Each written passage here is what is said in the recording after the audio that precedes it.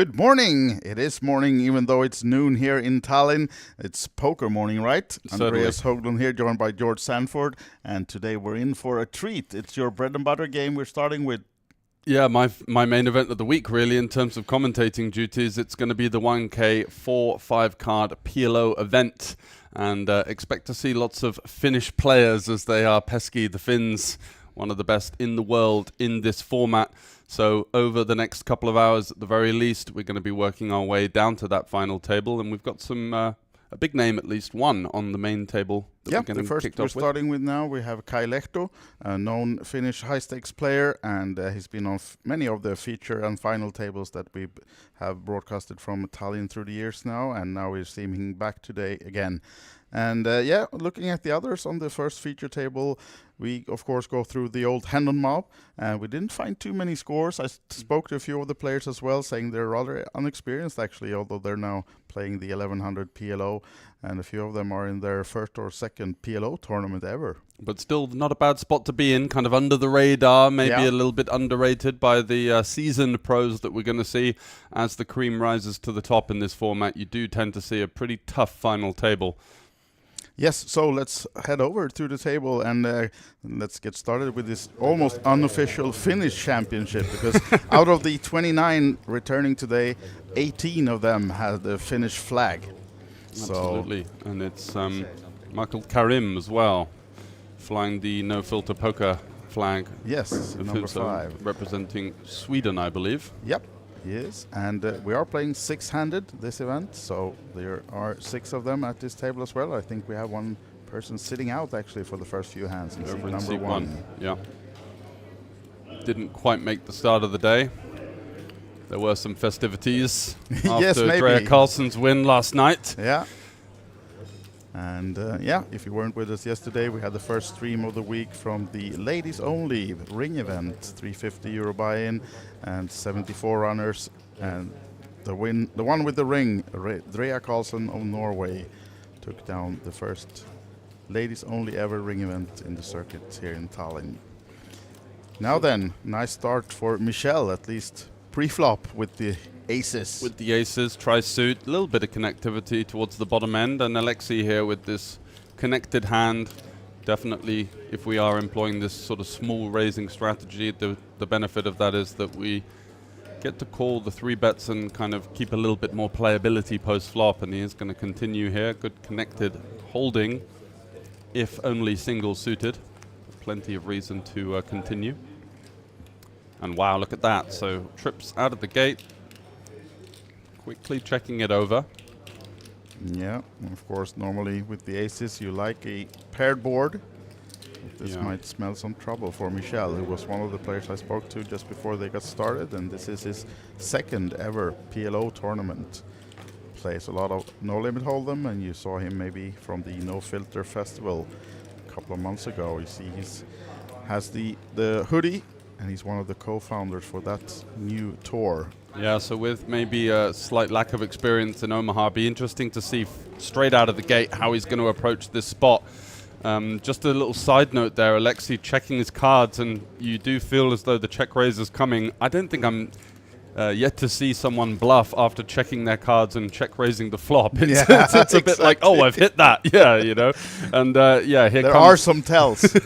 Here comes that inevitable check raise. It looks like he's gone to 52,000 over the 18, so just under 3x here, trying to keep in these overpairs, these flush draws, but also looking to seek the value as well. You're going to see less small raises in Omaha because obviously having more cards, there's going to be more equity in our opponent's range. It's much more likely that they've hit the flop in some way, shape or form.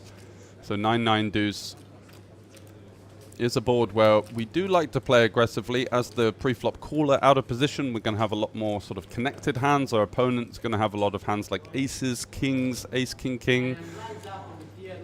And this would be a really shrewd fold if he can find it. Quite difficult to think of bluffs. You have to be quite creative here. You're going to have to use something like pocket tens with some backdoor clubs that could get a better overpair to fold. And Michel does sniff it out nicely. Well played. Yep. I don't know if we mentioned that we are doing the 4 and 5 cards. Yes. It's not only PLO, it's 4 and 5 cards. And how does that work, George? So they're going to be doing a round of each or a level of each? I'm a bit rusty on the exact one, but I'm pretty sure it's a round of each, It right? should be, yeah. Yeah. Yeah. So each time it goes round to seat 1, they will change the format and an extra card will be added or taken away. And now when I see who joined in seat number 1, I'm not surprised actually it was a bit late. I think he might have been part of the festivities. Yeah, he might have been lurking in the background of the footage that we saw last night, but let's see how fresh he is and what kind of game he's going to be bringing to the table. Yes, absolutely. And Mariusz, our friend from Poland, folding his second hand of the day. And as you might seen already in the top corner, 185 entrants in the day 1 yesterday. Now they're coming back for day 2. So this is the very first hands they are playing today. And 29 coming back. Yeah, once again, just an excellent field outside of Vegas. You're not really going to see too many PLO events much bigger than this, and that's the benefit of the action that we get here in Northern Europe. So much Omaha on the schedule, and so many Omaha lovers, of course, with the Finns, the Swedes, and the Norwegians, almost all favoring that format in these days to Texas Hold'em.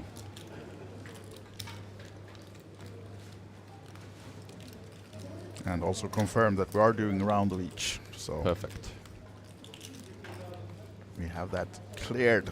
And yeah, if you watching the stream, maybe you haven't played too much PLO yourself, George, as being the expert you are in this game.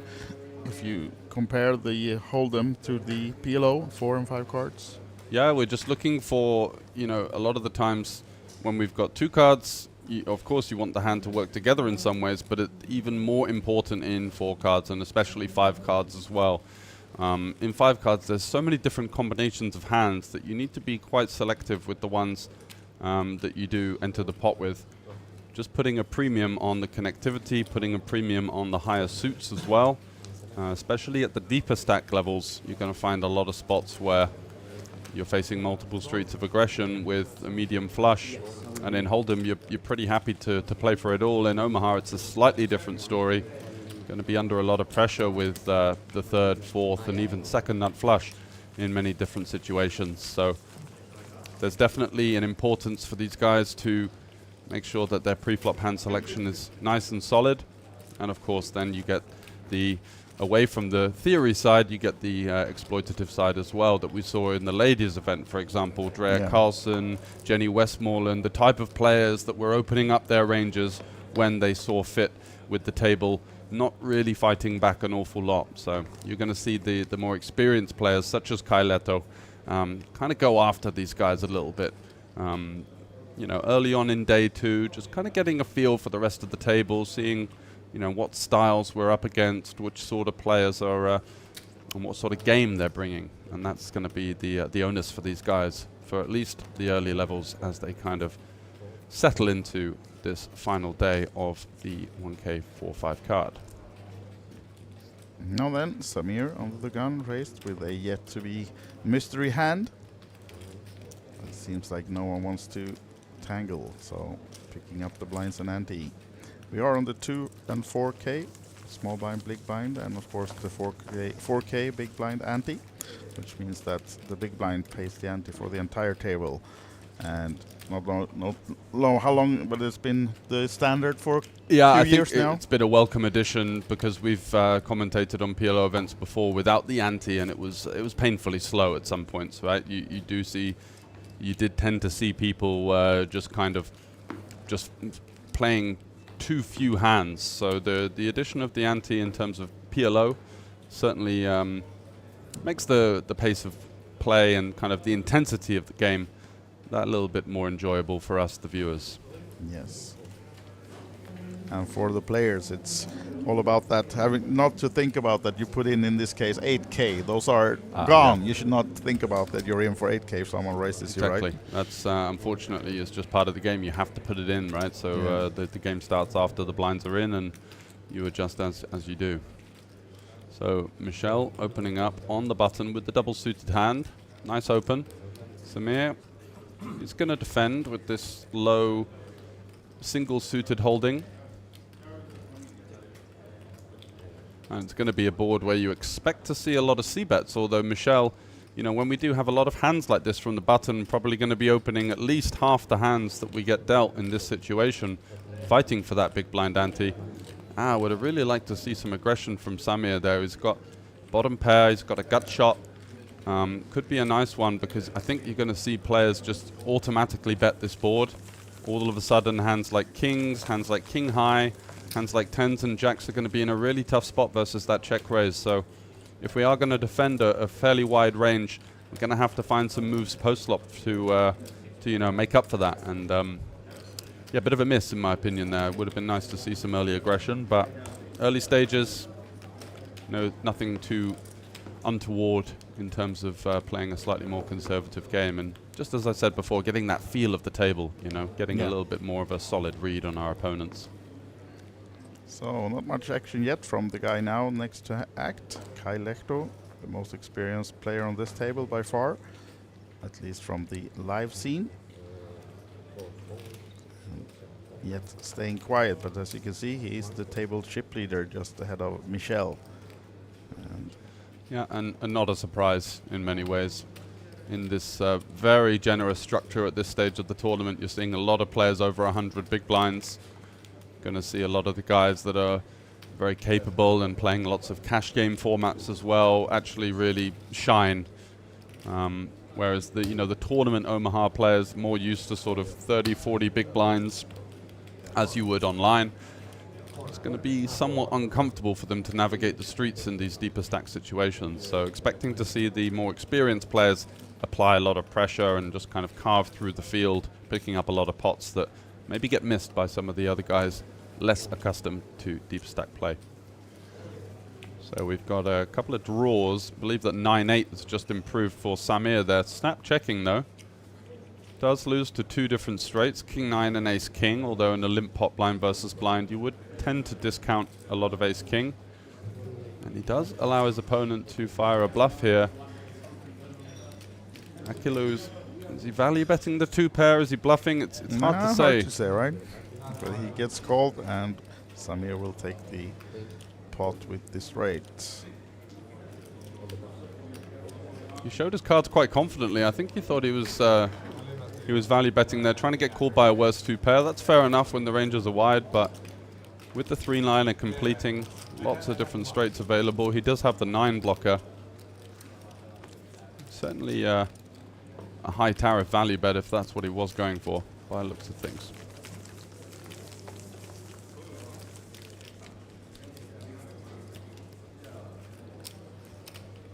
Bit calmer on the rail today so far. We had a big party yesterday with Drea Carlson's team on the rail.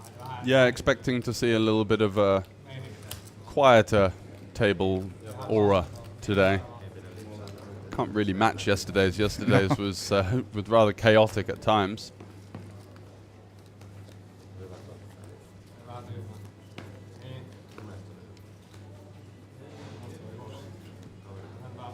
As you can see, we're down to 28. Have an elimination on one of the outer tables.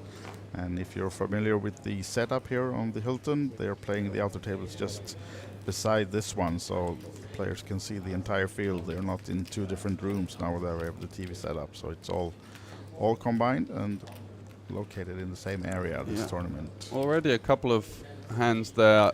I think players are going to tend to be slightly less familiar with the 5-card format. Yeah. A couple of hands there I think I certainly would have assumed to be standard opens, just kind of getting snap mucked.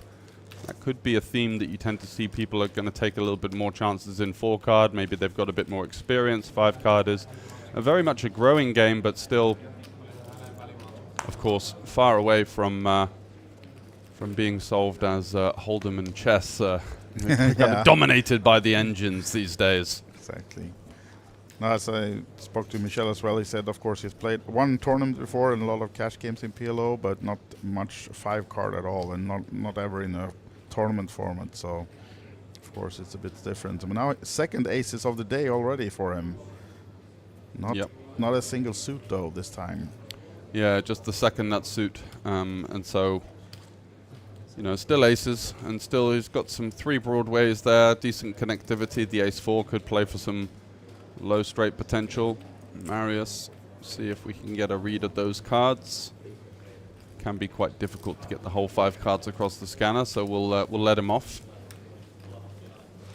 Kai not going to be looking to get involved. This type of hand to, and maybe a new player of Omaha, double suited, somewhat connected, could look somewhat advantageous, but just offers a lot of trouble, especially coming in from the small blind, being out of position. Going to be finding a lot of trouble with that one. Second nut draws and can get it in with very bad equity there. Another paired board when Michel races with the aces now then. Yeah, and I think another time that he's up against it. I believe Marius has an 8. Yeah. Yes, that's the case again. So this time Michel is first, and of course he will be continuing with this paired board. Normally, as we said before, a good flop for aces, but another time the opponent has the trips. So yeah, a pretty loose peel here from Marius, just with that. You know, when I was talking about 5 card, the extra card, so much more importance to have the hand connected. That deuce really doing absolutely nothing for his holding, essentially playing 4.5 card Omaha there with that kind of hand, and with 4 players behind as well. A rather speculative peel, but he does flop gin and even turns a straight draw and a flush draw. yeah, he's got it all right now. As you can see, Michel down to the 1 out, ace of hearts. Yeah, and the c-bet on the flop, it's a bit more of a hold'em play out of position on this paired board. Again, with aces, we're not going to be ever be able to play for 3 streets here, so betting the flop, it could be more natural just to check and try and navigate to a turn card. Then we can start to seek the value from hands like kings and queens. Having a king and a queen makes those hands less likely, so one of these types of combos that would have been maybe better suited just to employ a little bit of pot control out of position. However, we do see another small bet here. I guess what he's doing now is designed to seek value from worse overpairs, worse draws. Also kind of a bit of an information bet. If he gets raised, I think he's going to know exactly what he's up against here. Marius, happy to come along. Doesn't really need any protection with his 8. He's got so much additional sidecard equity with it. Oh! Wow. And how about it, huh? We were saying in the booth before, we've been seeing Michel Karim in a hell of a run recently, and when you're running hot, that's the type of river that you just find out of the sky. Yeah, and of course no way for Marius to get out of this one since he has an ace himself as well, so putting maybe Michel on the kings or something worse than that, and yeah, this is just puts him in, he's going to get unfortunate. Called. Yes. You really can't put your opponent on, and you see Michel like almost embarrassed to show now then, like, sorry man. Yeah. Yeah, 1 outer, bro. Yeah. Happens. All right, so our 28th place finisher then, Marius, is leaving the table. At least he's in the money, and he will get some euros for his effort. Yeah, and didn't see much of a resume on Hendon Mob, and that's a tough welcome to the game of 5-card PLO. Yeah, I think he had 2 live scores overall, so not very, maybe not playing that much live at all, but now at least he got a score in this one, and a flag, of course. The flag. The Estonian one. The Estonian flag, it's a good one to have. Yes, certainly. And one guy who has many flags to his name is coming into the booth soon. Or right now we have the poker manager of Olibet from the Olympic group, Christer Larsson. Many of you may heard him before, and he's a PLO specialist himself. So I'm gonna let you 2 guys go at it. Have at it. So you guys listening and watching this, you're in for a treat as well. These guys have played more hands of Omaha in their lives than I think possible. Well, yeah, that was it's a misspent decade. I'll tell you that much. All right. So I'm handing over to Chris, and then George, I'll see you a bit later. Absolutely.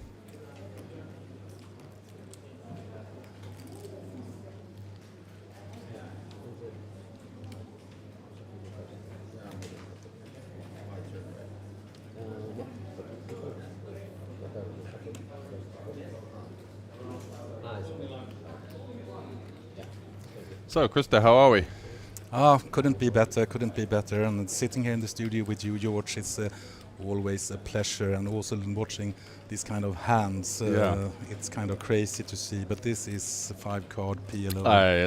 It's a brutal format, and you know, most of the time it's going to be played in deep stack cash games, but in tournaments, and especially with the 4-card involved as well, it just adds that element of chaos every orbit.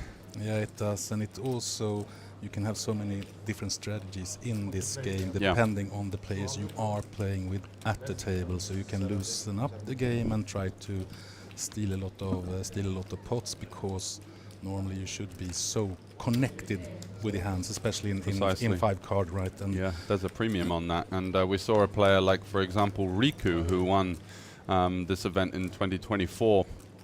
We did a sort of bonus cut coverage where we were going through some of the hands in his run, and as you say, Krista, something I was really impressed with was him, and I saw he was on one of the outer tables in the money of this, no surprise to see him there, was just how fluid his game style was. Sometimes he was hyper aggressive, sometimes he was maybe taking a bit more caution in the 5-card where the variance is high and he doesn't want to flip his way out of the tournament, just kind of playing the small ball, almost old school style, you know. So there's so many different ways you can approach this, and I think the beauty of being in the commentary booth and watching these guys have at it on the main stage is just the difference in styles that you tend to see throughout.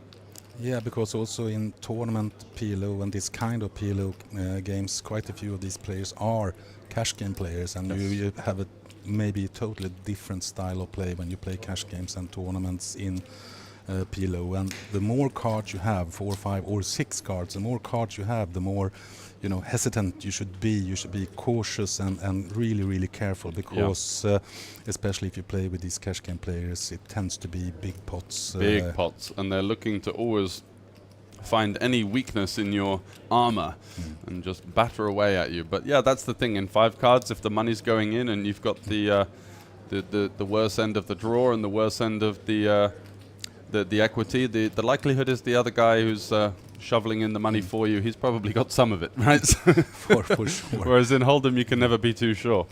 Yeah, that's why you need to be careful in this kind of game, because the volatility is also so high, and you better find your spots. And of course, these players playing in this tournament now here in Tallinn, this tournament tends to draw a lot of really strong players. Absolutely. And we from Scandi, Finland and so on, there's lots of good Omaha players. Yeah, a lot of them congregated in Finland as well. And Kai going for the small bet here, trying to get called by potentially a worse flush or a straight. Instead, he is going to be shown the bad news. The 9-8 of hearts is going to get that one done for Michel. He's running hot. He's doing pretty nicely, isn't he? And apparently it's only his 2nd ever PLO tournament. We've seen him deep in the No Filter event. We saw him deep in the Kings of Tallinn, I believe. Yeah, the 555. Yep. I think he finished the runner-up in that one. That's right. He got steamrolled by, I think he had an 8-1 chip lead versus the Danish player. The name escapes me, but Benjamin something, wasn't it? Yeah. And that was quite the bout. But definitely seeing a lot of Karim in the live arena at the moment, and that's the thing, you got to take advantage when the cards are kind to you.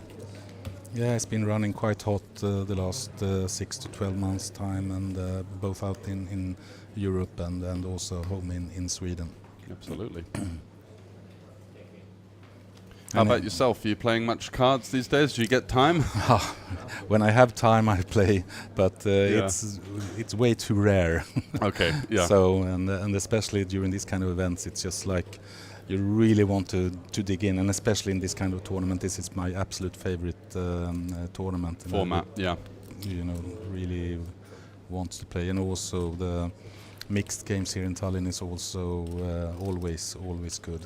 Are you contractually allowed to play? Is there a... No, I'm contractually, but hey, come on, as an organizer of the event, you don't play, you don't put staff at, in any situational situation. So, of course, no, I'm not playing in our own It's a bit events. of a conflict of interest, isn't it? Oh, definitely, 100%. And also, I don't really have time. Yeah, exactly.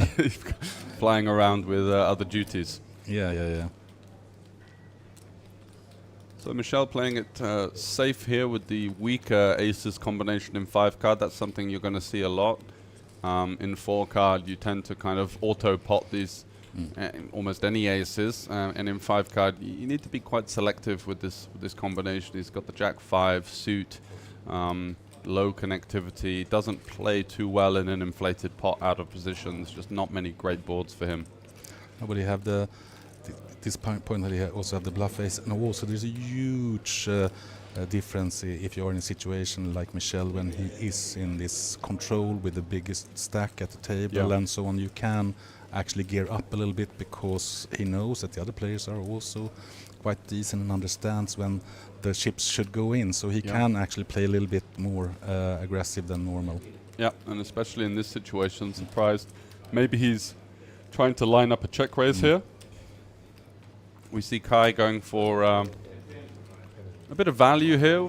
He's got options as well. He's got the Queen of Spades blocker, so it's slightly less likely that anyone's got some kind of half decent flush in their range, and he's looking to basically deny equity to random straight draws. So a hand like 7-5-8 in red is never going to be able to call here, but does still have a sizable amount of equity versus his exact hand. You know, any of these middling straight completing cards, and there are many of them, could see him not win the pot. Yeah, but it's also quite good to make this kind of control bet to see if there are flushes out there, and also if you only get a call, maybe you can actually act on the river as well to push away a weak flush. So so his hand has options, right? He can improve to a boat. He can still use the Queen of Spades as a bluff if he thinks that someone's in there with a weaker flush. Exactly.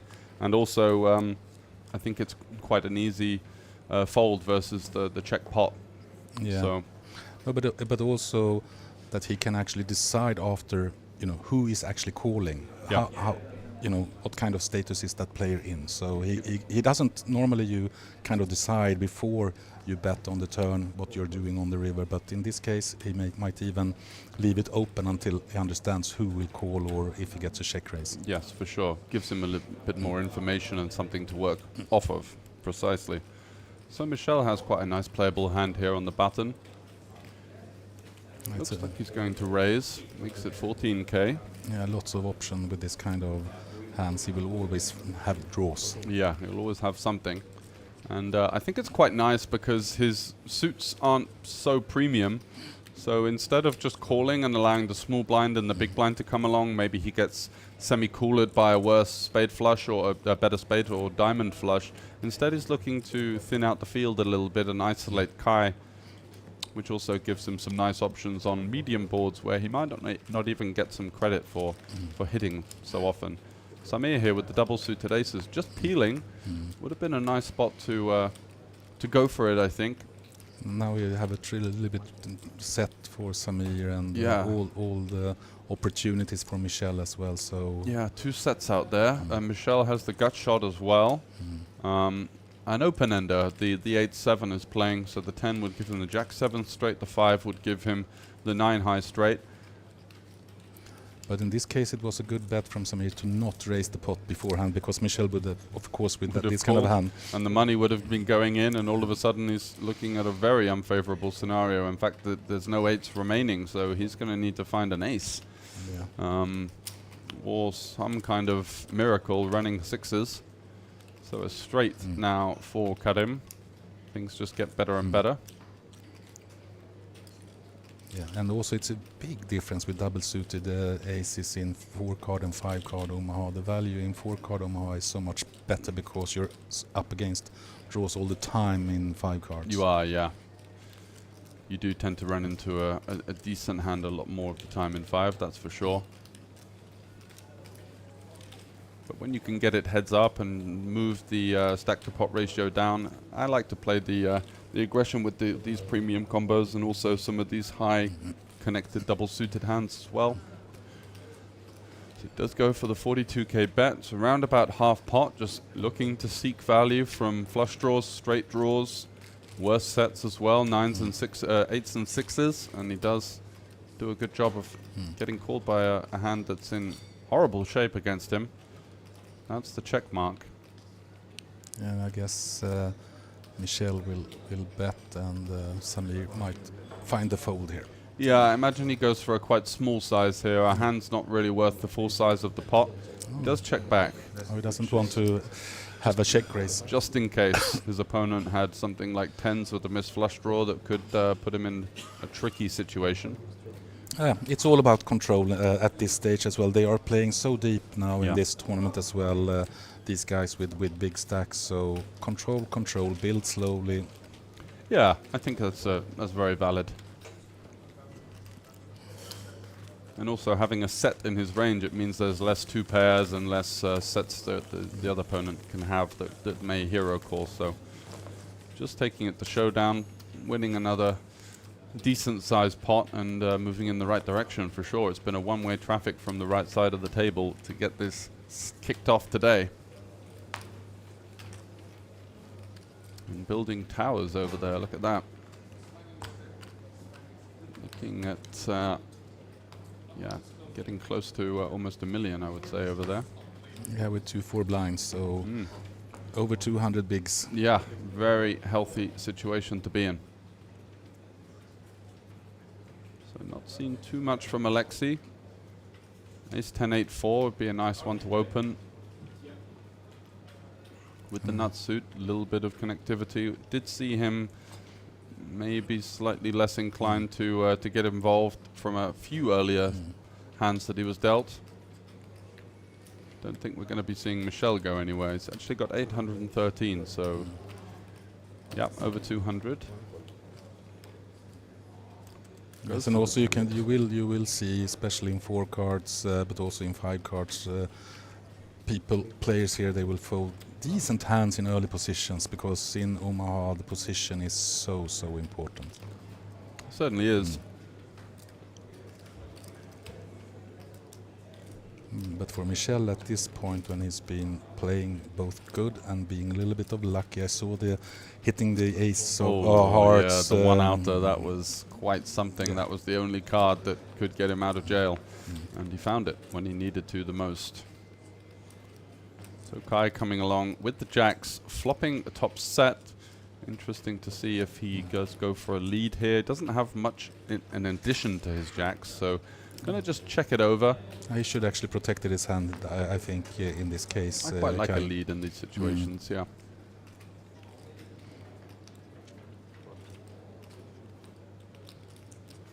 Queen on the so turn. Michel hits the trips again on the turn, you know, like. Oh wow, yeah. Set over set. So he's got the overpair on the flop with the gut shot. Now he's got the check mark already.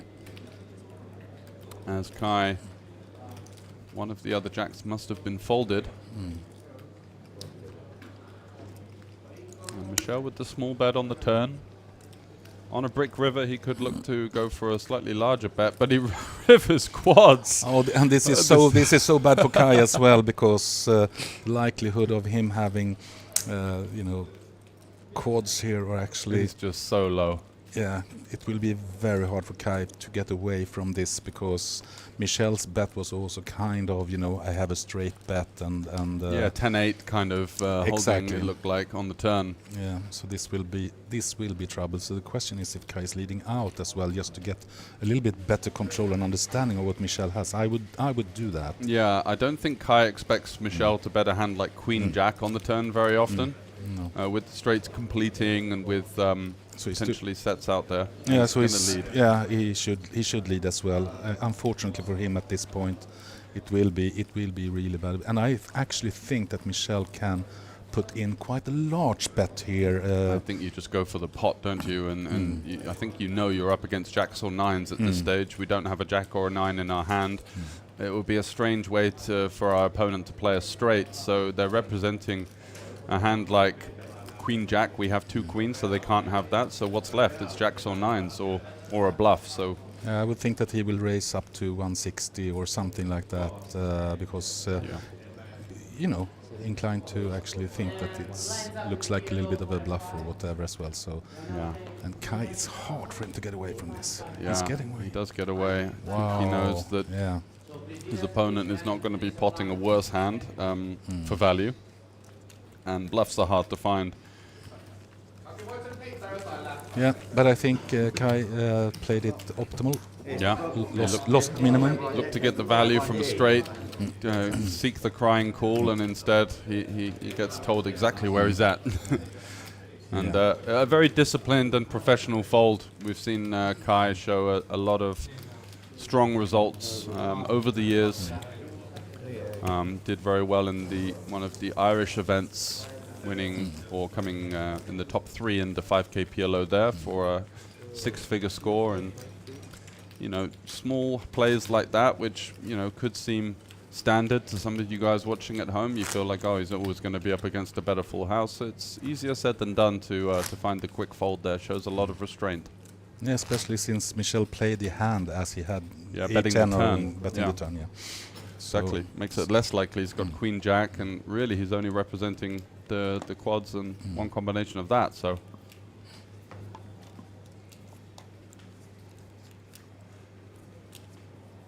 Yeah, interesting. Yeah. Good hands. It was a good hand, yeah. Had some fireworks. It's all getting hoovered up to the right-hand side of the table, but at least it makes for fun viewing. Yeah, close to 900k now, Michel. Yeah.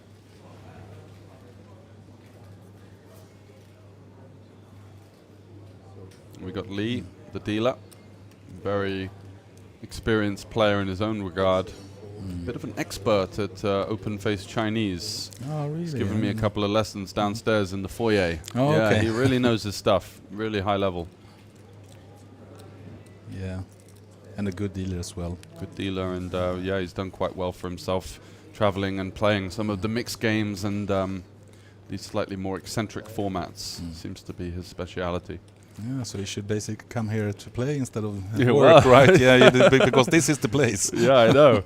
Well, that's what I said to him. Maybe one time just come to play, but I think he likes it here. Dealers get very good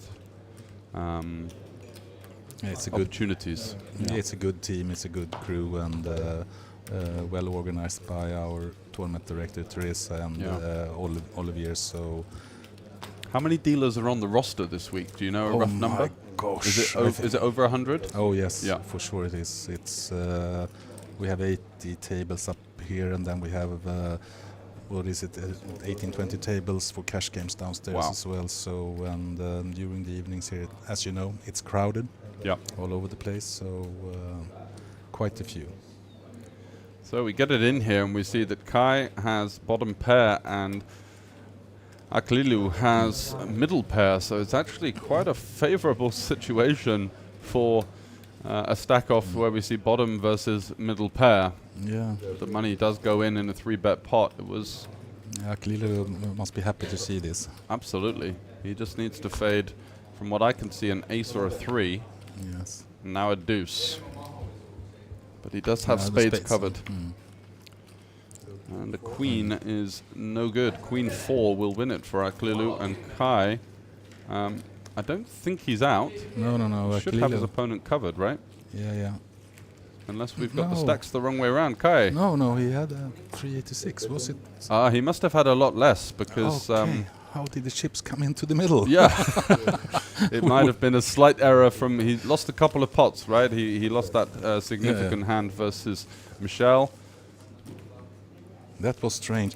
It's kind of, we are sitting chatting around here, and there's action all the time, and we're just missing out on this. Sorry about that. Yeah, we were trying to give you a little flavor as to some of the workings of the staff, and instead chips are still flying in, and we are less equipped to give a fair assessment of what exactly happened there. But looks like Kai had slightly less than we thought. Yeah. Which would have made sense with that move there. It's not a move that you'd be making too often deep stacked with the ace, king, jack 4. Kind of more of a sub 25 big blinds, kind of push and pray type situation. Yeah. And getting picked off by his fellow countrymen there.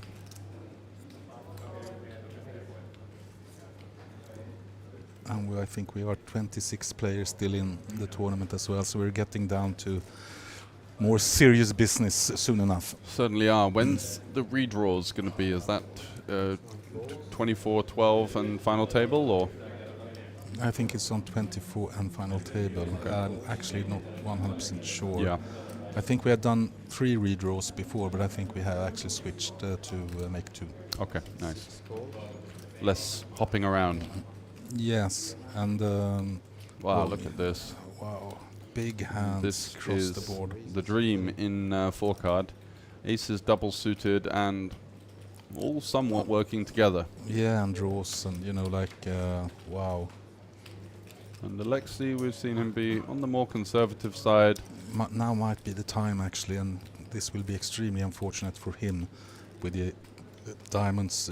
Everything is covered. So everything is covered. I mean, ace high board. He's going to feel, not 100% confident, but it's going to be a help.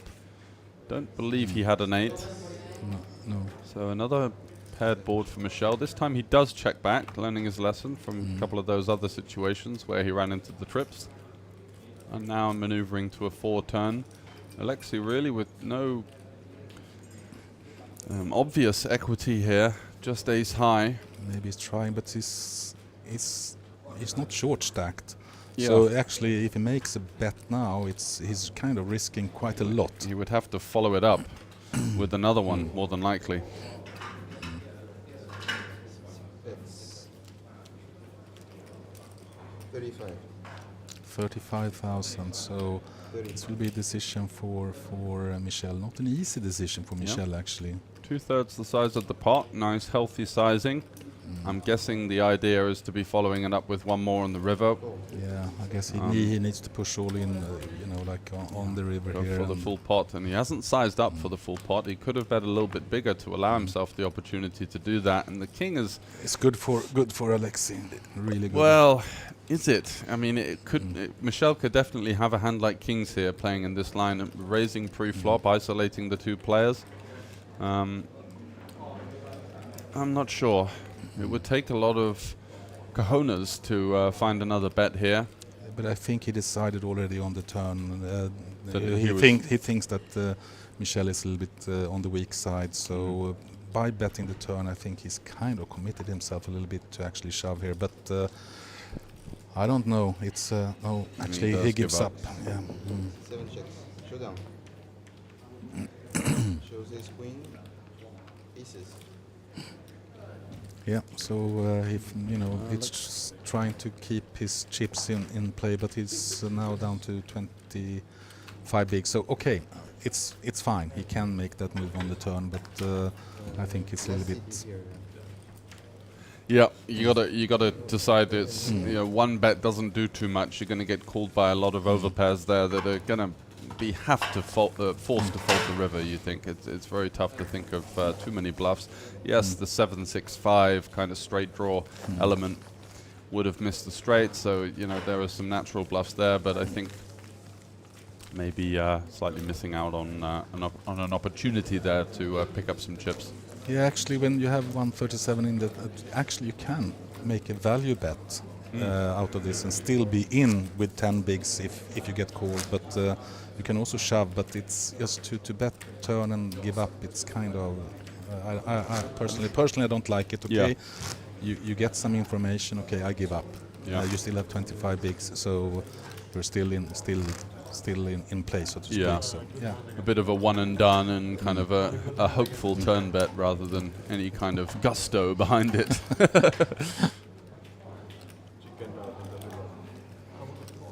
And also against the player with the most chips that actually can risk a little bit. So and can call you somewhat light on the turn. Lots of players are going to have an 8 or a 4 there when they continue, and we know that Michel is going to be the sort of player that's going to stick around with an overpair, keeping the opponent honest, and he got exactly what he was looking for, navigating to showdown and taking down yet another pot. I can't remember him losing a significant pot at this stage.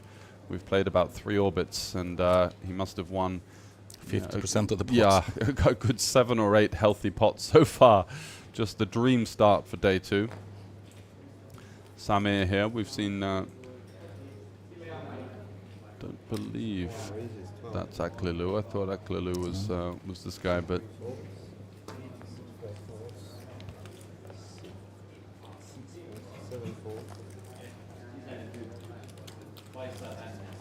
Okay, we have a... 8 calls. Yeah, there should be some action. It's a hand, right? Should be, yeah. We've got chips going in the middle and two guys with cards, so that's a good start. Ace, Jack, 10. Action flop. Samir with a bit of something, a bit of nothing. You know, you've got a top pair, you've got a 7 high flush draw, and improves to a flush with 2 pair. So quite a strong hand versus another check from the big blind if it does come. Looks like Ravnak has checked. Yes. And I think we can look to start seeking some value here. Some straights in there, some potential hands like jacks or tens. We can look to gain a street from. Yeah, we can't see Ravnak's card, so Yeah, he looks interested. and have 77k, so it's kind of do or die at this point. Yeah, could be thinking of a small raise and a river jam, which would be pretty spicy. Looks like he's got slightly less than 77 from my eyes at the very least. Those all red, so they're 5Ks. Yeah, can I guess he has Queen of Hearts flush? Oh, he's got a straight. Oh, right, okay. King Queen. Oh my god, yeah. I thought he had a blocker the way he was kind of posturing a little bit. He's going to call. He's unfortunately drawing dead at this stage, but he's slightly perplexed as to the turn check back from his opponent. Now we might see check here. Yeah, I don't think Samir's going to be able to find a bet with the 7 high flush. No, he can only be called by a better hand. You think so, right? I mean, it would be very ambitious to think that a straight can call you on this paired board. He does go for the milky bet and snap fold from his opponent. You know, I don't like that bet on the river. It's just taking a lot of unnecessary risk. It's a bit hopeful, isn't it? Yeah. And it is a river card that your opponent can improve to sometimes. Hands like Ace Jack, Jack 10 could very well be in there. You will never be called by a worse hand than that flush. Yeah, you'd have to think so. It's not kindergarten, this, right? No, there's some serious players out here, and these guys have been honing their craft over the years, and they're here to play. We do tend to see a pretty strong field, especially when we do get into the business end of these PLO tournaments. There's just so many strong players entering, 185 in making up the entry list. Yeah, slightly less than last year, but on the other hand, there's so many tournaments going on at the same time. Yeah. And So much to choose from. People, you know, you never know. Some people might still be in the 555 or have their sights on cash games or other formats of the tournaments. yeah, and right now we have just started the 5K tournament out here with some good names in it. A couple of tables going, is there? Yes, I think they have, I don't know how many it is right now, but I would think that it's like 20 players right now. So I think it will be quite good because it's a one-day event and players are coming in all the time to late reg. Some of these guys with the big bankrolls, they're not in from the first level, are they? They're kind of plying their trade with the late reg. Yeah, and there's also a starting day of the 1K 8 game today, later in the afternoon. So I would think that a few of these Omaha players will jump into that one later on tonight. So lots of action going on at all times. Pretty wild hand here. The kind of slightly weak kings combo, the tri-suit with the 7-6, going for the 3-bet small blind versus under the gun, and under the gun is actually peeling with ace king 3 deuce, which to my eyes would be possibly one of the worst hands we could call a 3-bet with. Just so disconnected. 83.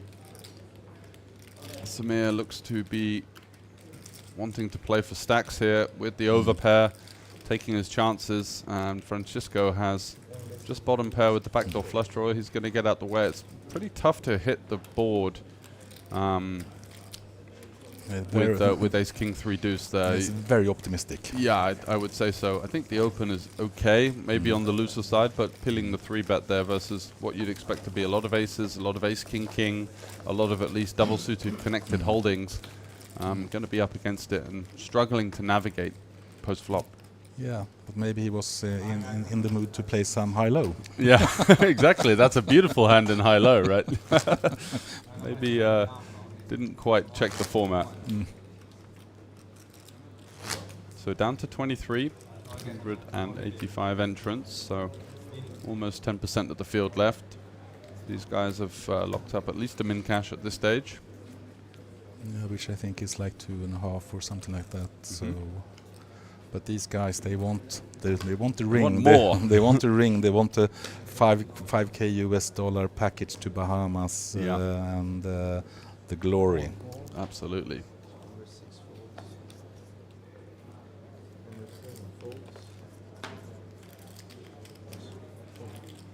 Yeah, you normally don't see kind of the same ICM play in Omaha as you do in Hold'em. It's a little bit. Oh, Samir picks up a decent hand. Yeah, you still see a lot more multi-way pots and people not scared to get involved in Hold'em. Things tend to be a little bit more rigid, which is why I like this format of the game. Oh, it's definitely more fun to watch. At least I think so. But that's also, I'm maybe a little bit biased. Yeah, because it's your favorite. So flush draw for Aklilu on the turn with the gut shot and the overpair to the board on the flop with his 8s, 9s. Yeah. Oh, he hit the 9s. Filling up, and what a river after a rather unexciting king of hearts on the turn for Samir. Now just double checking those cards and firing in a bet. Doesn't look too weak when players kind of do this kind of action at the table. Double check the cards, and now we saw him going for the smaller sizing earlier on when he was going for pretty thin value. Now we're seeing a bet towards the size of the pot, so eagle-eyed players at the table maybe looking to go back to see what he had on the break and kind of add to their repertoire of reads on this type of player where the sizings are maybe slightly indicative of the strength of the hand.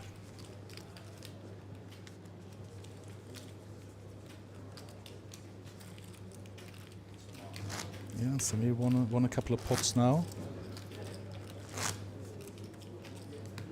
Decent shape. They're still very deep in this tournament, so this might go on for some time now. Oh yes, yeah.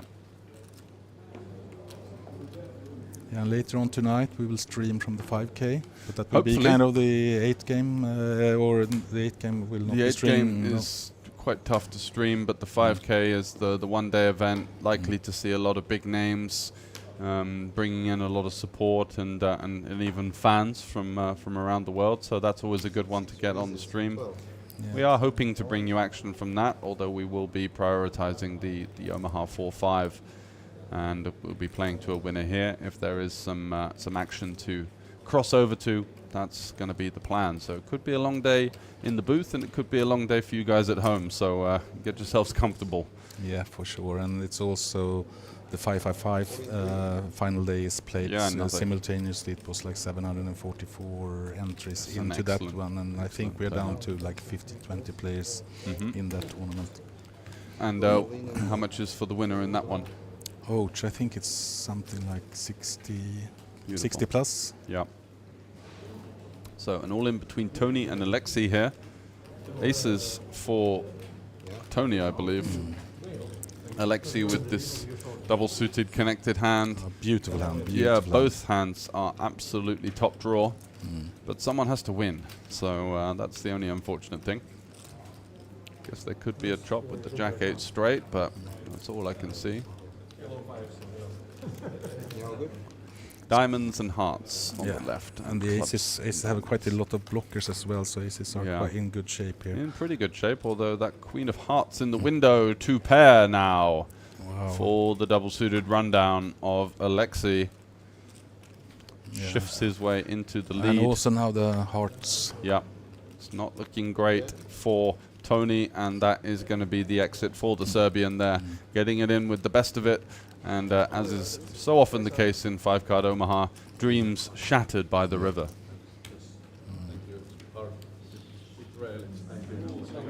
Yeah, but that was 2 premium hands. Certainly was. And a little bit of afters as well with his table mate. Getting a telling off. Yeah, I know. I might have been saying that he could see his cards when he's peeling them, something like that. And Alexi's response was that the rail was a bit high and it's quite difficult to get your head down low enough to kind of sweat them in that regard. But I guess we will see new players coming into this table as well. yes, we've got 22, so we're going to have 5 tables right now. 4 tables? Yeah, 4 tables. 2 of 5, 2 of 6. So we might be sticking around with 5 for the time being, and then when we get to maybe to 18, true. tables of 6.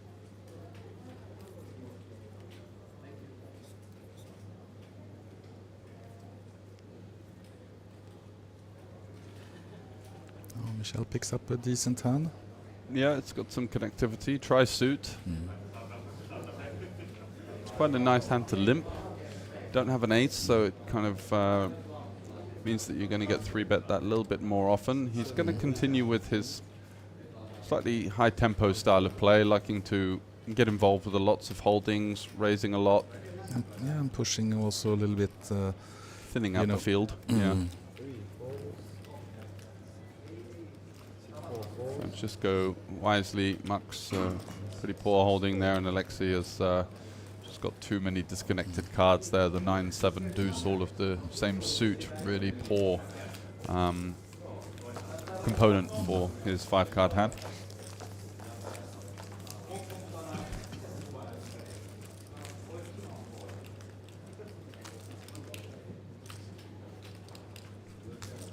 So it's all systems go for Karim at the moment, building even more towers. Yeah, and blind's gone up as well. So, Yeah.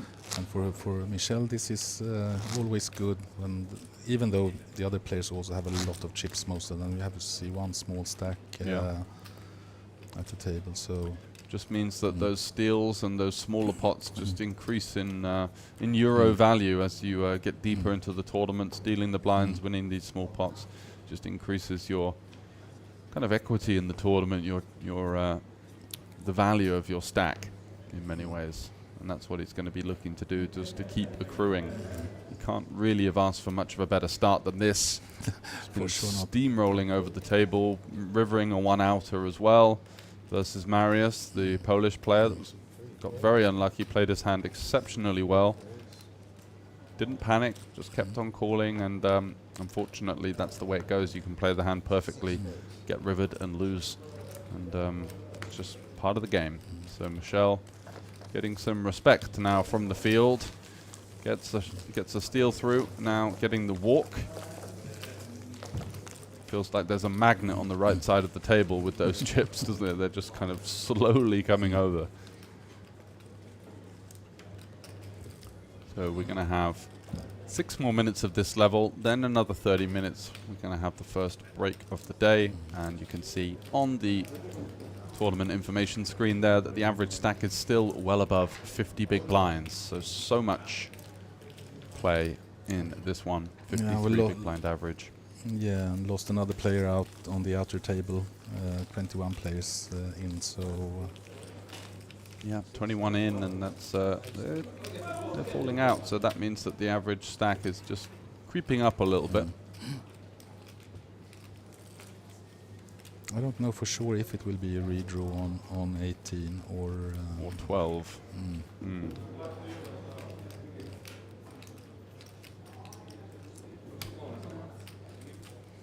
But it is also quite nice with this tournament that you can play this kind of tournaments quite deep in the end games. It's not a lottery. It's a lot of play. A lot of skill, and that's what we like to see. We don't. Yeah, never really been a massive fan of the turbo formats that you tend to see online and in smaller tours. That you just don't really feel like you're getting much value for the rate you're paying. Whereas here, for example, the ladies event yesterday, excellent structure. And I was speaking with Lena in the booth, and she was saying that you were a big advocate of giving the ladies a nice chance and a nice opportunity to play some poker rather than to be a 10 big blind all in. You know. Yeah, but that's kind of what most others are doing, is putting in a ladies event because we must put in a ladies event, and then they do it a low buy-in and with a kind of poor structures, and just give them a chance. They are brilliant players, many of them. Give them a chance to play a decent tournament, and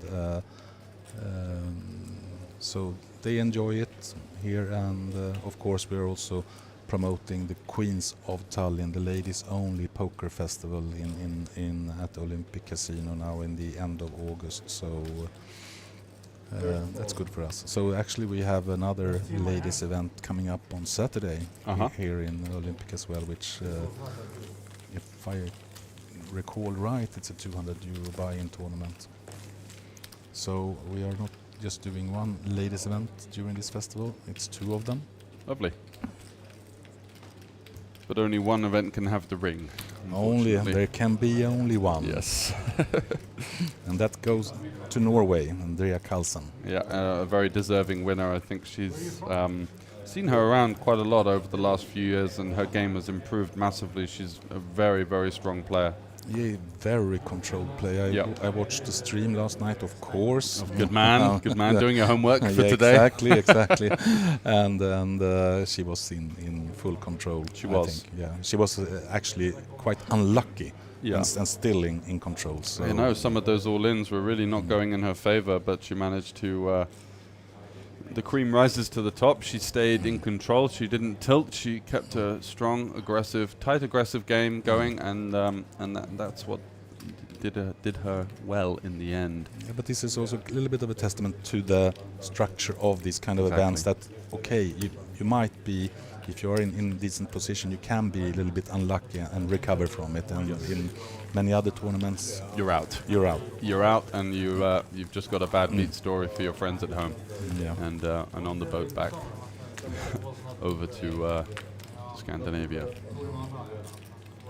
Yeah, but it was a fun event, fun tournament to see. You also, I think it was 8 different nationalities on the final table, and players from all over the place. Yeah, we had Colombian, Estonian, Norwegian, Swedish, Latvian. Yeah, it was a couple of Georgian, no? Georgian, wasn't it? Maybe in the final 11. Yeah, I don't think on the final, but still a very well represented event. Which, for those of you wondering, why is there so many Finns in this tournament? Well, over the years they've completely dominated this format of the game, and it seems to be a bit of a hub for budding PLO players. Yeah, I remember back in the days when I was, playing quite good Omaha back in Stockholm, and then coming over to the old casino in Helsinki and played versus the Finns and got totally smashed. You saw an Ilari Saham, he's 19 years old, long hair, and just like totally running the show, demolished. I went home with my tail between your legs. Exactly. Okay, let's do some homework. Yeah, exactly. Slightly a bit behind the curve of these guys. It's but that's a nice lesson to take, right? If you have the self-awareness and the accountability to say, hey, I'm not up to scratch. There's always work to be done. So Francisco hits the 2 pairs and with the 6 as and well. Straight draw, backdoor diamonds. Could be a nice one to fire in a bet here. Wide ranges in play. Yes, there are 3 different straights out there, 6-5, 10-6 and Jack-10, but we can get called by worse 2 pairs, we can get called by straight draws, get called by some backdoor for Akililu and the gut shot. Yeah, I think we might see him stick around, although the bet is quite large, so out of position, just going to get out the way. The 5, it's not a particularly great card. If the 5 was a bit more live and he could hit a set that might improve him somewhat, instead it would make the 4-liner to the straight. So I think a wise decision there. If his opponent had bet 1 big blind, then sure, let's try and fish for the 10, but instead showing some restraint. Yeah, good boy. Yeah, right exactly. Call. Got to be keeping yourself in line sometimes. It can feel like a bit emasculating to just limp and then check fold the flop, but Yeah, but That's something you got to deal with, right? That's the game. Yeah. Yeah, and also when players are a little bit deeper, you know, pre-flop you can actually be a little bit more wide as well because opportunities might arise. So Yeah. Exactly. All about sort of game flow control, stack preservation, but also knowing when to pounce. yeah, I think we should have slowed down a little bit now, giving the others some A space. little bit, yeah. I mean, he's had such a great start. He could probably go for a nap upstairs and come back down, and he'd still be the table chip leader. But Aklilu then missing I think a fairly clear open, ace 10, 9, 8 on the button. Yeah, for sure. For sure. I know he doesn't have the nut suit, but we're playing the button. We do have two players here in the blinds with similar stacks that we could elect to put some pressure on. Alexi's going to go for the raise with his ace king 7 deuce, bit disconnected, but doing pretty well. Yeah, the spades, but yeah, blind versus blind. I think it's correct also to kind of control the pot a little bit and Set the tempo. You can check back the flop. You can navigate to a turn. You have all the options open when you play the aggressive route, and that's what he's doing here. 7 in the window, which is good for him, and another one. So ace king 7 deuce, flopping trips. looking good. And Francisco himself has, you know, overpair. a half decent hand here. Queens with the 9-5 gut shot. It's you know, blind versus blind. The ranges are wide. We certainly can't be surrendering this one to one bet. That's for sure. Oh, actually, might even want to pop back. You know, He it's just could. call. It would be a little bit of an overplay, but it would be, you know, certainly one way of doing it. The Oh, deuce. then we have a full house. Right? Yes, and that's the most innocuous full house possible. Yeah. With the deuce, you're not thinking that that's going to hit your opponent much. So Francisco up to 2 queens only, but you know, this juice is good for Francisco, so he's in He trouble. might stick around for one more. No, I think we want to be playing for stacks by the river here. We don't have any diamonds in our hands. We don't have any 10s, 9s, jacks, which, you know, can improve to straights, or at least have the, you know, the draws in our opponent's range are just not there. So, I mean, sure, if we've got ace king of diamonds and then 7 deuce, Oh, Francisco's betting out actually with the overpair now. I think he's turning his hand into a bluff here potentially, trying to get a hand like kings or aces to fold. I'm not entirely sure. But It seems like a very thin value bet, yes. if that's the intended outcome. And he gets the bad news from Alexei.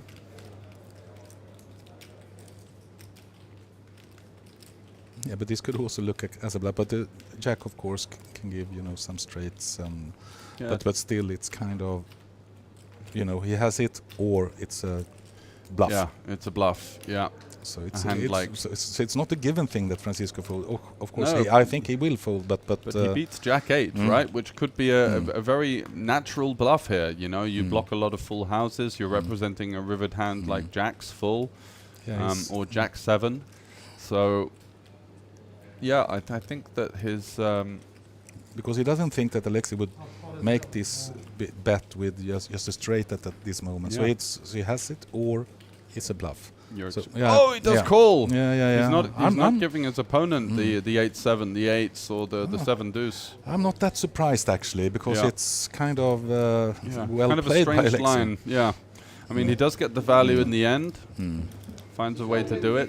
Had Francisco been playing at the table a little bit longer, I think he might have realized that Alexei had been a bit more in line than maybe some players like Michel, for example, that are more than capable of firing through in that situation.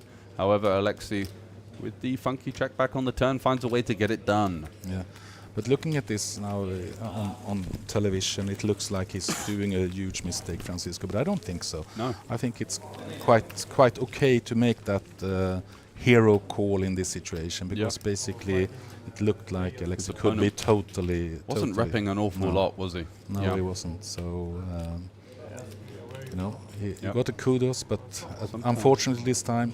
Sometimes it's noble to go out where at least you've made the brave play, and you know, you went with your read, which is very much an important part of the game. If you go against your intuition, if you go against your gut feeling, more times than not, you're going to be punished for that. Yeah, 100%. So good attempt, unlucky this time. Yep.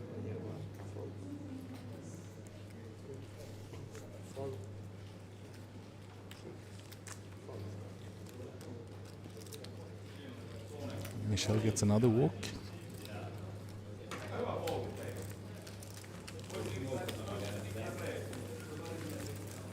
Yeah, I think Michel needs a tray here for all his chips, or chip up a little bit.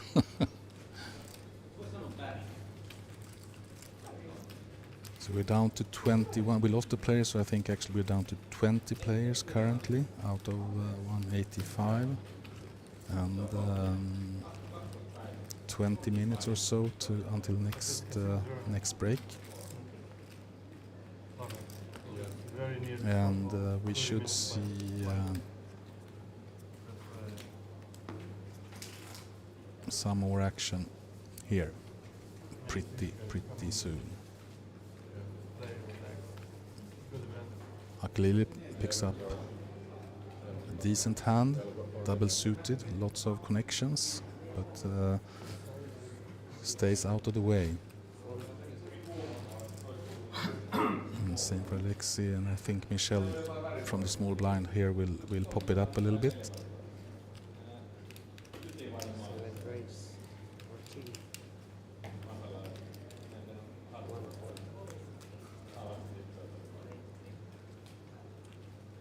And Samir doesn't have much to put up against that, so yeah.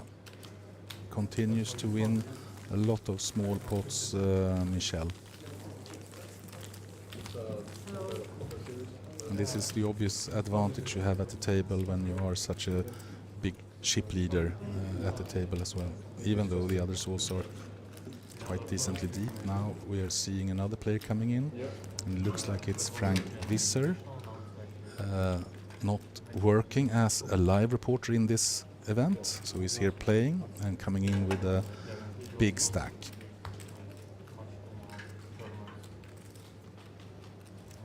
So now we'll see if anything changes at the table. It's good to see him playing poker as well. He's a good player.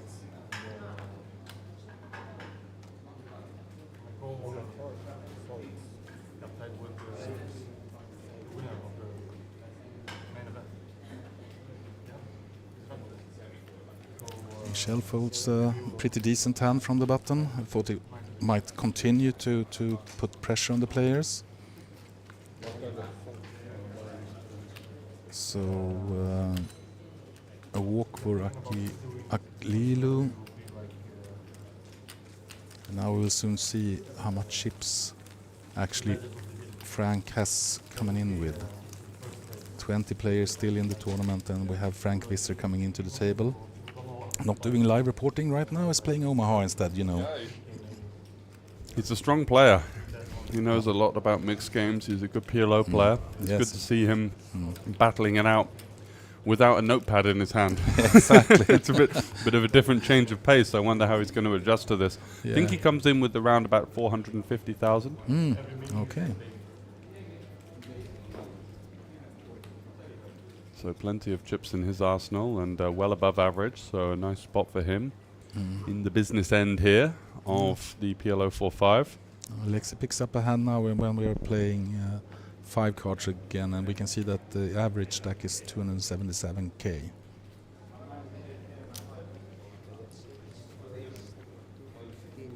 So I think this table have quite a lot of chips on it, so it should be more smaller stacks on the outer tables. Certainly. Yeah, we're being treated to some deep stack warfare. Michel is calling with a double suited hand. Yeah, not the best 5-card hand, because he's got 3 diamonds and the deuce is not working too well for him. Frank with trips and the big blind is going to have to get out the way. Samir comes in with those pocket 3s. This kind of hand can get you in trouble. Yeah, Alexi is in a really good spot here, with Michel having all his cards covered as well, the jack covered, and of course now Michel Wow. hits the deuce, but that's What also a what Alexis hitting. Yeah, what a flop for Alexei. So he's got Jack Deuce with the nut flush draw. And Michel now, as you can see, these hands, they look good, but they get dominated so easily. And this is a prime example of that. Two pair with an inferior flush draw. Could very well see the money go in here. Would love to see Alexei go for a check raise. I think we're going to see a lot of bets from our opponents. Yeah, this can be fireworks for sure, and Alexei is in a really good spot. I think we will see Samir bow out from this one, but I find. Yeah. But for Michel, this is kind of, oh, this is nice. This is nice. This is an opportunity. He doesn't understand. Unfortunately for him, that he's going to be cooked here. yeah, he needs a queen basically. Yeah. Let's see if he can find the just call. It is tempting to raise, but he is going to go for the call. Alexei going out with quite a large bet, and Michel's thinking, well, yeah, he can wait. He can wait. So I think it's he's been trying to control the pots quite good, and he's done it in a really good way. So especially when it's multi-way, it's even more of a premium and more important to control the size of the pot, because you know, when someone just starts betting huge into the field, hits the queen. Hits the queen. Michel, things just go from good to great, and now Alexei is in a rather uncomfortable situation. This queen is an overcard to his two pair. There is now the prominence of additional draws. Michel's range should be fairly connected and fairly double suited heavy, so he's going to have a lot of backdoor flush draws. He's going to have a lot of, you know, Straight ace king draws, tens with a jack of his own. And now two pair for Michel. Oh, He does check it back. Oh my God, that's kind of Missing an opportunity there. And now we get this river, and we can't find any additional value. no. Now he- it's going to be check. Is he worried about the set of jacks in his opponent's range? There's so many hands, like aces with a nut flush draw, ace jack with a nut flush draw. Both are trembling, and Yeah. what happened to this flop? Yeah. I would have loved to see a bet of, you know, just over 110k would have set up the stacks for the river. No, I think we will see check here, actually. Yeah, we just have to, right? I mean, Alexei is he thinking about turning his hand into a bluff now? I mean, you would need some kind of strong club blocker to go down that route, I think. And he knows that he's beat now when it goes check here. So Michel wins this pot as well, you know, like this was he have a quite decent hand, but you know, like up against Alexis' hand, it's, you know, the only card he has is the queens, and then he should stay away from aces. He should stay away from the hearts and everything. So yeah, that was lucky. Frank in the background, just observing those showdowns. Must have been thinking, what on earth is going on there? How's this pot not a lot bigger? But Michel. Was it Samir as well, because he had the clubs, right? So he should have sticked around. Yeah, he did. He had the ace 3-3 with the clubs. Would have come up trumps. It's easy to look into the Yeah, exactly. into the rear. Through the retrospective lens. But everything goes Michel's way. Even the pots that, you know, the runouts don't favor him, he still finds a way to pick up the pot. You know, the jack deuce there would have been really interesting if Alexei had a bit more of a club blocker in his hand instead. Very tough to find the bluff there, but jack deuce just really having not much showdown value at all in that line. The issue is that your opponent will float the flop with lots of backdoor holdings. Again, But normally you hit something when the king comes. Even if you don't have the flush, you will have the straight, right? yeah, exactly. Ace 10 or something like that. 10-9 now improving.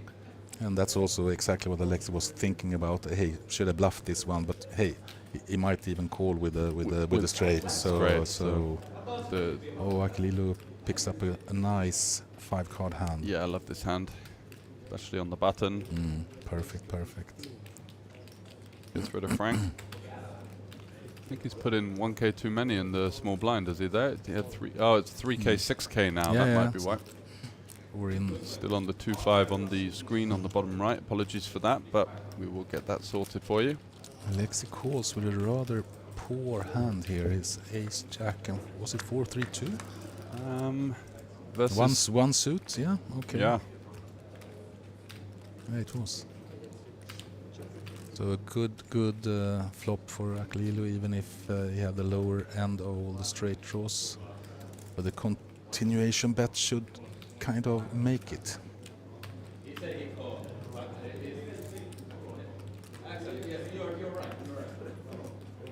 That would do it.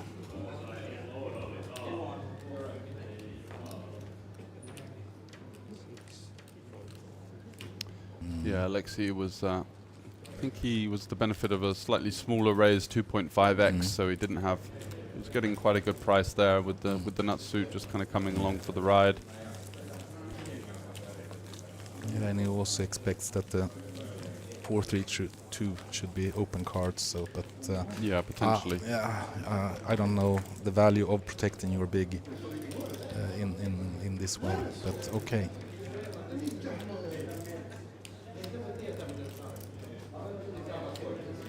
Of course, there's a lot of mind games going on here, and also Aklilu has folded quite a lot post flop, and yeah. Yeah, he's not been the most active player at the table, that's for sure.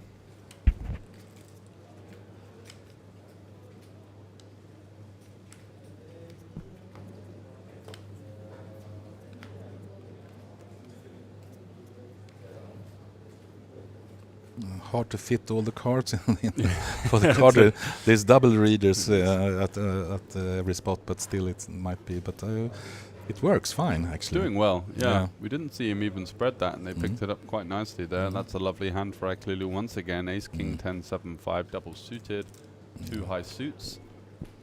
Something for the opportunistic player anyway, because you will for sure hit something. Yeah, exactly. It's going to be tough to miss. Yeah. He does oblige with the open.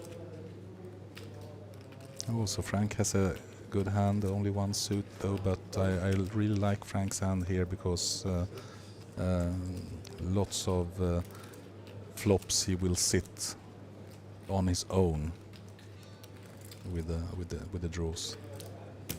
Yeah, with the connected hand. Everything low. And also not a pot-sized open as well, so it gets in there somewhat cheap, has position, has good playability, maneuverability post-flop. These are all important things, especially in 5-card where... And it's also easy to fold the hand if you don't hit, right? Exactly. So and he hits somewhat decently here. He's got 9 high flush draw with all the straights. Wrap. Yeah. Not the nut wrap, but a 5 would give him the nuts. Michel has a flush draw, but nothing more, so he's staying out of the game. So I think Frank can continue to bet here, actually. I think he will take a stab here. He's only got 1 pair right now, but he can get so many better hands to fold. Hands like queens, jacks. And Aklilu in a kind of little difficult spot here with the 2 pair, but Michel, for example, they're just folding the jack high flush draw. That's a great pickup for Frank. Now his flush is actually playing versus Aklilu, who's got 2 pair, but whose equity has improved from somewhat middling to now actually being a 64-40 favorite versus 2 pair, the made hand right now. So many great turn cards for Frank. Not one of them, unfortunately. Oh, good card for Aklilu. He doesn't know it, but it's a good card for him. Yeah, keeps him alive. Yeah. Does pick up a gut shot of his own. Yeah, so might be a check here. A double gutter, in fact. The 9 is good for him now, as well as the queen.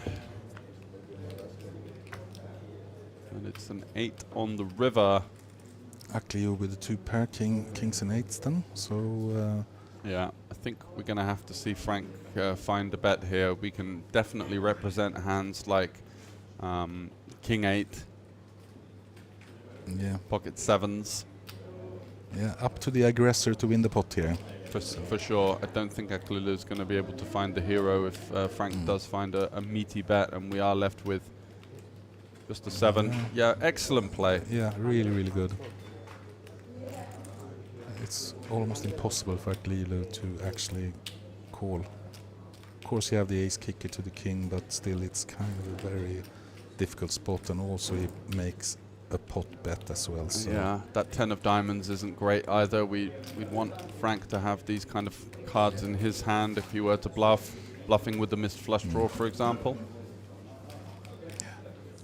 He was somewhat close there. He was kind of thinking this is a little bit spooky, but he does manage to get out the way, and Frank just maneuvering through that hand perfectly. I think that the jack arriving on the turn, improving the 10-9, improving some of the top pairs to 2 pairs that are not going to get out the way, and finding the aggression when check 2 on the river. Yeah, what Aklilu can actually do in this position to control the game is actually to make a value bet, but you know, it's tricky. It's really tricky. But if he goes with a value bet of 30 or 40k in this position, he have 1/8 in his stack. So in this way, it will be so much harder for Frank to make this move on him, because then you are actually telling him that hey, I got a really strong hand. Please put your chips in the middle. Yeah. And still actually have some equity in the pot, but it's a tricky one. He gave it up.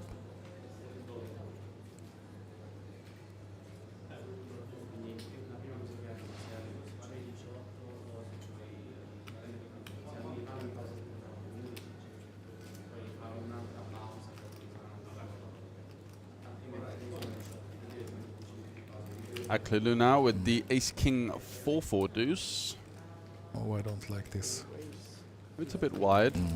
We've got 3 cards below a 5 in our hand, which usually doesn't offer much of a great 5-card hand. Alexei, on the other hand, is double suited, connected, lots of options, and Michel even with the similar hand as well, lots of options, although the suits aren't ideal.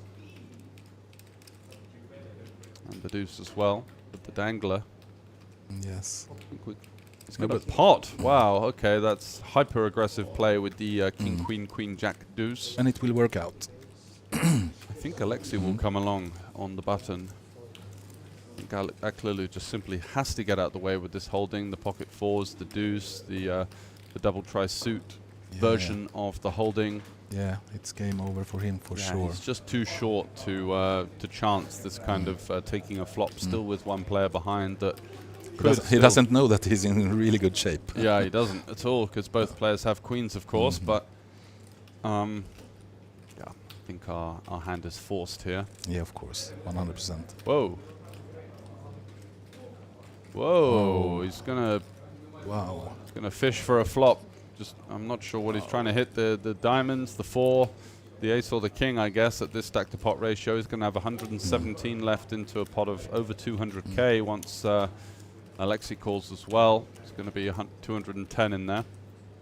Yeah, Aklilu, he cannot understand that he's been, you know, so lucky in this position to actually do this. Would have folded, you know, quicker than quick. Personally, yeah, but he's in good shape. Now Alexei getting out the way as he doesn't want to come in acting last post flop, I guess, with dominated suits. The price is so good for him. I'm surprised he's not continuing, but hey ho, elects to save those ones for a rainy day. Yeah, and he must be quite scared because Michel have hit every flop. Yeah, that's whatever it is, it just comes. Yeah.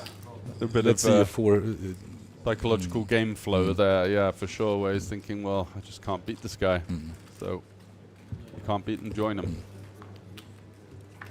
So big flop. And there is a king, and that's going to be enough for Aklilu with 2 backdoor flush draws as well, and something around straight draws as well for Michel. So yeah, we will 2/3 see pot behind. We will see the chips going in here. In we go. And Michel is 49 to 51, but is he 80-20? Yeah, I mean, it feels like it, right? Feels like we're just going to see the 9 of spades on the turn. Yeah. I don't think Aklilu's going anywhere. Surely. He also have the backdoor and the low straights as well, so... Yeah, the 4 can be good. 2 backdoor flush draws, 2 backdoor straight draws. I don't think we can pass up on this one, and this is why the pre-flop peel is quite speculative. If he's flopped pretty much towards the high end of what he could hope for, and still isn't loving the situation. Oh. Just kind of. Yeah, but this is also when you're doing that kind of moves, and then you're in a position where you actually don't have a, you know, with 100 behind, it's can't just get away from this one now. No, exactly. He made the decision on turn, and you know, like on pre-flop. Yeah, So the idea is, when you see a flop heads up, and I mean, we're peeling with pocket fours in our hand, which you don't really want pairs in your hand when you're going to such a low stack to pot ratio, because you're just going to flop a set so infrequently. and there's so many hands that Michel will just push in this situation as well. So Yeah. Looks like he might be waiting for a pay jump or something like that, so it's kind of winding down the clock a little bit. Saw him look over to his left, which is where the tournament information board is. And wow, it does actually fold. That is, yeah, not what we wanted to see. One king is there. Huh? One king is there. no, when you actually make this move pre-flop, It's tough to watch, yeah. yeah. Oops, I don't like it. But on the other hand, Michel always hits, so I mean, he hit strong. We thought Aklelu hit strong enough, but he decided against it. He's still got 20 big blinds, but you know, you would have had 25 if you'd have folded pre-flop. So yeah, a bit of a puzzling play there. yeah, From I the cannot ask for more. No, not a typical Finnish style of Omaha hand, that one. Calling, hitting something, and then folding. Slightly puzzling. However, the action will continue, as we are going to be With the Doing ace a in his short hand, break. Yeah. likelihood for Michel to have an over pair as well. With, you know, a bit less. Yeah, I mean, Michel is more than capable of some aggression there. As we saw, his hand was not by any means premium, but he was happy to go for the squeeze. Yeah, he played it, you know, like quite good. Fearlessly, kind of utilizing that big stack advantage that he's got right now, and let's see if that's a theme that he continues with, because if he does, and we see plays like that, he's going to walk away with this over the next couple of hours as we make our way down to the final table at the very least.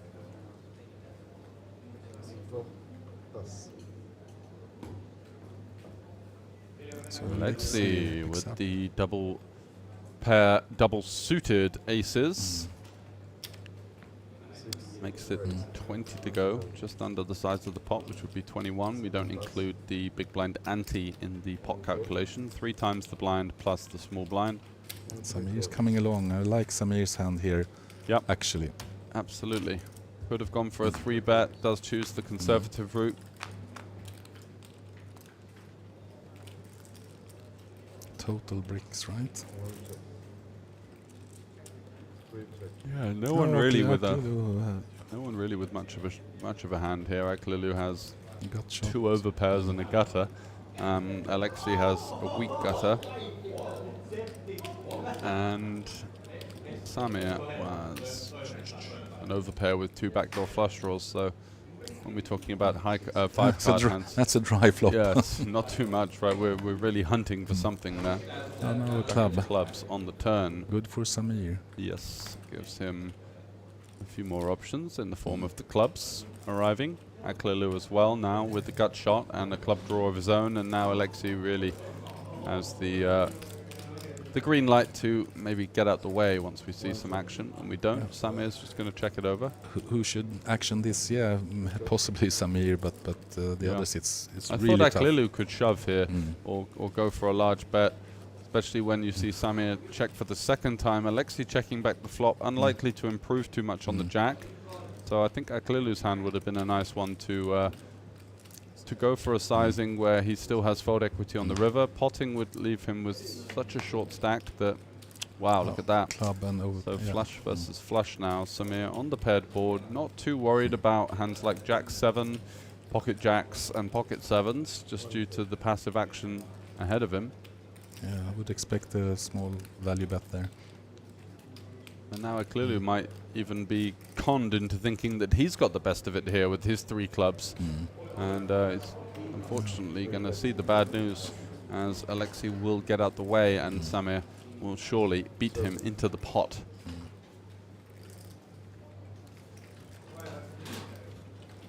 Insta call, and Lilo will be short.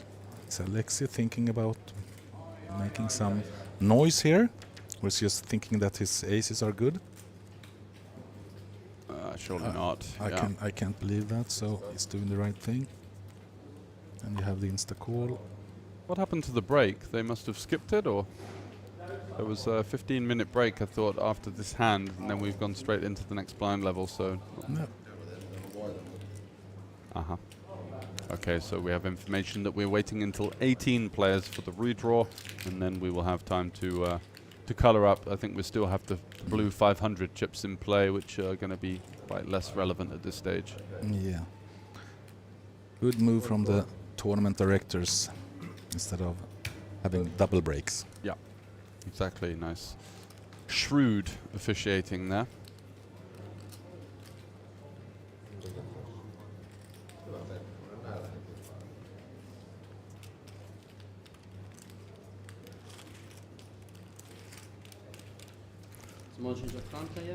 Samir picks it up and Aquilino now dropped down to 61k. So it's been, like having kind of poor spots.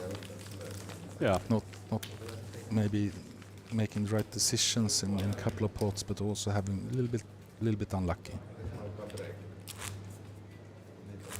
And also this last value bet on the river, it's just like feels like he's hoping for something and praying. Yeah, it's tough to get caught by a worse hand in that situation.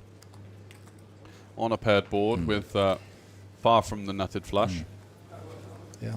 So even if the play was very passive from all before, it's still kind of. Yeah, you still tend to see these flushes in there, especially multi-ways. You tend to see the betting and the honesty of the betting is often towards the nutted portion rather than any kind of thin value bets multi-way. Don't tend to see that too often, although he did go for one and got the bad news. And is extremely short stack now. Looks to be 57, a bit more than that by the looks of it. Those reds are 5,000 each, so looks to have probably around about 100k at this stage. We are now playing 4k, 8k. Frank getting out the way with a ghastly looking 8-3-3 deuce. Prize suit doesn't really get much worse than that.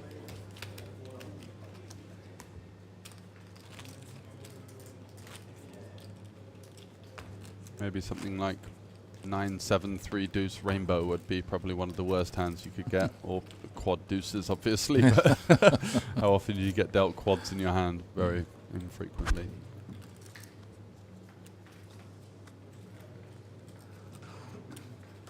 Yeah, so Samir is picking up some chips.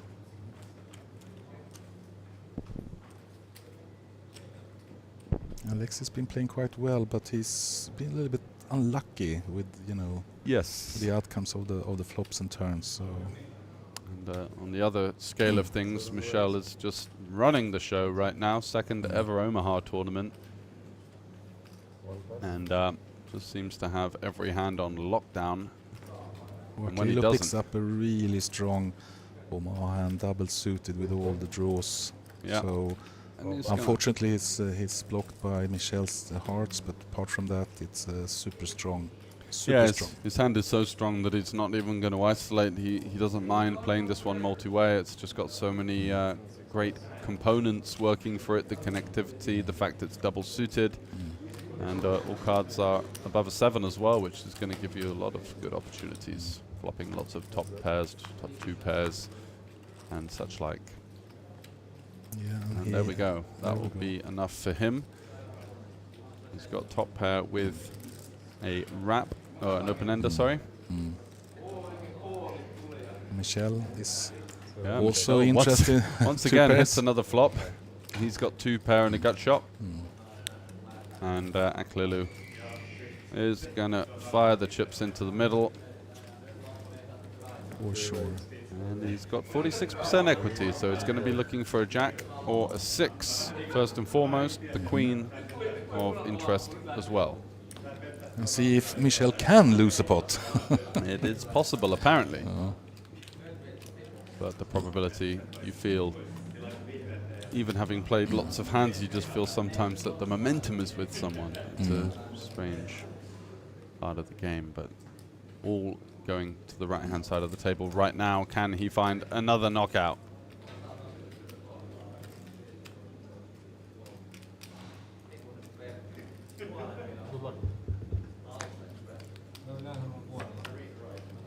That's a cold, hard deuce of clubs on the turn, offering absolutely 0 additional equity.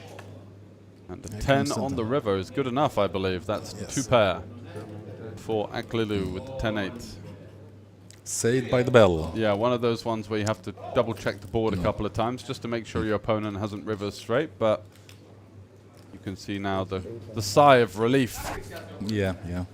He needed that one. Yeah, he certainly did. He let himself get a little bit short there.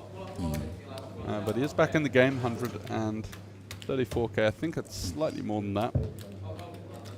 Yeah, it can be, but for sure he's back in the game with 15 to 20 big blinds and some room for maneuvers. Yeah. And we are playing down to 18 players. There's 19 still in the tournament, and we're playing down to 18. And after that, we will have a break. 15-minute break, I think. And there will also be a redraw, and we will see another setup for the TV table, possibly. For sure, there will be different players on it. Might see a couple of these guys again, but let's see what happens. One thing at a time. Still 19. Still 19. They're getting stubborn now.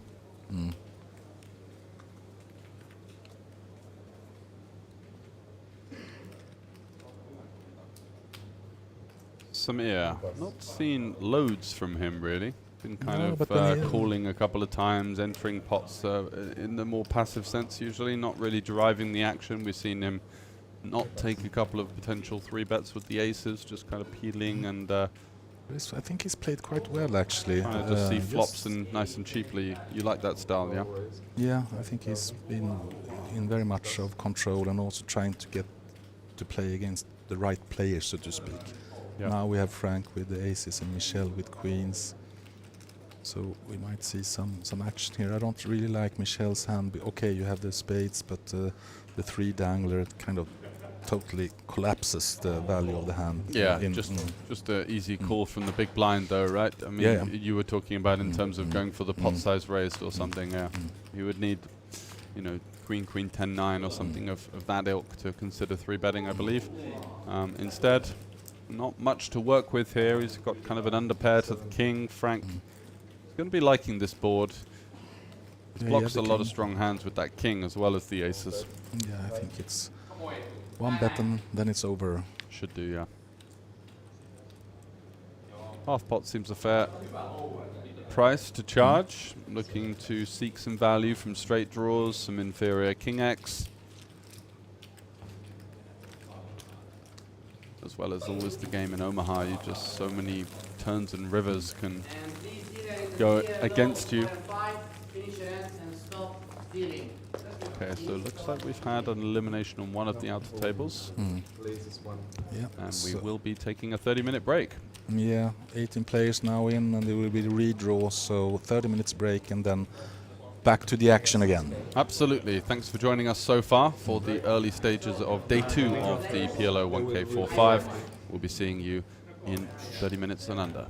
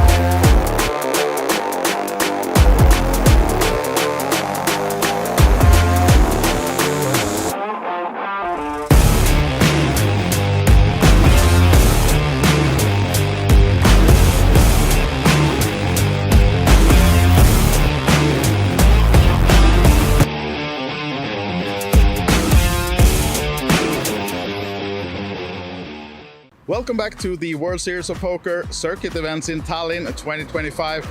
We are on day 2, and behind me, of course, a lot of poker is already in full swing. We have the open-faced Chinese, and we have the day 1B of the mini main event. But I thought I would show you a little bit what else you can do besides play poker. Let's see what's offered in the Hilton Hotel. Right to the left of the entrance, when you come out, you have the Olibet food truck with burgers, tacos, and fries, whatnot. And you know, hardest part of this work, sometimes you just have to try things as well. So, okay guys, let's see. Could we have some tacos, please? Yeah. Oh, it's really quick too. Can't promise you that they will be this quick all the time, but surely you can get a nice a meal out here in your breaks. So make sure to check out the Olibet food wagon outside. Now then, once eaten, when you enter the Hilton, to your left you find the merchandise stand. Here you can find some nice t-shirts, caps, hats, sunglasses even, might be needed in this weather. We have one of the nice caps here, and we'll show you a bit more about what could be found here. And as you're heading upstairs to go to the big tournament ballroom, of course, you'll be using the stairs, not the elevators. And in these stairs, you'll find the ring winners from 2023 and 2024. All their names are on these steps. And once you've done those steps, you'll be upstairs in the lobby outside the ballrooms where the tournaments are played. And the first thing you'll see is the cashier. Here you can register for all of the tournaments for the week. Now then, in the big ballroom, this is the main tournament area, and this room can fit over 300 players. This is where you'll be playing most of your tournaments before you might end up at the final table, might even be at the live TV table. So here we are now with that TV table in the background. This is where you want to end up, of course, and there will be live streams coming to you from Tuesday. So stay tuned to our socials, do not miss out on that, and of course watch all our streams, all our updates. Thank you for watching this walk around video, and I hope to see you soon. Joined now by Jason Glatzer, as you all know by now, the CEO of Poker.pro. And Jason, tell us, what is Poker.pro doing during these events? Well, we're here to cover the event. We had a lot of pre-event coverage, but we're going to have a live blog starting tomorrow on Poker.pro. There'll be daily articles that will also be imported over to alibetevents.com, so check them out as well because they have the schedule and everything else. We have our hosts coming later in the week, so expect a lot of social media fun as well throughout the week. And maybe you'll see me at the table. I mean, it is the first ever Sweden Special Ring event later in the week. That is my main event. I have to be free, I have to try to play, and I have to try to win my first gold ring as well. But you have some scores recently, haven't you? Some results. The rumor has it I've won a trophy or two, maybe 3, 4, 5, but you know, it's not about me, it's about all these amazing players. That I'll take the microphone away from him and we just stop it there. Poker.pro, there's where you find all the action. Christopher will be writing, Jason will be in the background, and I'm sure you can trust Glenn Brown when he arrives in a few days to give you some real nice content too. Jason? Yes. And we have 810 and Maureen coming as well, playing the ladies ring event, so that should be quite interesting as well. But yeah, we have a group of 5 coming in total. Perfect. Stay tuned. Hello and welcome back to the WSOPC Tallinn 2025, and I'm joined by familiar face Scott Pokerbras Kenyon. How are you, sir? Yeah, not bad, thanks. How are you doing? I'm doing really well. I'm looking forward to this week. It's now the 3rd WSOPC circuit, I believe, in a row here that we've done, as well as many other events in Tallinn. What keeps bringing you back? I mean, you know me, mixed games. Always the mixed games. It's a spicy array this time because obviously the binds are a little bit juicier with it being a World Series event. Obviously the prestige of the ring plus the potential of the 5k added package to Bahamas. Yeah. Yeah, love the mixed games. And to see like a 1k 8-game tournament, 555 Sweden as ring events. It's that gives that extra level of intensity and prestige to the smaller sort of field events, which means that all of a sudden your onus completely shifts from the larger fields to now, you know, let's get in there, let's get hunting. What's the strategy? I mean, for me, I always play a sort of somewhat solid-ish game along the way, sort of build the stack as and when it can come. Yeah, it's... I made a bit of a mistake, actually, in one of the events. I feel a bit too late, I think. Particularly for the mixed games events here. There's action from the start. It's not like the old days where you would start with like 200 big bets deep and you're passing basically nothing.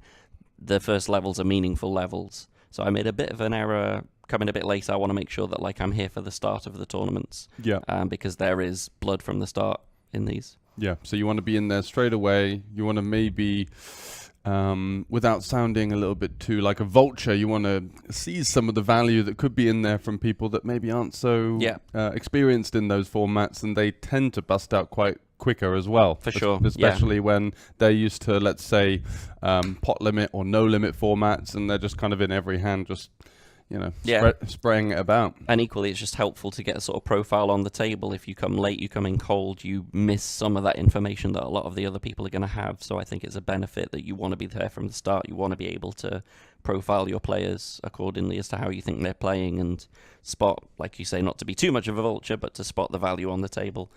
So I think that would be my top tip. You want to be there from the start. Mm-hmm.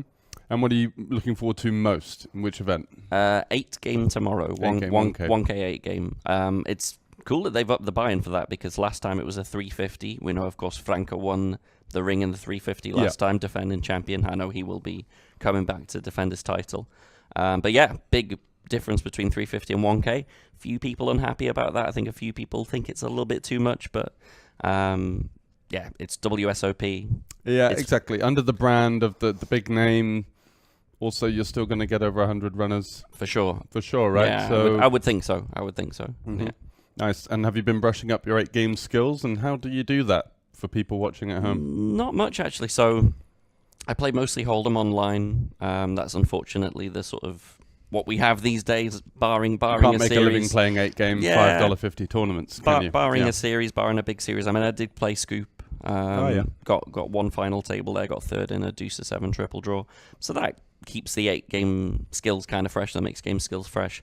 But yeah, on a week-to-week basis, there's very little in terms of, like you say, $5 tournaments, $10 tournaments, and just very small prize pools. It's not like the glory days we had in the past with full tilt and such. Yeah, it's not worth getting your teeth stuck into, really, because no one's really making any money there. Yeah, and it's a shame because I love the mixed games. But you even see, like Omaha tournaments, for example, a lot of the sites that used to have big guarantees, they've had to pull out of some markets, and so they're getting smaller. Yeah. That was what I was grinding for a while, Omaha tournaments. It started quite fresh, quite exciting, and then all of a sudden it's just the same faces all over. But I do see on GG and Olibet they're pretty good at the moment. They actually have an Omaholic series, I believe, this week. So good to see that a bit of a spotlight has been put onto the Omaha and bigger prize pools, bigger possibilities. Yeah, well, fingers crossed for that. But in terms of mixed games, you wouldn't really classify Omaha as a mixed game, I guess, anymore, right? It's I kind of do, actually. Do you? I kind of do. So I've had this discussion with many mixed game savants, and a lot of them disagree with me. They think, no, it's not a mixed game. For me, I feel like the table chatability, it's kind of likening to the mixed games where you get a lot of friendliness, a lot of chatting with the Omaha. But equally, you see Omaha mixes these days. You see Omaha 4-5, Omaha 4-5-6. Surely that is a mix when you're having these different formats, these different variants of Omaha in a tournament. That's why I'd call something like Sveton, something like Triple Board, something like Big O. I would call them mixed games, but I would just call Pot Limit Omaha. It's kind of such a standardized game now. But what about 5-card PLO? What about 6-card PLO? Do you class those as... that's just Pot Limit Omaha with different amount of cards. Just more cards. Yeah. So I think once you're bringing in the high-low and you're bringing in multiple boards and you're bringing in kind of extra sort of facets of the game, that's when it becomes a mixed game. But I think that having played Omaha for years, it doesn't feel like mixed really, because in mixed games I think that as a recreational, as a player, just as a human being around the table, sometimes you feel inclined to help people out that clearly don't have a clue what's going on. Whereas in Omaha, that's kind of the line is a bit more blurry in that sense, because the rules are so much easily defined. The games are running 10 times more, so it's kind of it's kind of in Hold'em and Omaha, it's like if you join to the cash game downstairs and you're clueless, that's kind of take some accountability for that. But if you join an 8-game cash game table, right, and it's just 2-2 and people are having fun, then I've never really seen the people on those tables as the true vultures. They're not there to just kind of rinse everybody. Yeah, no, you're not wrong. By the way, so do you ever play Raz? Have you ever played Raz before? Very badly. Someone gave me a very sick idea on how to make Raz a better game. Yeah, because it's so dry and It's quite dry in the sense that obviously just a lot of the information is there, and good hand is good hand, bad is. It's kind of like, oh, I've got a bad board, so Yeah. Yeah. So someone gave me this sick idea that you play Raz the same way you would normally play it, but you have a pitcher qualifier, which means your hand has to contain a jack or a queen or a king, or your hand is dead. So then it incorporates a bit more skill, right? Because then you're like, well, what's he actually working with? And there's some bluffing elements, because if you're showing a low only board, do you have the pitcher underneath? Your Raz hand can look fantastic, but do you have that pitcher that makes your hand live? Equally makes the bring in more attractive. Yeah. Because that way you have the pitcher. So if you have pitcher with 2 cards already, you've got a great starting hand. You need the qualifier. It allows a lot more playability of extra hands because you need this pitcher. I think it's a very interesting idea. That does add a little bit of spice to it. Yeah. Absolutely. In terms of streaming, how's things going? So I streamed at the Chinese event. Got very tilted because for the first time ever, I let my battery run out during the stream. So I had to wait 10-15 minutes for my phone to charge up enough to actually restart the stream. And then proceeded to make a plethora of mistakes, like huge mistakes on the hands that I would never normally make. How much of that was from the stress and the kind of... I think it was. I think it just, I can resonate with that. So I was in for 3 bullets. Miracle still managed to get 5th place and actually made a bit of money on that. But yeah, played appallingly. For what my standard normally is in the Chinese, I was pretty appalled with how bad I played. Yeah, like huge mistakes. I had one hand where I had full house at the back, and I made a bigger full house in the middle and busted myself. Oh, yeah. I had another one where I had a big full house at the back, could have made a full house valid in the middle, but left trips there. Brain fogged it. Just like I say, it was not your proudest moment, but it happens. You know, we're all humans. We all make mistakes. It happens. You know, I'm listening to a lot of podcasts about sort of sportsmen in general, and you know, people miss the 3-pointers at the end of the game. People miss the putts to win the major championships.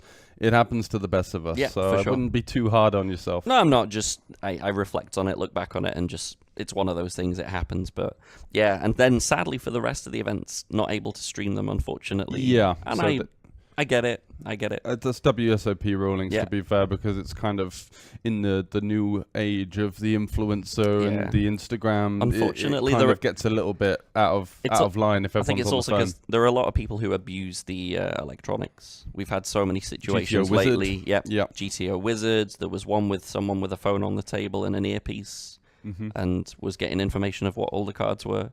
Yeah, there was an infrared guy in Edinburgh that was beating the local 1-2 game for like insane amounts of money.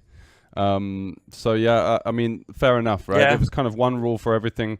We had that situation on the final table of the main event that kind of brought a huge controversy and a Twitter kind of debate. And I think, you know, unfortunately, in terms of a subsector that kind of loses out, it's going to be streamers, it's going to be do-good poker influencers, but for every one of you, there's going to be 10 people that are going to be using that device for nefarious activities. Yeah. So. No, I fully understand it. Game integrity obviously has to be number one from the organizer's point of view. I fully respect and appreciate that as well. It's frustrating for me because all I want to do is spread the word of the mixed games. But we have to preserve the longevity of the game. Of course, yeah. And yeah, very important to do. And in terms of commentating, we always love to have you in here. Which one would be your pick for the week that you'd want to join in on? Is it going to be main event? Is it going to be 1K PLO5? So I'm actually playing the 1K PLO5. Okay, so hopefully we're not going to see you in the commentary booth. Hopefully you'll just see me on the table. That would be amazing. Yeah. But in terms of what to jump in on, it really depends like what I'm playing. If I'm out of things and I have some free time, I will hop in the booth. Yep. Obviously, I hope that's not the case, and I hope I'm just busy playing things. But yeah, I'm sure at some point you'll get me in. Absolutely. Well, thanks very much for joining us in the media room once again, Scott, and hopefully see you around this week. Good to see you. Hi guys, coming back to the WSOP Circuit events in Tallinn, now joined by Norwegian, always happy superstar Drea Karlsson. Welcome to Tallinn, first of all. Thank you so much. And I was just standing by your table minutes ago to ask if you're okay to have the interview with us. Yeah. But I had to stand there for a few minutes because you have such a nice chatter on the table and you're smiling, being happy. Do you always have fun on the tables? Yeah, that's a big part of poker for me, being talking a drink, just be happy, meet new people and new friends, play a lot of hands as well. So Okay, that's part of your strategy. it is. Okay, don't tell anyone. Kill them with kindness. Yeah. So the series has just started. Do you have a plan what you're gonna play during this event? Well, I'm staying till next Friday, so Yeah. I'm going to play the mini main today. I first 1B. Hopefully tomorrow as well, day 2. I think so. I really believe I'm going to go through to day 2. Yeah. Of course, the ladies events. Yes.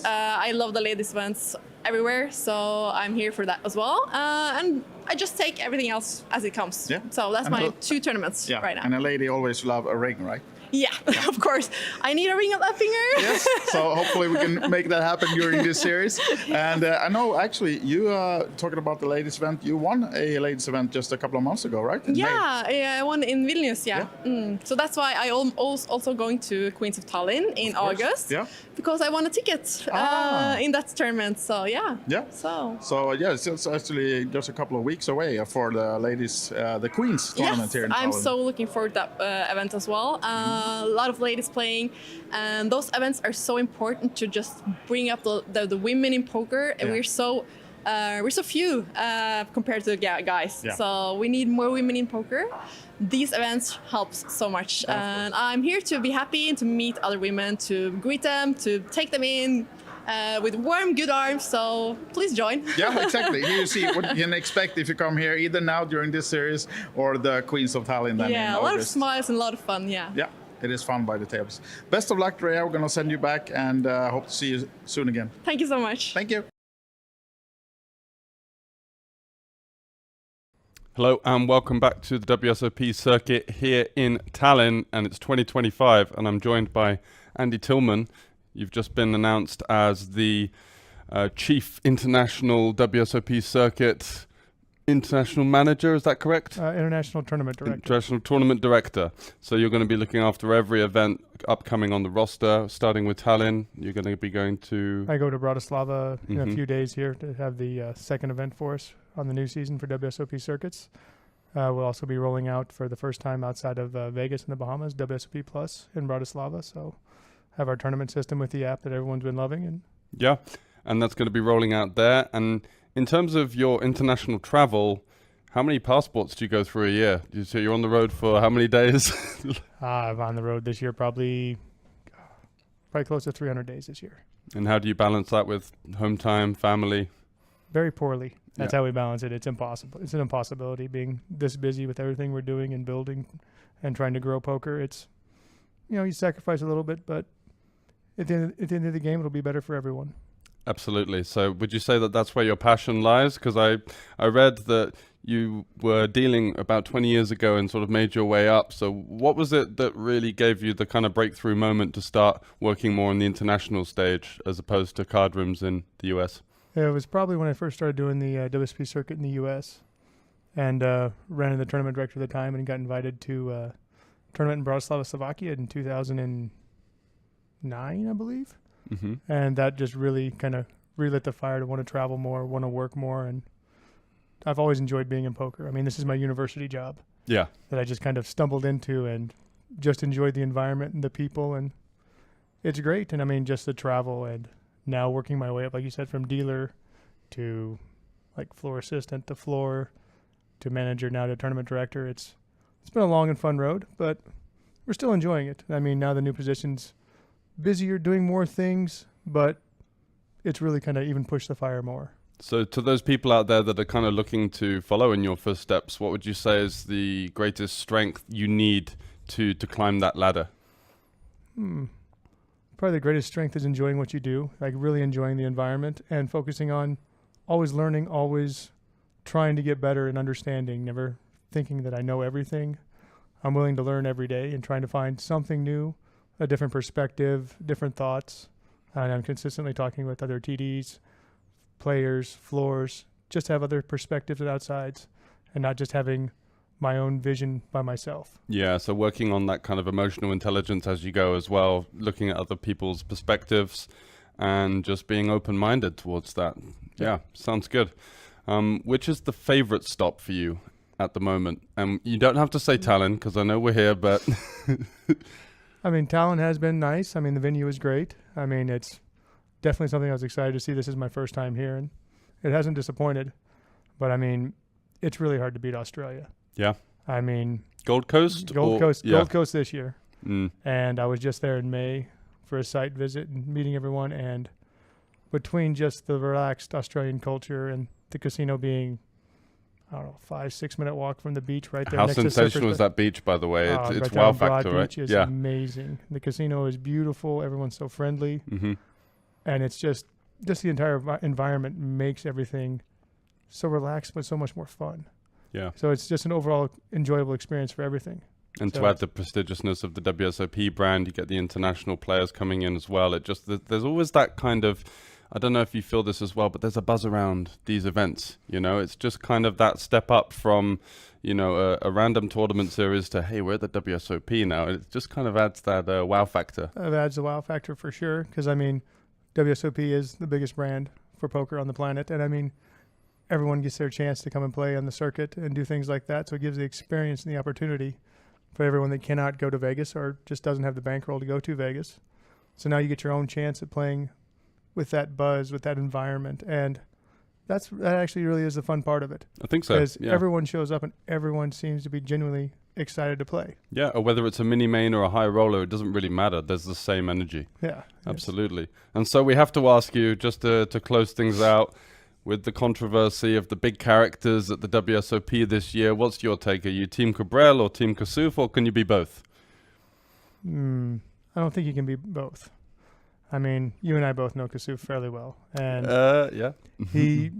Will went far even for Will. Yeah. And just that thing just got way out of hand and both sides were just pushing, and I just can't be on Team Kasuf with everything there because he was just abusive and things like that. Cabral, he's intense. He tends to really be on that razor's edge, but he's very rarely crossing it. I don't think he ever does anything too wrong. And, you know, I met you years ago in Rozvadov as a player, right? And when we were dealing with guys like Cabral there, it was kind of a novelty, you know, in that local scene that hadn't really reached the bigger stage at that point. And then all of a sudden he started to play in the super high rollers and stuff like that. And I always just thought, you know what, this guy's kind of a master of the vocal side of the game, whereas a lot of people would say Kasuf was. But then, you know, when Kasuf busted out of the tournament, you saw this kind of tirade and you were thinking, well, hang on a second, maybe it's not maybe it's not for his own benefit. It's just coming from a rather uncomfortable place, let's say. Yeah, and that's what it felt like. But thanks for coming on. Thanks for giving us your opinions on a couple of things. Of course, and anytime, looking forward to seeing you go about your business this week. Yeah, I mean, we should have some fun here. I mean, it's going to be a great event. I mean, we're just getting ready to start up. The main event should have just put cards in the air and had shuffle up and deal, and should be a great main event. Absolutely. Still have a ton of events to go, and I mean, on to Bratislava next, and then on to Bratislava. But it's always on to the next thing with you, isn't it? I mean, you go to But you got to love it for that reason, huh? I mean, between now and the end of the Bahamas, I have 10 events. Yeah. In 4 months? Wow.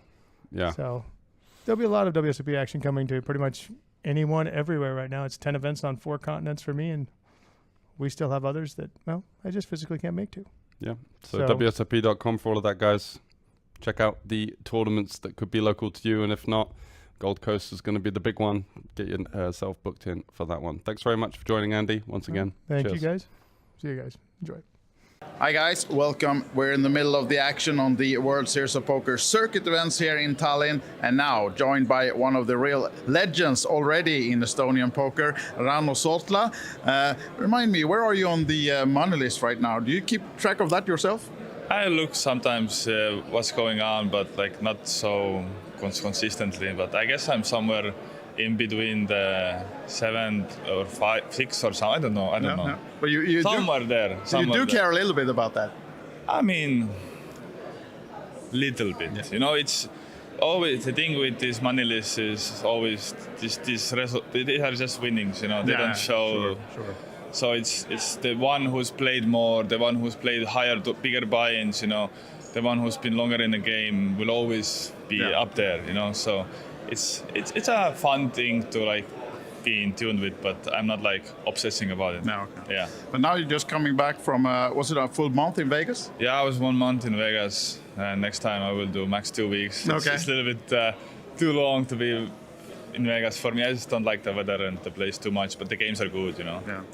Yeah. Did you most do tournaments or cash I games? mostly mainly play cash because the taxes, but I did play the main and some other small events, but yeah. Yeah, okay.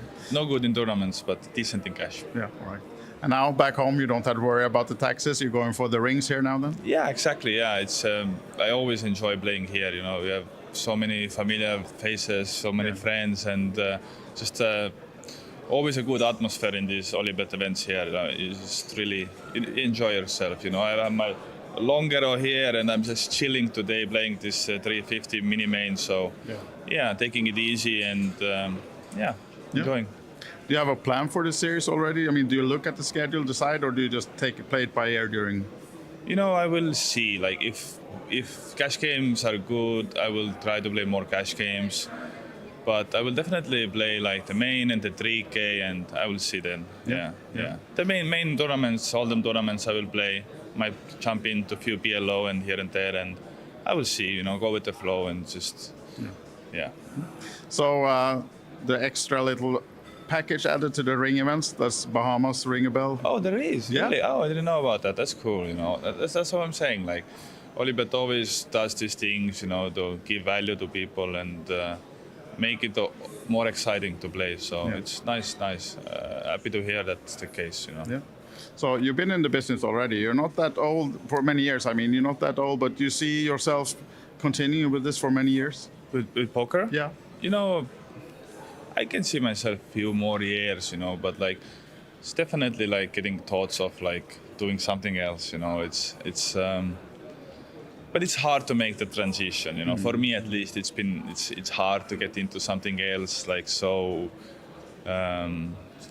with such passion that I've done poker with, you know. So it's we'll see, you know. We'll see what life brings, you know. But you have many poker players doing things within the business, start doing their own startups that has to do with poker. Do you have anything in mind that part as well? I played with many ideas of starting to create maybe content, maybe doing Twitch, you know. Yeah. And I still haven't gotten into doing it because it's, you know, poker itself takes so much time and mental capacity. And I have a lot of hobbies. I have amazing girlfriend I want to spend time with. I have a dog, you know, and just like to manage content creation. I've seen people do it, and it takes so much time. But it's something that I might get into in the future. Let's see. I might, you know, I just might. Let us know and we will promote your channels, right? Yeah, thank you. Okay, so best of luck in the mini main now and the further events coming up. Is there a special ring though, special event that you would like to win to say that I'm the champion of this one? Your favorite game? Do you have that? You know, I always come very close with these 3K high rollers. Yeah. You know, I really like the format. I like that there are like all the good players playing it. The fact that it's a 6-max format. And I just been second, I've been third, I've been 9th, 8th. Yeah. So there is this Ropetami guy, right? Rope, yeah. I have to ask him what's his secret.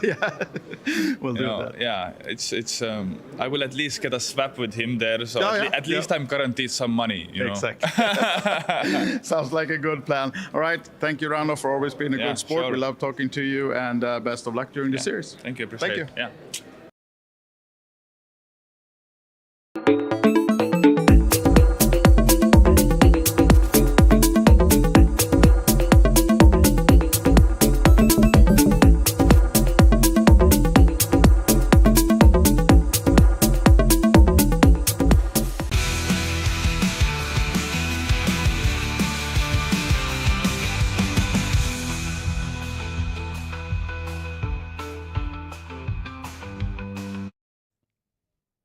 Welcome back, guys. We just had a redraw break in today's event that we are live streaming. The first one of today, the PLO5 cards, €1,100 buy-in, and we are down to the final 18.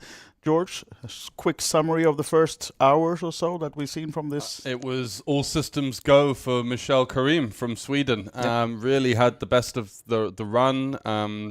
In terms of the high-tempo energy that he brought to the table as well, a nice, loose, aggressive style, and it certainly paid off. And that's a very dangerous combination to have in PLO tournaments. If you're running good and also playing pretty aggressively and fearlessly, you tend to see these types of players with the big stacks when it matters. Yeah, and we started, I think there was 18 out of 29 runners left from today 2 from Finland, and 12 out of 18 still remains. So it's almost still the Finnish championship, although the final table, the feature table that we have coming up have 6 different nationalities, I think. That should be good. Yeah. Get a bit of a flavour of something else than the Finnish delicacy that we've been serving up. And getting a bit stale, that one. So let's see what the other nationalities have got to bring to the table. If they've got any PLO game to contend with the Finns, only time will tell. So over to our feature table. This is the current chip count as they come back from the break. And you see in top of the chip counts, Andrea of Georgia, who actually won ring event number 2 just a couple of days ago, the PLO555. And also that, I think, was 4 and 5 cards, right? That was indeed, yeah. Similar format, and he'll be coming in full of confidence, ready to hunt that second win in a row. Would be quite the feat, especially considering that it's come a long way from Georgia for this one, so looking to make it count. Yes, Andrea Gogelidze of Georgia. As we said, the chip leader on this table, although 3rd or 4th in chips overall at the moment. We have chip leader that was on the feature table just before the break, Michel Karem of Sweden, and Matthias Siljander is also one of the bigger stacks in the field. Known for the audience, if you watched the streams from Tallinn before, you recognize his name, playing a lot here and have numerous final tables to his name.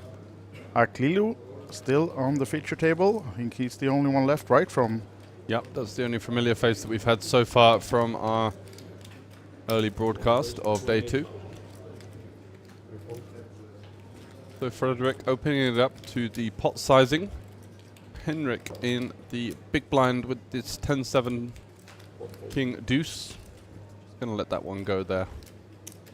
Nice sizing from Frederick, looking to put some pressure and kind of dissuade continues from these shorter stacks, put them to the test, and often being able to pick up the blinds and antes, which is a nice 2.5 big blind pickup, of course. So 18 remaining. We're looking at an average stack of around about 35 big blinds, just over. So things are catching up a little bit. We saw an average stack of around 55 big blinds about an hour or so before we hit the 18 redraw.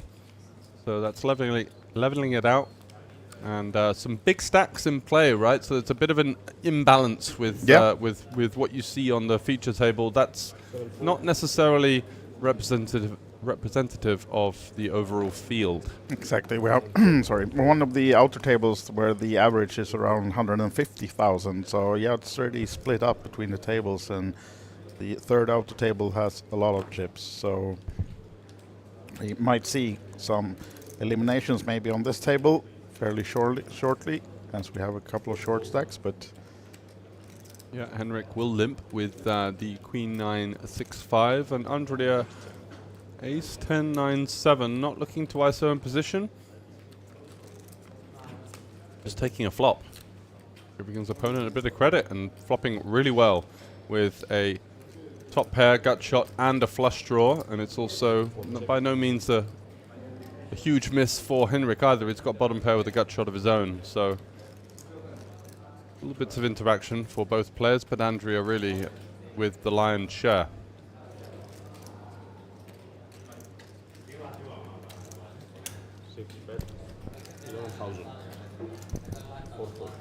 Henrik just gets out the way. Yep, another small pot for Andrea.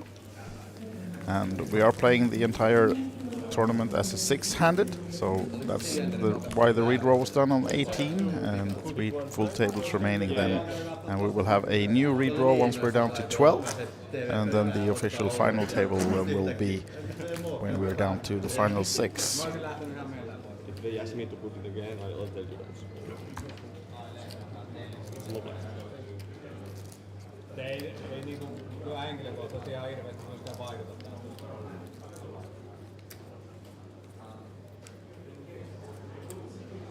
And in terms of payouts, they are already in the money. It was 29 paid And currently these players have locked up 2,300 euros. Up top 41,000, and of course that ring and the added value. The 5K package, Yes. $5,000 worth of value, which will get yourself over to the Bahamas and an entry into, I believe it's the Mystery Bounty tournament. Should be, yeah. And around half of that is going to go to the tournament, and around half will go for expenses, hotel, and such like. Not necessarily the cheapest place in the world, from what I hear in the Bahamas. Heard I so think too, you're yeah. struggling to get change from a 20 € note for a can of Coke over there. So I think so, yes. so, you know, how far that 2.5K goes for expenses could be gone on day 2, but nevertheless, they're going to be in the Bahamas having a good time, so exactly. could be worse. Yes, definitely. Niklas now with the 3 aces. And calling from the big blind, Renars, Latvia 4-5-6-9. And he hits a bit of that one with the open-ended, and a great flop for both players, really. For Niklas, his aces, it's about one of the best boards you could hope for with this kind of holding. He's got an 8, he's got a backdoor flush draw, and he's got a very clean overpair. And the money goes in. Yeah, absolutely. I'm surprised Renars didn't do a donk bet of himself. Yeah. He's got 9 high, right? But if you can get a hand like ace high to fold the flop, then that's a big win. So anyway, the money goes in regardless, but there are small little differences you could have stylistically to maybe gain a bit of bold equity versus certain parts of the range. As you can see, Niklas with the overpair and the 8, slight favorite, 60-40 equity in this one. Yeah, because no pair no for help the 9-6-5-4. turn. Did have a pair, they would be ahead. And there we is go. Yeah. So a nice river there for Renars. And elimination then of Niklas. He's just got to play a few hands on the feature table, but leaving us in 17th place and taking down then 2,300 euros, doubling the buy-in and some extra on that. So on to the next one. Maybe he'll play the 5K that just started, even though that's a Hold'em tournament. That is a Hold'em tournament if he wants to play with half the cards and probably 5 times the buy-in, and the strength of that field looks pretty tough. I was just walking in the main hall, having a look over some very strong players from both live and online realms in the mix, hunting down that particular ring. We will keep you updated with any interesting developments. Last time I checked, there was 35 runners and 31 players left. So any advancements on that one, Wise Guy? Yes, you're talking about the 5K. The 5K, yeah. Sorry, I was just checking the payout for this one, but the 5K now has 38 runners and 32 still in play. So yeah, big one. And likes of Juha Helppi might be recognized, and Juho Sutari is in there, Elias Suhonen. Rupitami? No, he's still in this one. Yeah, he's still in this one actually, on one of the outer tables. So yeah, he won this 2 years in a row and then came second last year, right, on the Kings of Tallinn. He's kind of the king of Tallinn. If I know that, pardon the pun, but he's just he's in everything, and he does very, very well here. Yeah. And for the 1100 that we are watching, we're down to 16 now then, and if you had a friend in this one wondering how they are doing, we should say that the 18th place finisher was Mikael Koistinen of Finland, and then now Niklas Kron-Deli left us in 17th place. So 16 remaining right now as we have an all-in and call.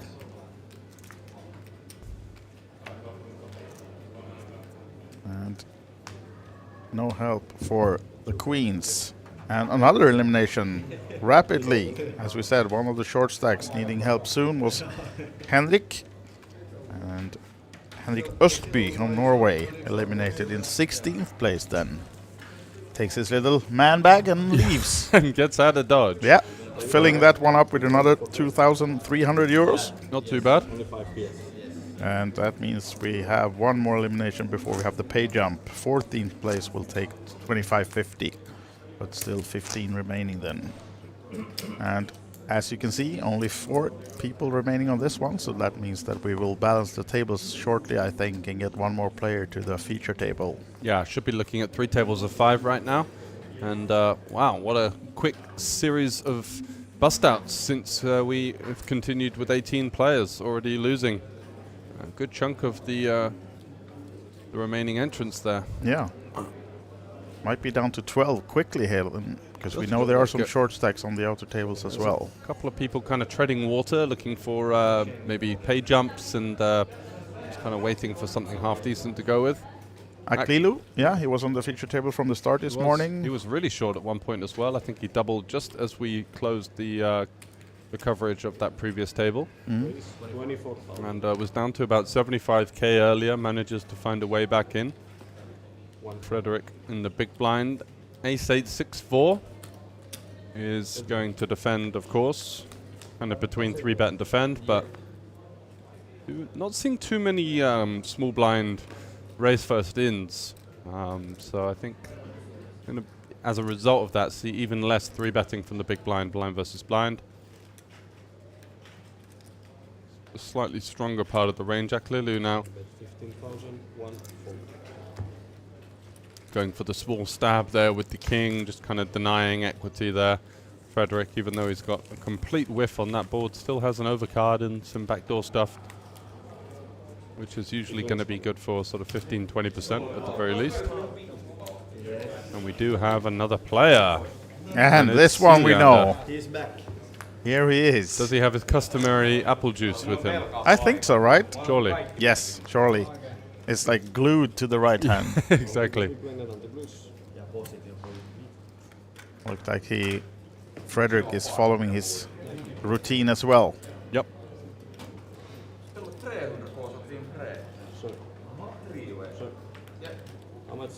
And in the break we just had, like 15 minutes ago, Cilliander was second in chips with 868,000. So let's see how much of that he has brought to the feature table, or maybe he's gained even more.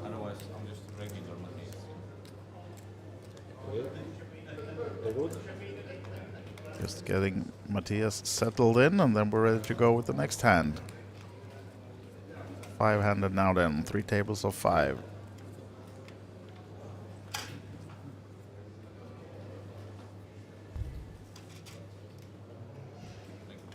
Unlikely to see Andrea do too much with the 9-7-7-6 tri-suit. Renar's relinquishing rainbow holding as well. So Aklilu's been pretty active recently. Changing gears somewhat. Wasn't expecting to see the blind versus blind open with the King 10-4-3. But maybe jumping into action. Yes, the blinds fold. They go back to the apple juice instead. Yeah, I think they've got too much catching up to do by the looks of it. Yeah, they're old friends. Yeah, is the glass full or half empty? Exactly. It's totally full.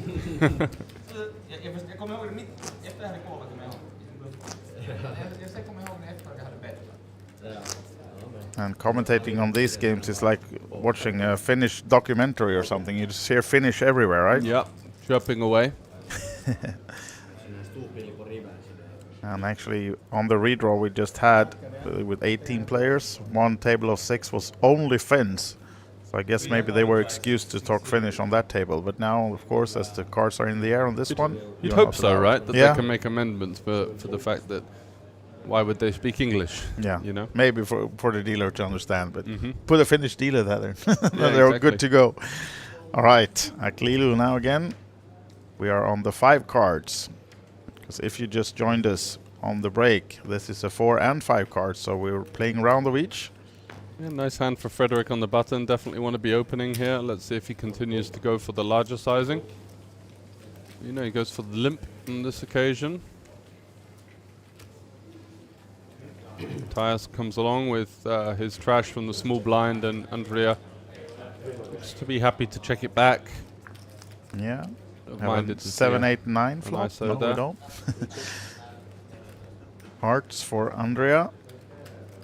And of course open-ended Jack. Good flop for him. And there's the flush. There is the flush. So can't see any other player with an awful lot to offer. So 2 pairs for Frederick. Yeah, bottom 2 there, and Matthias is completely whiffed, as is customary with this type of holding. Tough to actually hit with that particular hand. Yeah, most likely a bet from Andrea and Finn's fold. No, he checks it.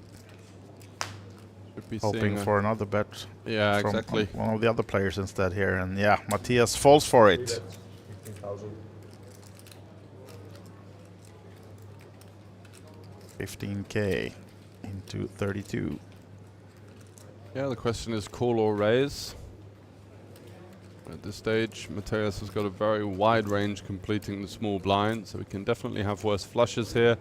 It's nice that we don't have the 10 or the 9 of hearts in our holding. If we had a hand like Jack 10 of hearts, then we're going to struggle to seek value from worse flushes because we're just targeting the 9 and the 8. So having the 8 gives us the opportunity to target a few worse ones here.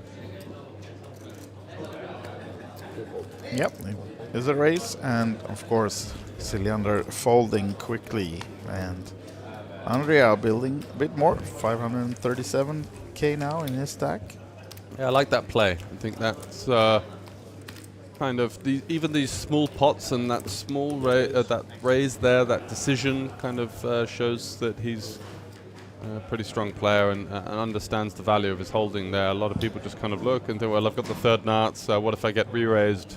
I'll just call, but there's definitely worse hands to seek there, and if we face the 3-bet, then so be it. We can readjust.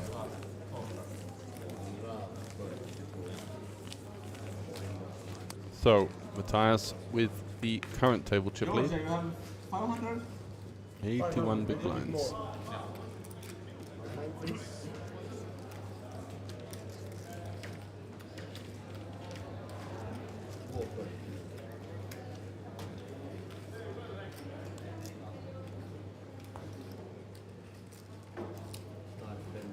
Here we go again then. Just a quick dealer change.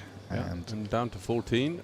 Yes, we are losing one player on the outer tables. Let me check who is the 15th place finisher. Johannes Sepponen, Finland, is out of this tournament, so 14 players remaining. So that's a couple of Finns in a row now. We're starting to thin out the starting to thin out, yes. Yeah, hey, the dominating nationality. Yes. Frederick gets out the way of that 3, not really offering him much in that particular combo. Nice hand for Matthias Cilliander now then. Yeah, Andrea with position. And you do tend to see people peel a lot in this situation. Let's see if he actually goes for the aggressive route. No, he goes for the call.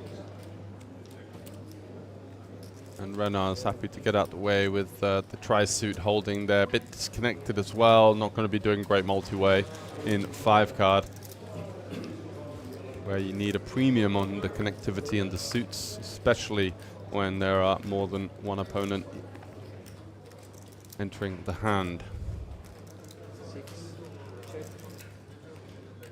Matthias with the double pair in his hand. It's not a great board. You feel as though the small blind is going to be somewhat connected and condensed around this kind of sort of 10, 9, 8, 7 jack region.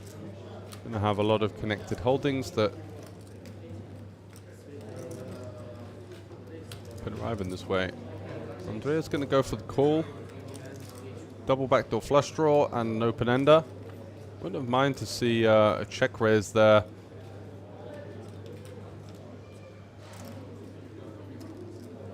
It's almost slightly too weak to peel out of position, but does keep his options open if you do see the check back on the turn to potentially fire one through. Now can still represent a lot of strong hands, such as full houses and straights. And 122k. I was just about to ask you how much you think he would bet, but there's no bet from Andrea, and check back from Matthias gives him the pot. I have what I'm supposed to have when you pot.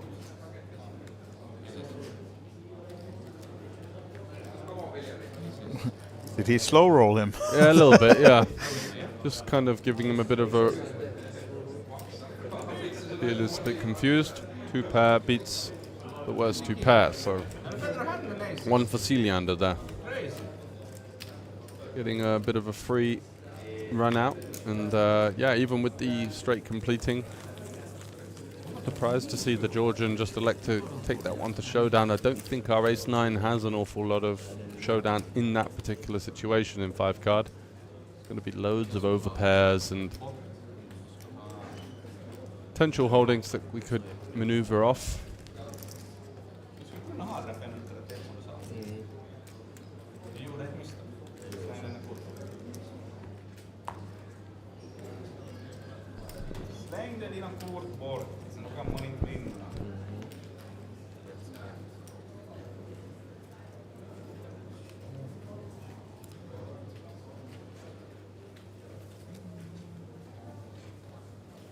Fredrik now then. Yeah, First is going for it with this holding. Lovely hand to see.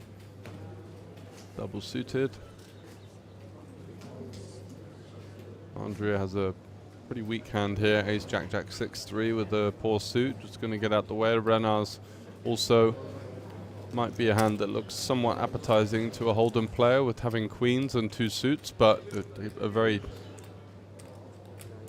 poor hand that plays extremely poorly, especially out of position where our suits are not too strong and not going to hit a queen enough to get us out of jail. So 10-10-5, another board that we've seen quite frequently, these paired boards. Aklilu going to lead with his aces, having not gone for the 3-bet pre-flop. Somewhat of a bizarre line here. But it does get floated from Fredrik,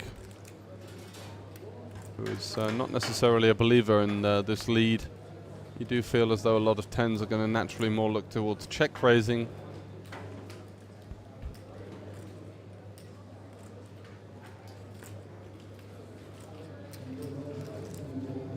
Aklilu now turning a straight draw with his aces. Looks like he's going to go for another bet, trying to seek the value from the kings, the queens, the jacks of the world.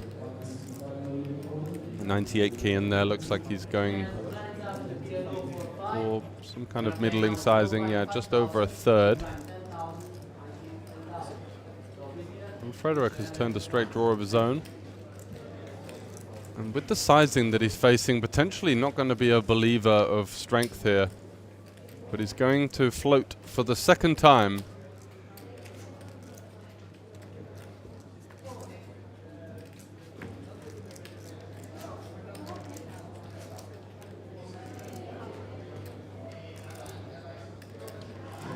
A 3 on the river. Aklilu still with the best hand with the 2 pair.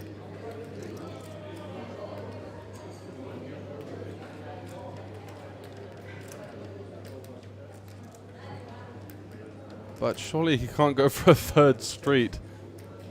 And Fredrik, now having executed that double float, is surely going to pounce on this one. He can still have full houses in range. He can still represent a hand like quads. You go half pot, right? Not a massive fan of the size. No.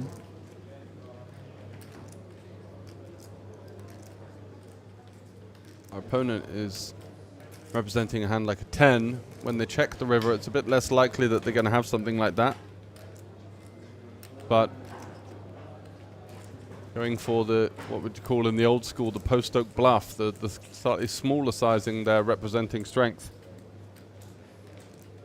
And Aklilu here, he doesn't have any 9s, 8s or 7s in his hand, unblocking a lot of the missed turn straight draws.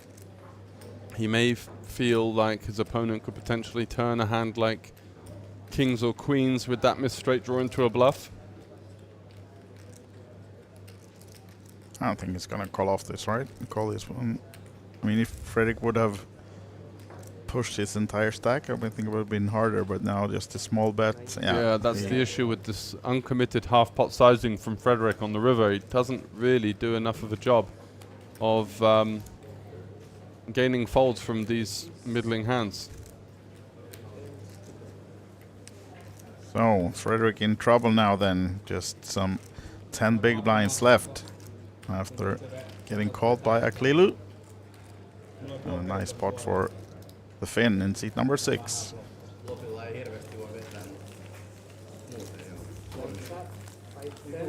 Yeah, getting floated twice there and then still check calling the river.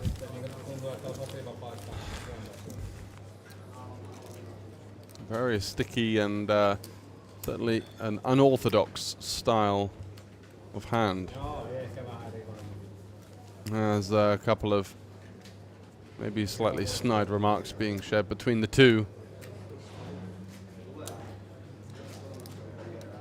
Following that one. Very unorthodox hand. Not the sort of line that we see too often. Aces just peeling pre-flop and then leading twice in check calling the river. And there are plenty of hands that you definitely could be behind against. It was just the sizing on the river, I think, that might have been the nail in the coffin. This uncommitted half pot where even a bare 10 could really look for even north of 3/4 towards the full Lottie. Thanks very much to all of you joining us over on our YouTube. We are live on Olibet Poker for the culmination of this event, the 1K 4/5 card PLO. Yes, and I'm seeing some questions now in the chat about the 555 No Limit Hold'em final table that is ongoing on in the other room, and unfortunately we will not be able to show you that one. We are doing the PLO today until its end, and then we have the No Limit Hold'em High Roller later on tonight, the 5K. So the 555 you have to follow on our blogs instead to have the updates live from that one. You find that easily on olibetevents.com or on poker.pro. They are doing some live reporting from that final table. So Frederick here defending pretty loose holding with the Queen 10-9-4-4. Does flop top 2 with the flush draw, is going to put the rest in. Matthias though has got him not in the best of shape. He's got the royal flush draw, 2 overs, a gut shot, and the queen of his own. So 42% for Frederick. He's going to be looking to fade spades. He's going to be looking to fade jacks, aces, and kings. So a lot of outs. But the beauty of the game, a lot of those have been dealt and have hit the muck. So what are we looking at? In effect, 9 for Matthias.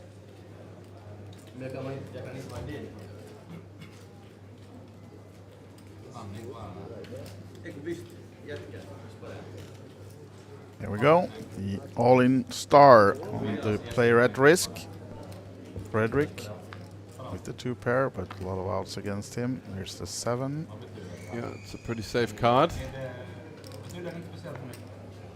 Spade or a jack, right? Ooh. There's a spade. Whoa. 8 of spades as Matthias knocks out his friend Frederick and fellow countryman as another Finn hits the rail. Yes. And they're going out. 14th place then for Frederick Lindholm. The Finns are flying out of this one, although there's so many of them. Fredrik Lindström, we should say. And Lindström. Yeah, 25.50 is the payout for his effort in 14th place.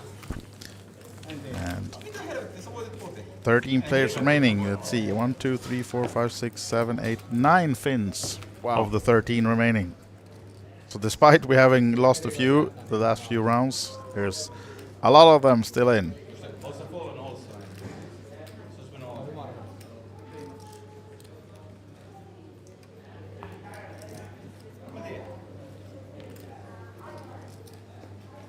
And Matthias Hiljander now one of the top stacks in the entire tournament.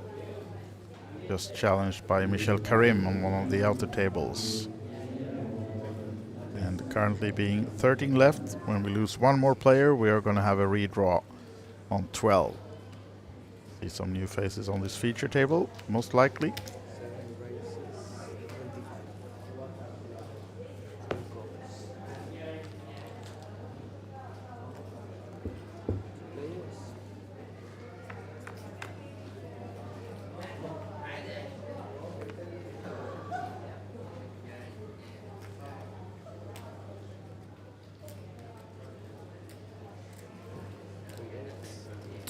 Now then, Matthias and Renars playing a pot. Battling it out. Renars with the King of Hearts. got himself top pair and a gut shot. Quite a nice one just to peel in position here. Matthias going for that lead, trying to lean on some of the overcard type holdings that might get out of the way. Not the best of turn cards for him, although he still could certainly lead with hands that include 2 pairs that have improved to boats, and 7s and 6s of course as well. He's going to continue to try and represent. Does Renars have the gusto to find another float here? And he doesn't. And Matthias once again just going about business in his aggressive style. We very rarely see him with a short stack. You know, he's either the biggest one or he's out a long time ago, right? Exactly. We don't see him that often, but when we do, it's always at the end of the tournament, and he's always got absolutely chunks. And he is indeed, I believe, the Kings of Tallinn winner from last time around, right? Should be correct, yes.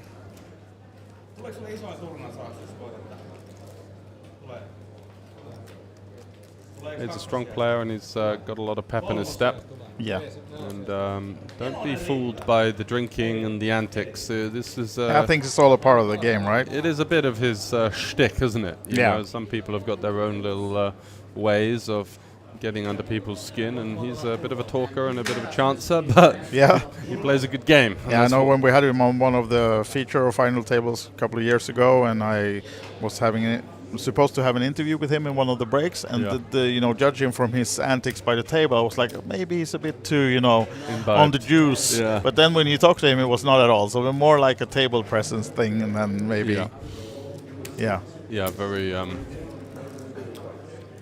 very extroverted to fool the guys that he's drunk and doesn't know what he's doing, but he does for sure. And now calling from the small blind with the nice 4, 5, 6, 9. Yep, gonna call that one. Looks like the Georgian has popped it up. Yeah, and decent flop for him with the middle set and the straight draw as well added. Yeah, pretty nice flop here. Let's have a look at the stack to pot ratio. It's 4. So do want to be doing a lot of betting on this board. Small sizing seems apt. You can also go for the bigger sizing. Depends on what the strategy is. Yeah, I quite like this small size here, just to keep the lone ace-X type holdings in there, just to kind of give them a bit of a tough time. Yeah, and Matthias's cards were already in the muck when Andrea started touching the chips for making a bet. So small pot, but still good for Andrea to pick up some more. And now it looks like we're down to 12. Yes, we are. This is the feature table count. And down to 12 players mean there will be 2 tables only left in the tournament. So we will have a redraw. It's a short break. We're not gonna leave you though. We're just coming back into the studio. You're gonna watch our nice faces for a minute or two. I mean, what can be better than this, right? So George, what do you think about the this feature table that we have now? So it's always nice to see Celiander, for example. He adds a lot of fire.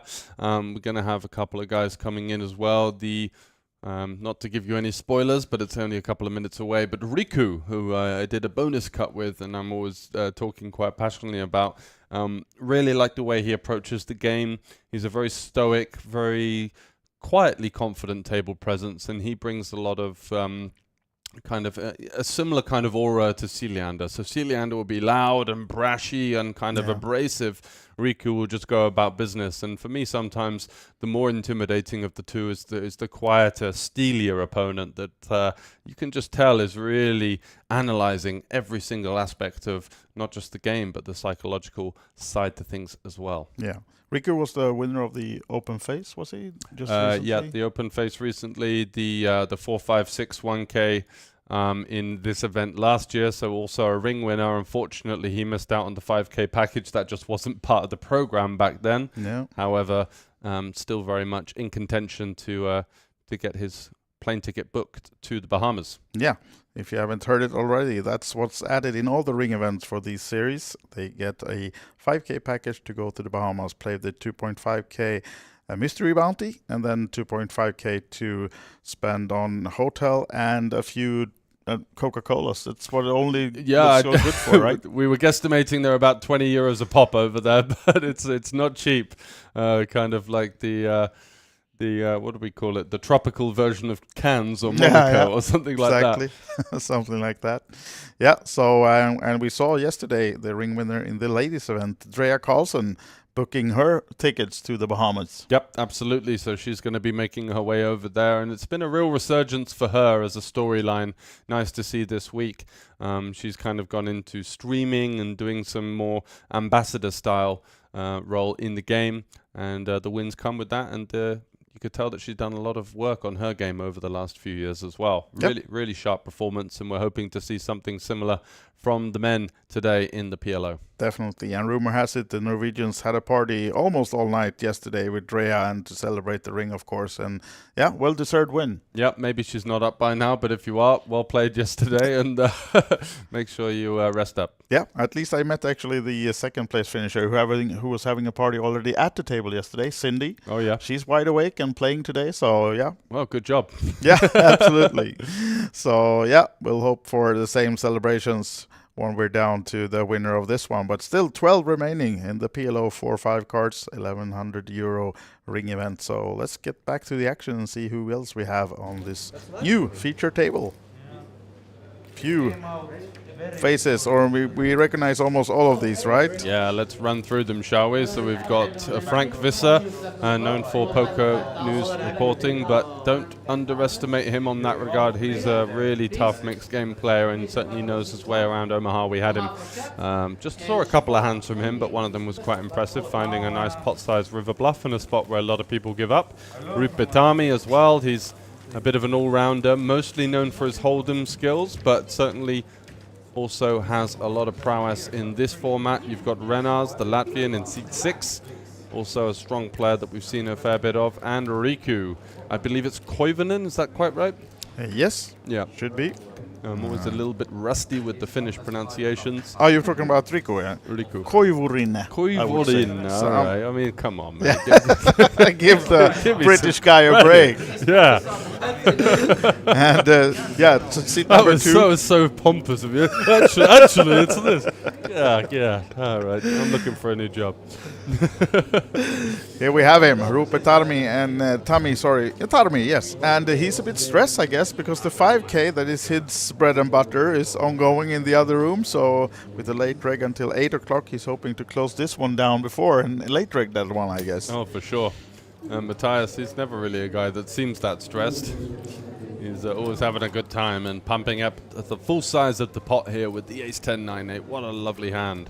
Riku with the non-nut suit there doesn't really qualify. No, Riku seems to be nursing a short stack all day now. He came in with 150 something and now on 188, but still in. So yeah. I don't give discounts. No, I figured, but I was surprised. And Frank is defending with the Rainbow Queens, kind of a bit borderline, but looks like he wants to get in the mix. Yeah. And there's the third club. Yeah, does he have the Queen of Clubs? He's got the 5. Matthias also checking back the flop quite quickly, unlikely to have too much of a connectivity with the flush completing turn. No, 2.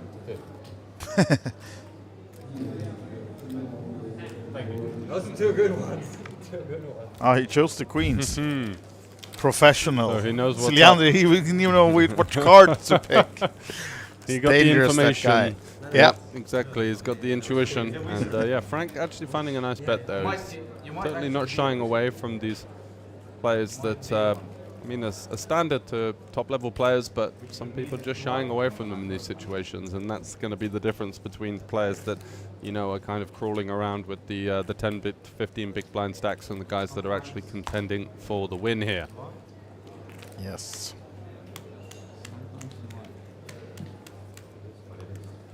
Yeah, I mean, you can't force honesty of people. So,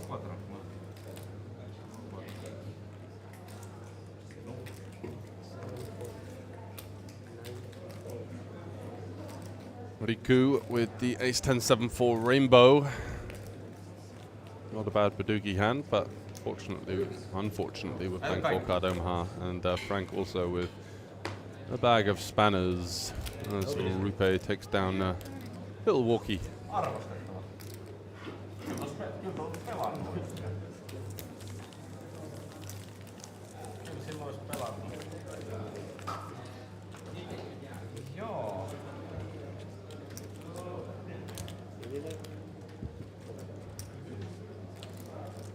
Netherlands. If you win this tournament, it's your biggest score ever? Hello. Yes. Yes. I think so. Second? Gets you there as well? No. No. I think because it's 39. I'm not sure. So you might make history today. It's today, right? It's today. It's today, yeah. Interesting table talk from Matthias there. Are you trying to tilt him, or? I think he's just trying to get under his skin a little Yeah. bit, you know, because Frank is clearly a good player. And he's saying, hey, Netherlands, is this going to be a bigger score if you win this one? You know, just trying to kind of take him down a peg or two. It's interesting. It's very subtly manipulative. Yeah. 2 cards. Yeah, 2 cards. So you battle in those 3. Well, that was 9 years ago. 9. Yeah. But you're a little bit new then, right? No, I like to think I'm just. This is Siljander as we know him, right? Oh, yeah. Just pushing whatever buttons he can press. Yeah. Frank actually looks a bit confused. Yeah, Might recognize this guy if you've been watching the reporting from the WSOP in Vegas. He was there for the full 7 or 8 weeks and doing live reporting. You can see him in the background of nearly every live stream from there. Yeah. Every final table he was there. So paying for this event with the wages. Yes, exactly. Now parlaying that into a poker career, and then, you know, maybe he runs it up. Maybe he's back reporting next year. That's kind of the cycle. Yes. Now a bit of confusion about what we're playing, but we're on the 4 cards now, right? I think you had a question about your mustache next year. Oh yeah, Mr. Liedman here, leader in the chat, are asking if I'm going to grow the even bigger one next year, but I don't think I have that in me actually. You This don't? is the one you're Have you ever sporting tried? now. No, not really, not more much. But I guess, can it be any bigger than that? That's what she said. But yours is spectacular this year, George. I don't shave it or trim it. So it's actually the first thing was today when I got a haircut, and Katra was doing the hair. She was like, "Look, I need to trim this. This is ridiculous." And I basically shut my eyes. I was like, "Please," and then I opened them, and it was still the same. So I was fine with that. But it's you know, when you've had something, it's almost like my baby. Yeah, you're so proud. It's such a sentimental value. Don't to it. touch it. Yeah, you know, come on. But you don't have any bet or anything, like you shave it off if or no. What would it take? How much? I don't think there's an amount of money, honestly. I know you say that, and then someone walks in with $1 million in a suitcase. Yeah. Obviously, I'm taking that, but like, you know, I'm not going to do it for a few grand. No way. No way. Right, now we're off to a flop. Deuce, 7. Kings are good for Frank. Certainly are a decent board as well. Happy to just go for a small bet here. He's gone for just north of a third. Flush draw, of course, for runners with the Jack 9. Yeah. Gives it up. Yeah. Looked like he was calling for a bit there, but I think it's the type of hand where you could turn it into a check raise. Yeah. And really attack some of the ace high, the king highs, even just bare over pairs. But very hard to represent the deuce X. And Visser, fresh off the Vegas party, he's of course used to tipping the waitress. There we go. Yeah. Oh yeah, exactly. Everything's a tip out there. I was in Canada for a while, right? You know, you're in a Subway sandwich shop, And the options on the tips are starting at 18%. And Perfect. I was like, where's the no tip? And she was like, oh, I've got to press that. And it's over here. I was like, And then the yeah, security came. yeah, get out of here. I was like, I just want a chicken sandwich. Yeah. So you're banned from 8 subways in Canada now. It's a $10 sub. Come on. Yeah. Give me a break. Well, yeah, gets a bit out of hand, doesn't it? Yeah. Rope not playing any hands on this feature table so far, right? And folding this one as well. Is he trying to look out and see if he can see the 5K? Yeah. Are they still waiting for me? Yeah. Any recreational players in the 5K hitting the rebuy desk, and he's like licking his lips. Thinking, I need to be in there.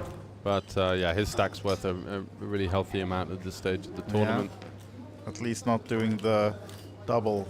The running between events like we saw Sarah Benjamin yesterday. She was in the both the 555 and the ladies event. She was. We had a good conversation.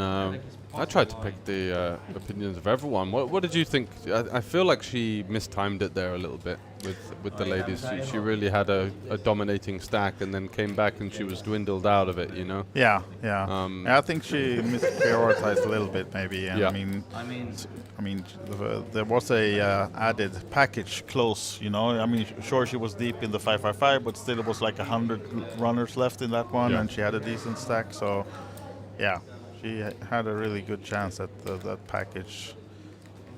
She did, and it kind of let that one slip by the wayside a little bit. Matthias here with the very, very weak combo to get it in versus 3-bet Ace King 5 deuce, 3 of the same suit, call it the tri-suit, and also 3 wheel cards, so not much there. Enrico with a nice take. Again, just showing his class and experience. So, 23 bigs for Rico after that pickup. Antti with the 25, Rupe with 22, Renas with 19, so that kind of peloton pack. Still fairly healthy. No one in the immediate danger zone, and then it's Frank and Matthias who have the lion's share of the chips. 41,000 euros for the winner, 27,150 for second, 18,300 for third, and that caps out the 5-figure scores with 13.2k for fourth. So I think these guys have all locked up around about 2.5 at this point. 25.50 should be the next payouts.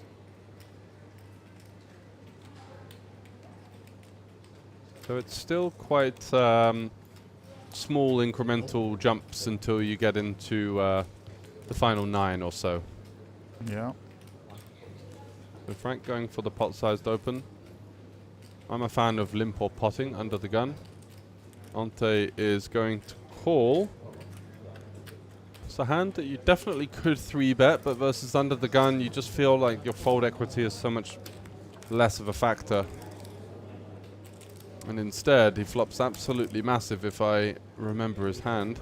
I think he had ace 8, 7, 6 double suited. Yeah, that's exactly what he's got. Was pretty much hoping for anything apart from a spade, so not ideal, but still should be happy to fire a small bet. He's going to check once again, potentially allowing the door for open for Frank to stab with a lone spade in his holding. Antti now making the full house with the ace 8 and hoping for a bet from Frank. Go for one more check, and Frank now on this type of run out is going to go for value with his ace king.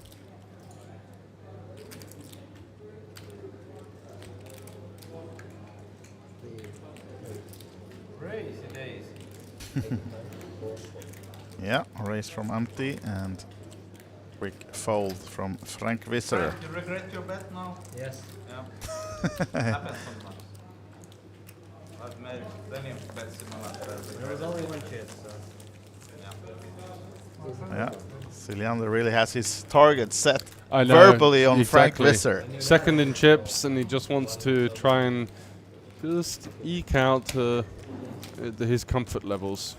I think what he's realized is that, you know, Frank is not a full-time player, so he's trying to just subtly remind him that, hey, we're in the big leagues now, pal. Yeah. Is it your biggest score if you win and all this kind of stuff? It's like he's just pulling the puppet strings ever so slowly there. Yes. So, we are ready for another guest now in the commentary booth, and this is a familiar face, and George is just going to pop out for a little while, and I'll welcome Scott Kenyon in the booth with me until George comes back. And please, Scott, join me on my left. And then we are probably going to start to talk about what you have been doing the last 20 or 30 minutes. Welcome, Scott. That's something. Hello. Hello, everybody. How are you? Good. A little bit hot, actually. A little bit warm. How come? So I might have brought a costume to the party, let's say. Yeah. After I won a tournament, I had a hankering. I saw this costume online, and I was like, wow, that would look amazing. So I bought a full-size blow-up Eric Cartman costume, which I've just been wandering around in. And we actually have an Instagram interview. Oh, you have? It's little dance with Glenn Brown. Okay, yeah. okay. So if you look on the Olibet Poker... All of you guys watching and listening to us now, please head to the Olibet Poker Instagram or Facebook. It will be shared there as well. There's a story where Glenn Brown from Poker.pro is interviewing Cartman. Yeah. Are you doing the full voice and everything? Full voice and everything, yeah. It's a treat, guys. Oh so while we're going to, of course, watch the table as well, as Frank has flopped the nuts, but Antti has the 2-pair and the nut flush draw. This can be a big one now then. Because I don't expect Antti to just call this one. He's surely going to pop it up, right? So I love, by the way, this table. I know quite a few of these guys. Yeah, a lot of familiar faces. And here's the race. And, of course, Frank with the nuts can do nothing else but call. And we have a big all-in and a call now. This is huge. This is probably the biggest pot in the tournament so far. One of them at least. And over 600K in the middle. The average is 460. So it's kind of crazy that Frank with the flop nuts only has 32% it's equity, but crazy, it is a games ridiculous for you. redraw. Yeah, and it's it's 5 cards, of course. So yeah, it's a ridiculous setup. And yeah, diamond redraw plus the house draw. And of course, Frank is blocking 2 diamonds, but let's see. There's the club. Clean turn card for Frank. Added flush draw again, though. Oh yeah, clubs as well. And oh wow, what a hold! How can he fade it? What a hold for Frank! Wow! That's a huge score for Frank Visser. Love to see that, to be honest. Full double up and elimination of another Finn then.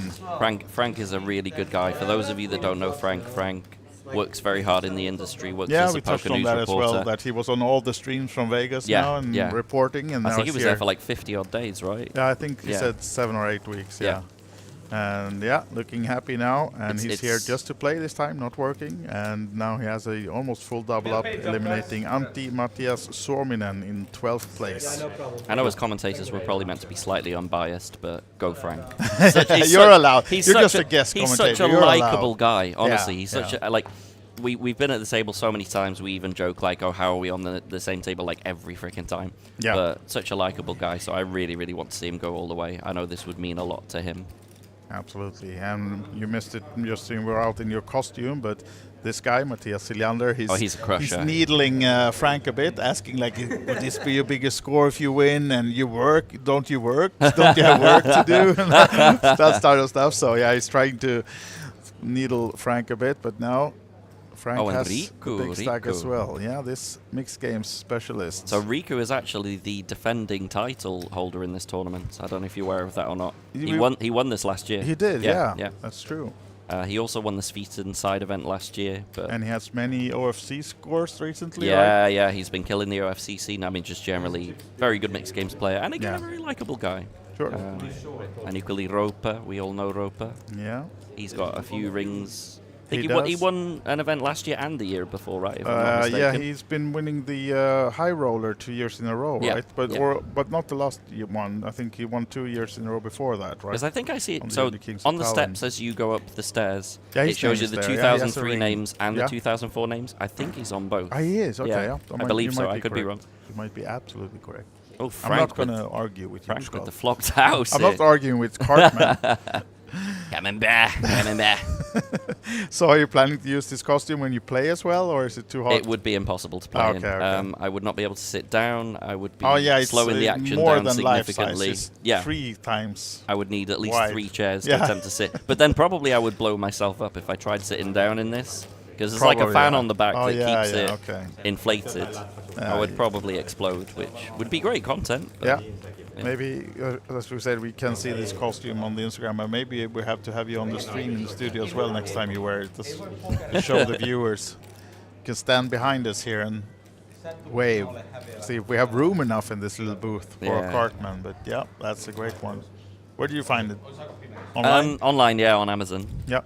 It was not cheap as well. And there are also other places where you can order online, not only Amazon. This is true. This is true. All right. So now then, back to the game. But you are, of course, playing the mixed games. 8 game today, right? Yeah. It's 5 p.m., so just over an hour we'll be starting. Hope I can get some run good going. Yeah. I feel like I've been a bit unfortunate so far. I hate to tell bad beat stories. I'm not really the sharer of bad beats. But I do have to tell the audience that I did play this particular tournament and got it all in with top sets against middle sets on a very dry board. And he rivered quads. Oh, yeah. You're allowed to tell yeah, those kind of yeah, bad beats. Yeah, you can so it was a bit painful, my exit every from now this and one. then. Yeah, okay. Yeah. And then I still had a few chips left. Roper actually took the final of my chips. So I'm glad to see that he's using them well. Yeah. So 3 ways to the flop now. Frank, Matthias, and Rope. 2 Finns versus the Dutch. And flop favors Rope a bit. The open-ended. It's Matthias with the queens overpair that bet, and Rope decides to give the open-ended up. Too many clubs in his hand as well. The backdoor flush is almost dead himself by himself. So yeah, small pot for Matthias Siljander. It's amazing how Siljander is just always on this feature table when I come in and commentate. He's just such a crusher. Yeah. Always there. And always, if he's here, he has a big stack. You know, for he's sure, not the guy who grinds a short stack or no. just aggressive and amassing a lot of chips, or maybe just busting and re-entering and then amassing a lot of chips. So now then, we are on the 5 card again. Playing a round of each all through the tournament, and decent starting hand here, yeah. Bit of a shame that the ace and king are not suited. Yeah.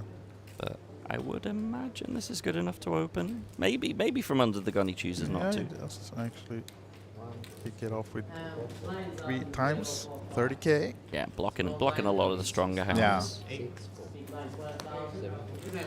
But you don't really want lots of action, particularly. No, like exactly. if you get repotted, you're probably just folding. Yeah.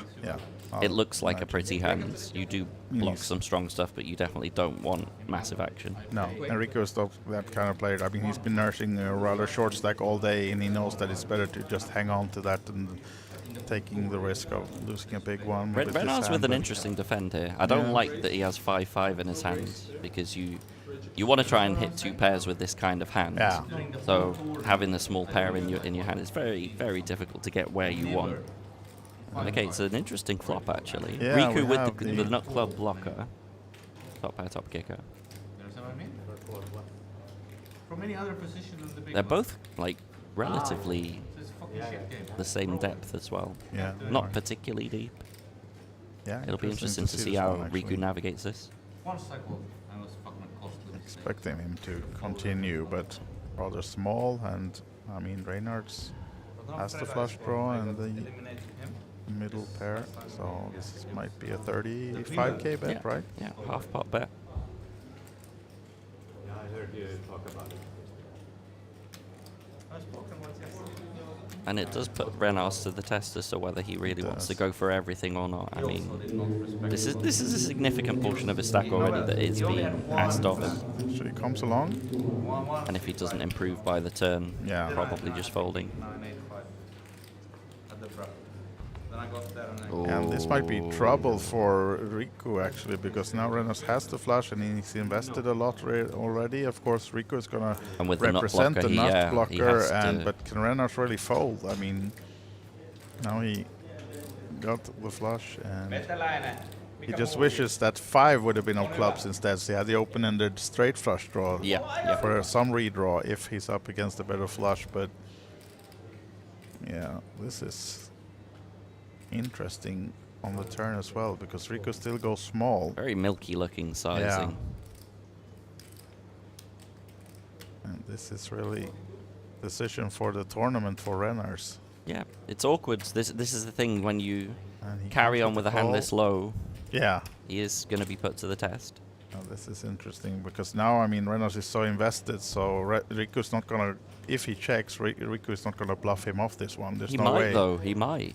You Because think when he's you folding when with you 70 fire behind? when you Yeah. fire 3 barrels Yeah, like this, sure, it does sure. look very strong. Yeah. I mean, he would be down to just 7 blinds. So And also bear in mind it's 5-card PLO, not 4-card PLO. exactly. Yeah. Yeah. That's true. With 5-card, if you're actually having the ace of clubs, it's so likely that he's going to have a second club with it. Oh, he does give gives up. it though. up. Oh, all right. I would have been interested to see if he fires the last barrel, if it actually works or not. Yeah. Yeah. Equally, like You're happy about this check? it's an interesting hand. And here Matthias is there as well, needling Riku now. You Yeah. happy with this check? I guess it partly depends on your opponent, right? If you think he's super sticky and you think that he's just calling down the flushes Yeah. regardless. Yeah, tough one. Yeah. Tough one. But still, I think Riku is saved from chips with checking Could be, behind yeah. there, because He leaves himself still in the tournament, still with 12 Yeah. bigs to navigate, and if he believes that his opponent's very sticky, yeah, you just give your tournament away there. So maybe that saves him, maybe that keeps him in. Yeah. So the 8th game you said in about an hour. Yeah. What's the favorite game for you? Raz. Yeah. Raz is my favorite game. But someone actually came up with it was actually Riku. Riku told me a 6th rule that he heard about in Asia. Okay. So do you understand Raz at all? You play I Raz? do, yeah. So he told me that there's a variation where you have a pitcher qualifier, which means the Raz hand is still the same, Yeah. the wheel is still the nuts, but you have to have a pitcher card in your hand or your hand is dead. Oh, really? Which makes so many more hands more Wow. playable down the streets. Yeah, It of means the course. bring-in is more attractive because often the bring-in is going to be a pitcher card. Yeah. And you'll have some very interesting spots where there are very low, strong Raz boards, but do they have the pitcher underneath? It opens Or not. bluffing Yeah, possibilities. absolutely. Yeah, I think it's a fascinating idea, to be honest. Definitely, yeah. What do they call it? The game? I've not heard of a name for Okay, it. So if anyone knows or if anyone has an idea for a name in Yeah. the chat, please do let us know. But yeah, Raz. Picture Raz. Raz with pitcher qualifier. Yeah.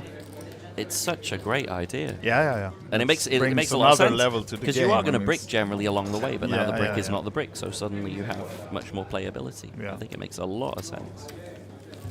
Absolutely. I love to see Matthias has always got a beer next to him as well. What a legend. Yeah, no, it's apple juice, Scott. We're Oh, apple already juice, coming in yeah. and Cloudy Cloudy posh apple juice, apple yeah, juice, the yes. fresh one. Yes. Of course, he's a sportsman. Yes. Yeah. And athletes. Yeah, as you yeah, can but see. we said that apple juice is glued to his right hand most Yeah. of the time, so Must be an energy drink. yeah, most likely. Some local energy. Only 2 others that I know of. But you didn't come with them. Frank and Cilliander going at it again. The other one I don't know. And Get him, Frank. Rupe slightly being blinding out on this table. Actually, hasn't played more than just one hand, and he didn't invest much in that one. So just keeping quiet. I guess not he's just finding looking any for a spot hands. to double up. Yeah. It's an awkward stack size, 15 bigs. It's not like you can commit too much pre without going for it. Oh, I love the look of that hand from Riku. I love those hands where it's like middle of the deck. Yeah. 9, 8, 7, 6. I think he would have played it if he had a triple stack For sure. that he yeah. has. But again, it's no. tough off his short stack. Yeah. You should have given me a better hand then. Oh, he said you're looking forward to playing the 8 game, Frank. Oh, okay. Yeah. Yeah. I had a very good starting hand. Just And he said no because I heard Scott Kenyon's in there. I play every game. Yeah. So you need to hand me over your chips and I can rent the 8th game, right? Hand me over your chips so you can play the 8th game. Yes. Yeah. Give them to me. And Rope can hand over his so he can go play the 5K, and then we're down to the final table. Yeah. Almost. Yeah. on this one. No, we're not yet, but we are raising the blinds to 6 and 12k. And I noticed that we're 12K. back to 4 card Omaha. We are, right? Yeah. 1 card less. You play well, a lot of 5 and 6 cards? I really enjoy the more cards, actually. Yeah. Particularly because I think people go crazy with their aces. Yeah.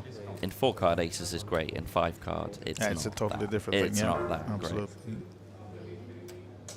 Roper picking up bottom of the barrel will be folding.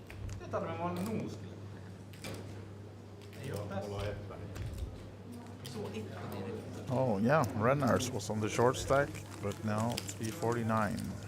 Yeah, that hand against Riku helped him a lot. And you can see that we have lost 1 player on the outer table. Ooh. 11 players remaining. Get into the business end. Oh, and actually 10 on the clock. We're Yeah, down to so 10. I mean 10, yeah. So yeah. the 11th place finisher was Yeah. Aklilu Lahtinen that we had on this table before. He was on the outer table, but unfortunately eliminated in 11th place then. He made the pay jump, so 2.9k was the score for Aklilu. And down to 11 then. Down to 10. 10, sorry. Yeah. Confusing 11 in the corner, yes. I'm sure they'll update that in a second. Yes, exactly. 10 players remaining in this, and we're playing 6-handed, so we have a bit to go before we'll reach the final table. That's how they do it nowadays. And we play to a completion today? That's the plan, yeah. Yep. So they're in for a full day, these guys. Frank with a nice hand to open from the button. Yeah, this is a nice one, right? 4 card. Actually comes in with a limp, which is fine as well. Rope Maybe he's wanting to pop control a bit against Matthias in position. Yeah. Knows Matthias is just... Yeah.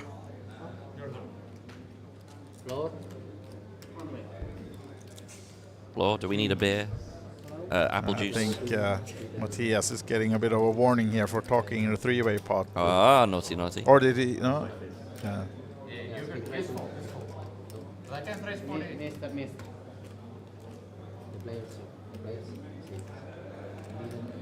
Finish the hand, and he said,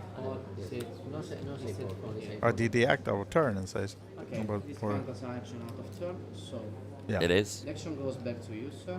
You're gonna choose what to do.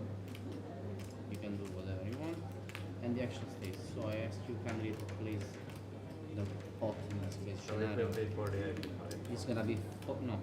You have all the action. He has the 42 in front of him, so I kindly ask you to place 42 in front of you. So the situation is, if Roper does not change the action, then the 42 will stand. If Roper changes the action, he has options open, is what happens there. Yeah. So Matthias with the raise, Frank with the call. Yeah, this is why I like Frank's limp, actually. It's a hand that you can raise with, but knowing Matthias is in the big blind, you don't want 100k in probably each. So he's going for a bit of this pot was going to happen, yes, and then he sure. got the pot to where he wanted from He's the going for a bit of pot beginning instead of control racing. in position, Yeah. but just he wants to get 30k in pre as opposed to 100k in pre, Yeah. which I like a lot. Pretty decent flop for Frank with the top pair in the gutter. Yeah, Matthias flush equally. draw, Flush so- draw, yeah. Bit of something for both. Frank will see a turn naturally. Interesting now to see where this pot goes on the turn with the 7 for That's Frank. a lovely, lovely card for Frank there. Does also block the nuts with the pocket 8s. Top 2 pair. And Matthias now checks it. So just a question of whether Frank will take a stab at this one now with the top 2. I think he should. Yeah. You want to protect against the draws. It is a very draw-heavy Yeah, board. yeah, exactly. And like I say, these pocket 8s in his hand, very, very relevant to block the nuts. So I think it makes it a bit more comfortable for him to go for value. Yeah, and he goes full pot now, 200k. Yeah, like it. And of course, Matthias is not going to stay in this one. So yeah, well played from Frank.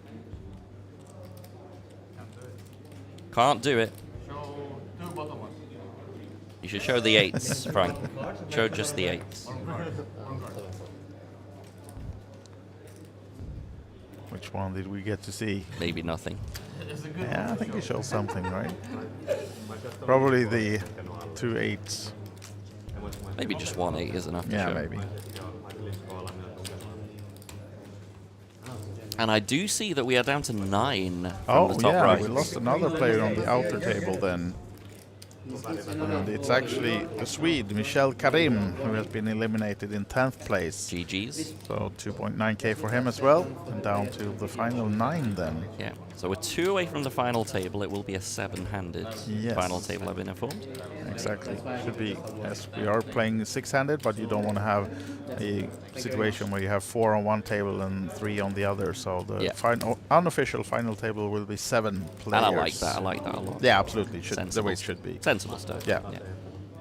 Absolutely, because otherwise you would almost have to have like a hand-by-hand on 7 players, and it's just. And particularly if you're having a short stack on that 3-handed table, you're at such a disadvantage. Yeah, of course, compared it's to a the lot of 4-handed difference table. playing 3 versus 4-handed in this situation. Late in the tournament when the blinds are high and antes in play and everything. So yeah, the final table will be placed on this feature table once we're down to the 7. And I think our floor Gianluca there just giving a little warning to Matthijs. Yeah. Please do act in turn. Exactly. If it happens too frequently, you might have to do something. Yes, that's normally the way it goes, that you get maybe first a little verbal warning, and then you might get a second one, and then maybe you have to sit out for a few hands or a full orbit if you if you don't stop misbehaving, I should say. Yeah. Thankfully, no Wilkasuf No.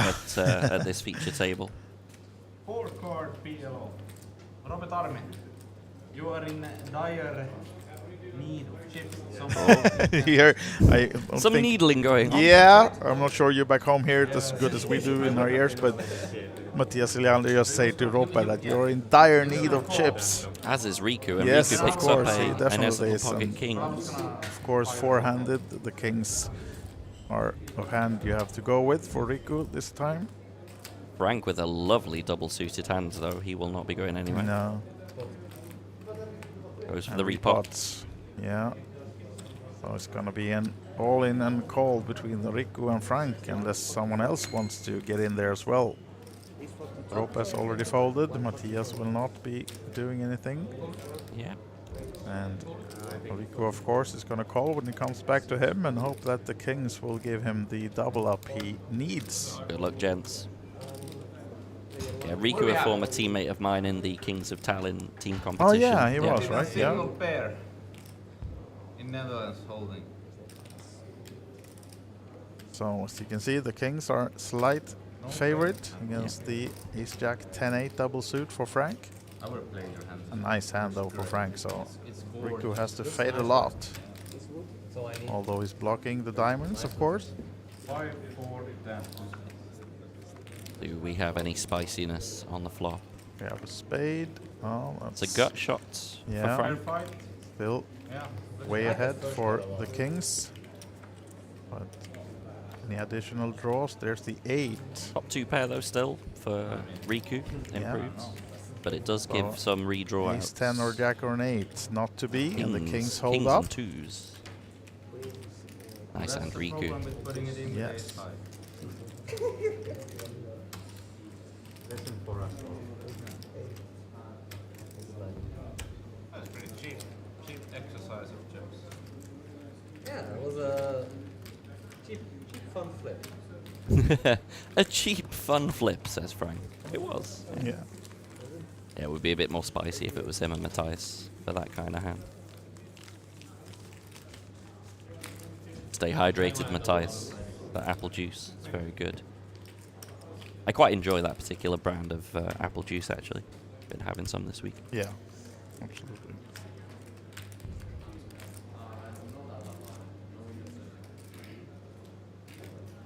So, chat, who are we feeling? Who do you think is going to win this event of the 9 remaining?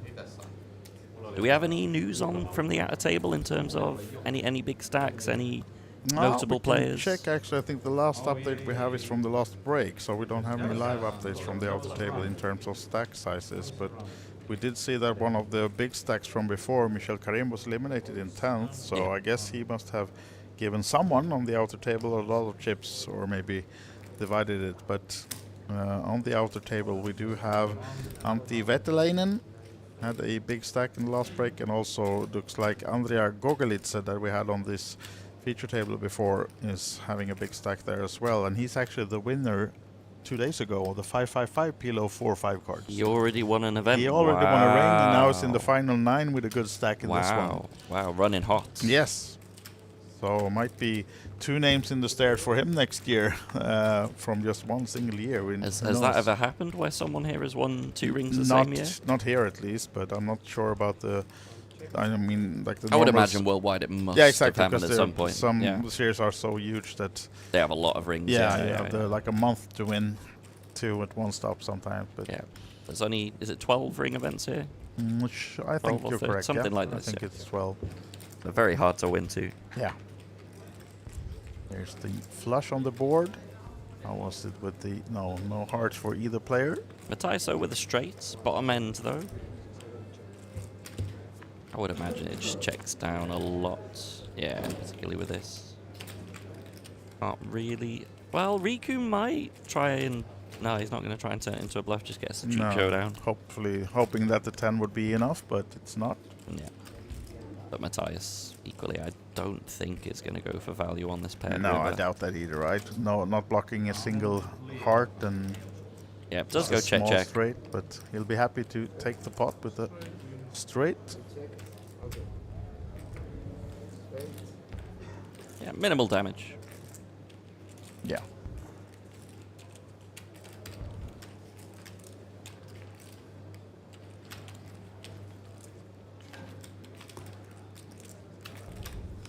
Yeah, it's pretty cool to get to commentate on a feature table that I know 4 of the 5 players. Yeah. So you have to spill more about them personally. Like, we want to gossip as well. Who are these guys? Who are these guys? Well, Riku is a Japanese teacher. Is he? Did you know this? No, I did not. Teaches Japanese at high school level. In Finland, I suppose. In Finland, yeah. Yeah. Wow. Had no idea. So pretty impressive. Yeah. I know he's recently been to the Asian Poker Tour as well. Okay. He said that he quite enjoyed himself over there. Yeah. Frank, as we know, Poker News reporter extraordinaire. Quite recently married as well. Oh. Yeah. Congratulations, Mr. Visser. And then he just took the honeymoon 7 weeks in Vegas by himself. Sorry. I mean, that's a good missus. Yeah. That's a very exactly. good missus that understands. Or did they marry in Vegas? Do you know that? I don't think so. No, he doesn't strike me as the guy who does a Vegas Elvis wedding. I don't think so. No. Yeah. Who knows? But his wife plays poker as well, and she does. Okay, yeah. Understandable. I think that helps a lot. Yeah, sure. Almost needable, maybe. Yeah. For this type of job that Frank has, we said he's been spending 7 or 8 weeks just working at least 6 days a week, I think. Lovely double-suited hand here for Frank. I would imagine he's going to be opening against the Limpy. Should be does come in for what looks like pot. And big good fold enough. from Riku. And there's... He's not such a nice guy that I have to show you. I'm not doing this just to bully your short stack. I actually had a hand. Pretty hands, to be fair. Yeah. Very pretty. And Roper, as we know, Poker Crusher. Matthias, as we know, Poker Crusher. Absolutely. Do you know anything about the other gentleman in... I don't, actually. That's the only one I don't recognize either of these guys. So I've not seen him on any feature tables at all before, I think, here in Tallinn at least. So... Clearly got something about him to get deep in an event of this caliber. I think I recognize the name, actually, but I don't think we'll have him on the feature tables. But I do think he's been playing a lot of events here and might have been deep. You know, you're watching the results table from all the events and you recognize his name from somewhere. But yeah, we can also, of course, have a little check in the good old mob. Good old Hendon mob. For Renars Scanis and see what we can find. Maybe he has 5 bracelets. We don't know. Here he is with a yet mystery hand. Put your cards in the box. Do it. Sure, the dealer will get the same in his ear shortly, and if he remains to keep them like he has right now. Because we do want to see them, you know. You don't really like that you have the dangling 8-3 at the bottom, but I think off his stack he might just go for the defense. Oh, and here we go. Ace 2, 4-4, 10, double suited for Renars.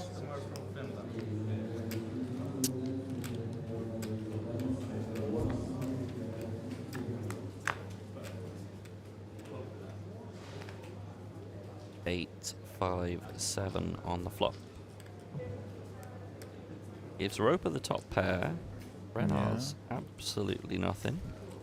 So looking at Renar's scores, his biggest win in terms of money is the 8th place in the main event of the Merit Poker in Kyrenia this year in January. Oh, so he just got his biggest score. Yeah, a couple of months really ago, on a or heater. half a year ago. And quite a gap as well between 2021 and 2025, no results. Yeah, now it's ordered in... oh, it's ordered by size. Sorry, sorry. Yeah, so he has a score from the 4-5 card actually in February, Kings of Tallinn.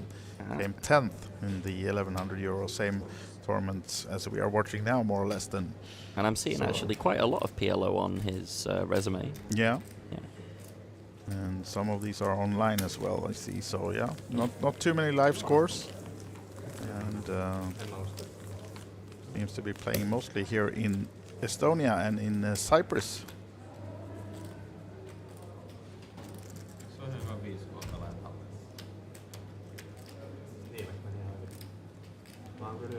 So as you can see in the background, 7 minutes remaining of this level. And they will be playing for 2 more hours then till the next break. And 2 hours before the next break? Yeah, I think because they had a long break when they did the redraw for 18, so they got a half an hour break then. So I think they prolonged it a bit, but most likely we will be down to the final table before those 2 hours. I would imagine they'll have a little break. Another break for the final table. Yeah. Yeah, otherwise that really would be a long time with no break. Yeah, particularly if you're drinking a lot of apple juice. Yes, then you might once need the seal is broken, hard to not keep it flowing. Exactly. Riku with a very nice hand to open with it. Yeah.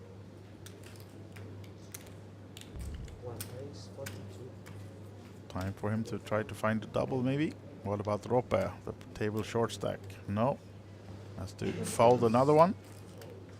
Matthias might give him some action here, though, with the double suits. Yeah, I expect him to stay in with this one. Likes to see a flop or two. I mean, that's what you should do as well. 4-card, 5-card Omaha generally. You want to see flops with half decent hands. Yeah. I mean, Matthias has the stack for it as well. Just 30k to call in the big blind. Interesting that Matthias actually has the slight equity advantage pre. Yeah. Because I would have thought the other way, maybe. Ace 9-8 on the flop, though, gives Riku a much better lock on the hand. And he's just going to get it in.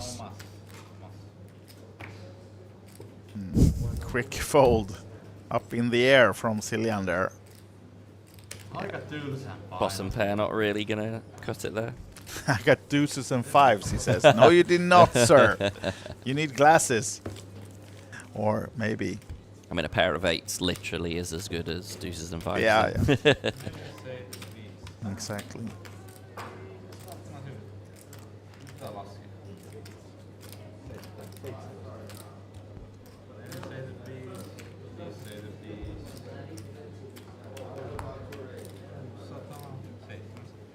Wonder if there's any shorties on the outer table as well. Yeah, there are, I think, a few if they haven't doubled up. But in the break on 12, the short break, they were a couple of guys with just 150, 200 as well. So yeah, I mean, four-handed being that short, that's going to be rough. Yeah. Yeah, exactly. They're playing 400 now on the outer table, and we are 5 here. So a lot of action, of course, and this guy is now going to go for it. He needs the double up, and this is the hand, definitely. Let's see if someone wants to go up against him, but surely Rupa is raising from the button with the ace, queen, queen. Absolutely.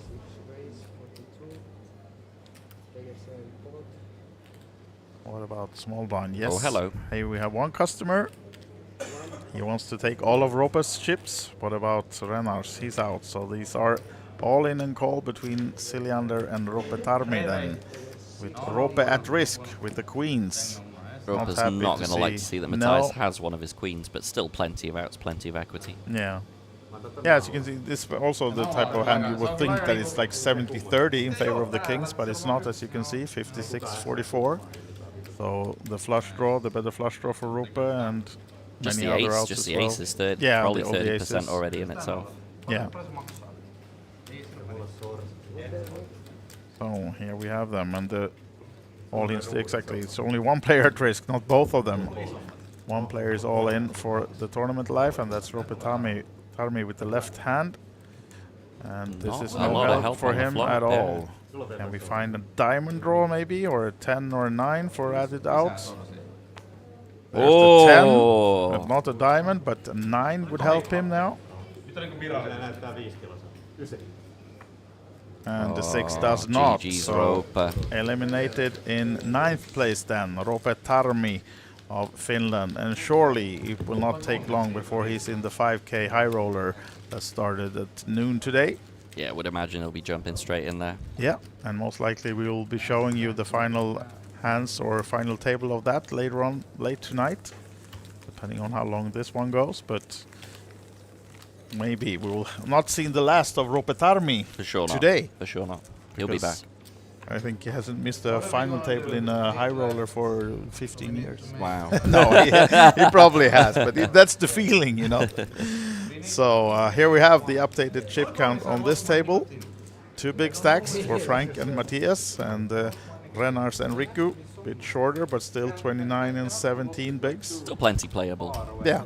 It's easy to say short relative to other people, but yeah, plenty playable stacks at this point. But 4-handed, those blinds come around very fast. You are going to need to keep your head above water, so to say. Not sure what Cilliander said there, but maybe he has some thoughts about they playing slow on the outer table. Was that the case? Or Well, I mean, it's going to be hand for hand now anyway, right? 4 and 4, I would imagine. I think they do like a soft hand by hand on this thing that they I keep like an eye. that. I don't I think like they're that. being exactly just keeping an eye out for just no one is stalling, and then they might put a full hand by hand. But right now, I Yeah. think they just play. I like that a lot, actually. Yeah. And particularly when you have a floor who's just taking control of that tournament. Yeah. Yeah. Why not do that? Common sense. So we'll see.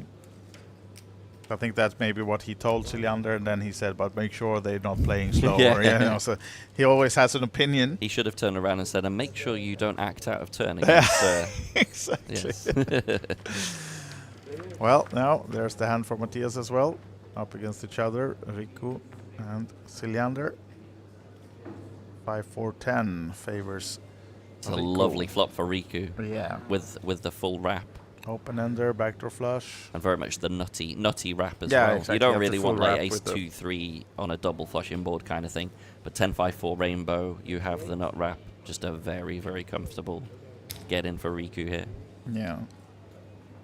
See how tempted Matthias is to stay in with the top pair. Doesn't seem like he is. Oh, he is. No, he is. He's going for it. Oh, yeah, he did. Okay. He's got top pair, but he's also got some Thought good he was runners. surprised that he was like showing and folding, but Yeah. that was not what he was doing. But he is in bad shape now against Riku. Big favorite to double up and be back somewhat in contention at least. 18 outs is a lot of outs. though. Yes. Technically behind at the moment, but 75%. And There's the ace. There is the ace. Yeah, that's good Now enough. That is Any good picture card would help him. Does give a wrap for. That's Oh, not it's a help hold. though. Yeah, that's the nuts. 6-3. 6-3 for the nuts for Riku. Well. Our defending champion from last year looked very short at one point after that pot that he lost with the ace club nut blocker. Down to That- like less than 10 bigs, but Yeah, now up but him to deciding to check that back, Yeah. saving himself Yeah, and keeping exactly. himself in, and now you see him on the rise. Just as we touched on, I mean, he's the kind of guy that just needs such a mixed game play. I mean, in this game, normally you like to have a big stack. When if you're talking other mixed games, sometimes you have just a few big bets, but you're still in the tournament. And Yeah. I mean, you're never out until that lady sinks, you know. And now up to 27 big blinds. Yeah, and a bit of a dent for Matthias as well. Yeah, 42 big, still plenty playable again, of course, but yeah, he would have liked to scoop that one up and get us to the FT. 6 and change, and the blinds are up as well. Blinds are up, you heard him. You heard the guy.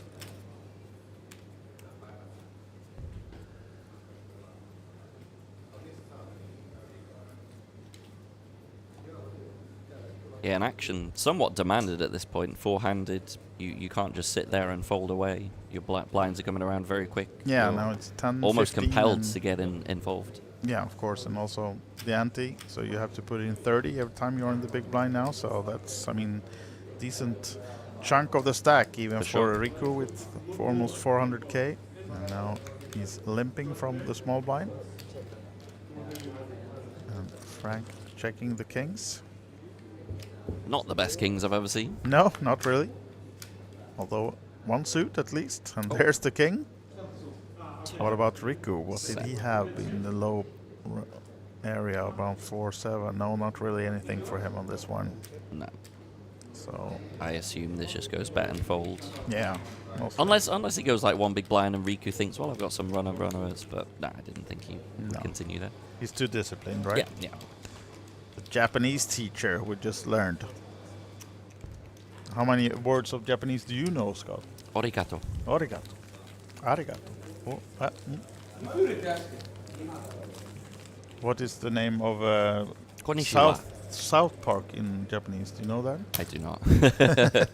How we talked about, if you're just new to the stream, Scott walked around in the Eric Cartman dress. You can see it on our Facebook. Dress? Dress? It's not a dress. Okay, it's a sorry. full-on bodysuit. Yes. Sorry, dress, sir. Dress.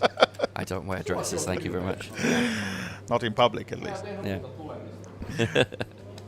So yeah, you can see it on our Instagram Did you see it on and Facebook. stream at all, by the way? Because they pan No, sometimes here. I don't think we I did. was stood there. But next time you have to walk on stage. I You're was allowed. stood just behind. Yeah, for a but decent show. you're allowed. I'm giving you permission. I'm allowed. Next town. Yeah. Okay. Yeah. If the floor says something else, just give me Say my that regards. wise guy Yes, gave me the yes. permission. Yeah, yeah. Maybe I bring it tomorrow. Maybe you don't have to jump on the actual feature table and roll around the chips, but you can at least wave in the background. You know? Yeah. Absolutely, perfectly allowed. And if you haven't seen it, it is on the Olibet Instagram, Facebook as well. I Yeah, believe should you be said. on the stories. Yes. I've also reshared it on my Instagram, Poker Bras, but with a Z on the end. Yeah, maybe we should save the final table entrance. You come in and do the heads up announcement or anything, like delivering the ring for I can the do that. main event heads I up. can absolutely do that. Yeah. I mean, I did an interview with Glenn, who's doing the Olibet stuff. I love how he just shoved the microphone like right into the costume. Oh yeah. Now then, Frank limping in with a not so decent hand and an even worse hand for Matthias, but he looks to get Frank off his. No, he just checked. So here we go. 4-2-10.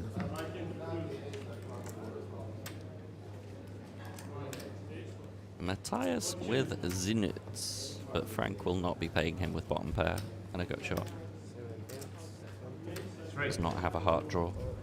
Easy fold. Yes. Yeah, I had it. I had it, of course I had it. Good Badoogie? Yes, probably not. I don't know.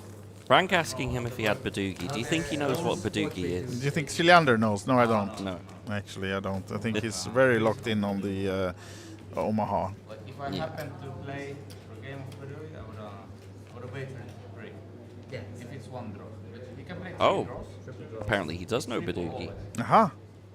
Okay then. Like 90, My 95. excuses. Yeah, this one would have gone in. There are some top limit double draws shenanigans going on. That sounds complicated. Yes. Frank trying to induce Mr. Ciliander to play some mixed games with him. Cunning plan, Frank.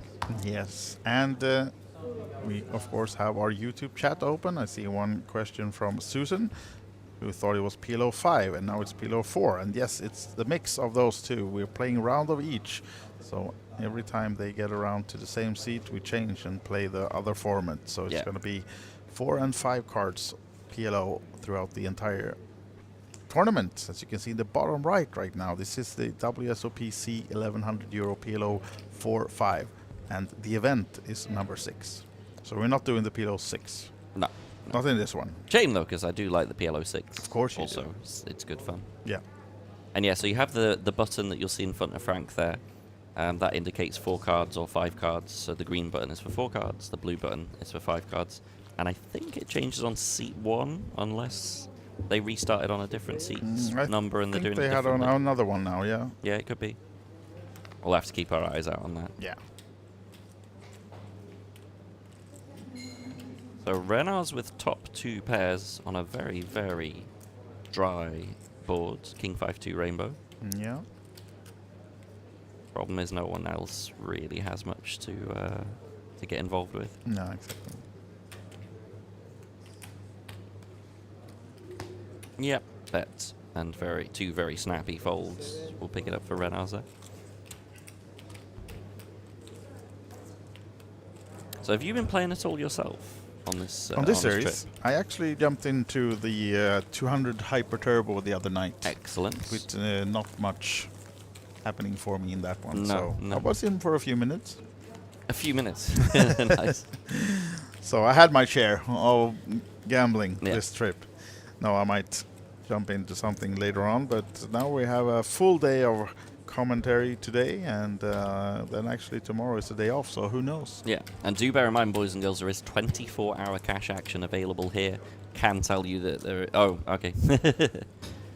Yeah, there's a lot of action going on the entire week, but yeah, the schedules can be seen online, and if you want to see what else is happening, of course we have the live blog as well with the information about all the other tournaments going on.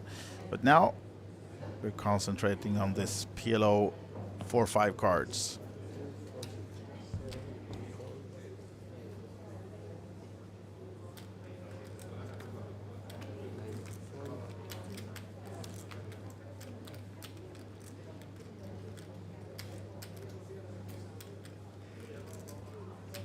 Riku now then, 9s, 6 deuce in the big blind, decides to come along from the race of Frank. And flop is 2 hearts, both player has 2 each.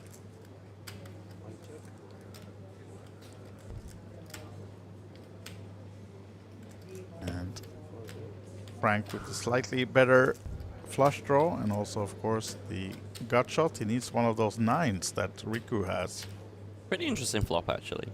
Both connecting, both very much non-nutted connections, but it really puts Riku to the test. I mean, this is already a decent chunk, and he might, to be honest, he might just go with this. When you have such a strong flop here, in 4 cards, straight draw, flush draw, he may well just decide that this is enough to actually try and push his equity at this point. Yeah. A very strong combo draw that Riku's picked up here. There are, of course, some situations where one of your draws is not going to be good, which is not fantastic. He is just going for the call. Jack on the turn, doesn't change anything. Riku does block the nuts, though, with the pocket 9s. It'll be interesting to see how this continues. Riku might just go for this, to be honest. Yeah, he might. He has the blockers for it. And flush draw as the saver, but he's behind on that one. But of course, he might be able to get Frank off the hand, but we'll see what line he chooses here now. There's basically pots and a little bit more in on the turn. Yeah, Yeah. he might just decide to turn his 9s into a bluff here, and I don't think that's unreasonable. Also, given that he has a heart draw as backup, if worst comes to worst. Yeah, he is going to pot it. I love this from Riku. I really, really love this from Riku, and it should work. Using the blockers. Yeah. Yeah, of course, this is a tough one for Frank to call. Very, very good play from Riku here.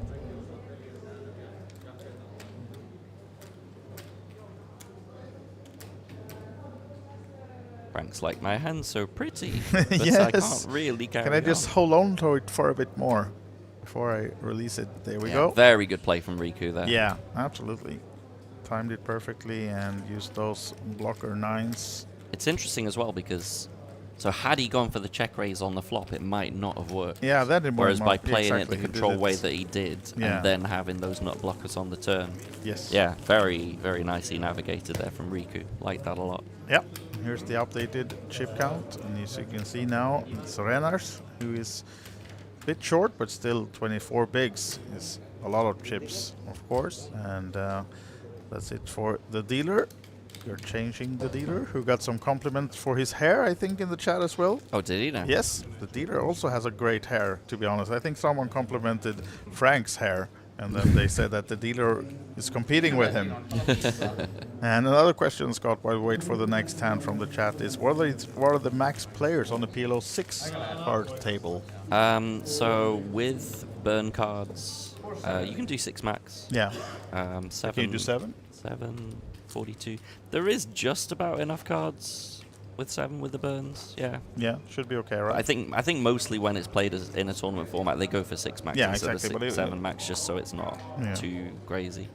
Otherwise, you're using the whole deck, and essentially, they like to have a few burn cards, few non-used cards. Yeah. So yeah, tends to play 6 max. Yeah. I think on cash games it might be 5 max for certain rooms, certain arenas. Yeah. Yeah. But this tournament is 4 and 5 cards. Right? Yeah. It's a 6 max. You could do more, I mean, of course, but the format is 6 max. And as we said, the final table, though, will be played and started on 7. So we need to lose one more player before we're down to that final table for this one. Matthias looking to rebuild a little bit. Yeah. Frank is going to defend.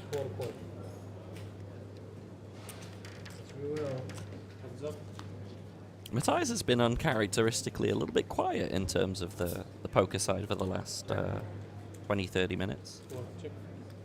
And flopping trip 7s now, Frank.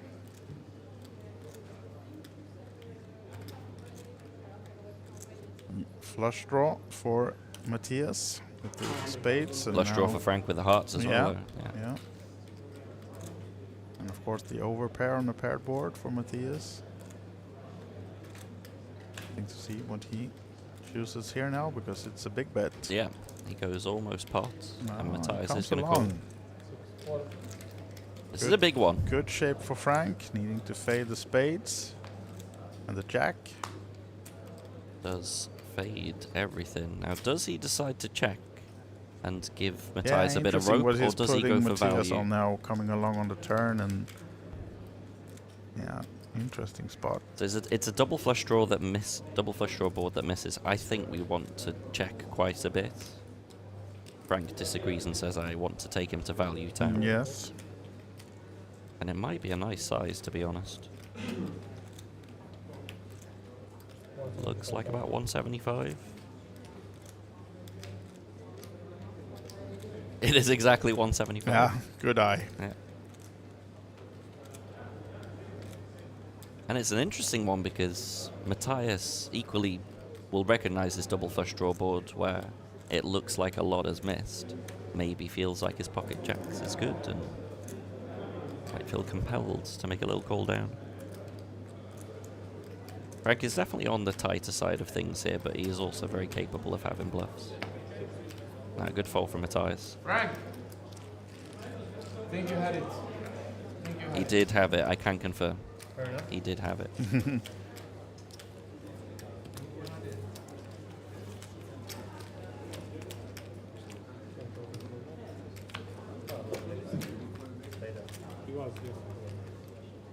Frank seems to have had a really good day in terms of chip accumulation. Yeah, he has, right?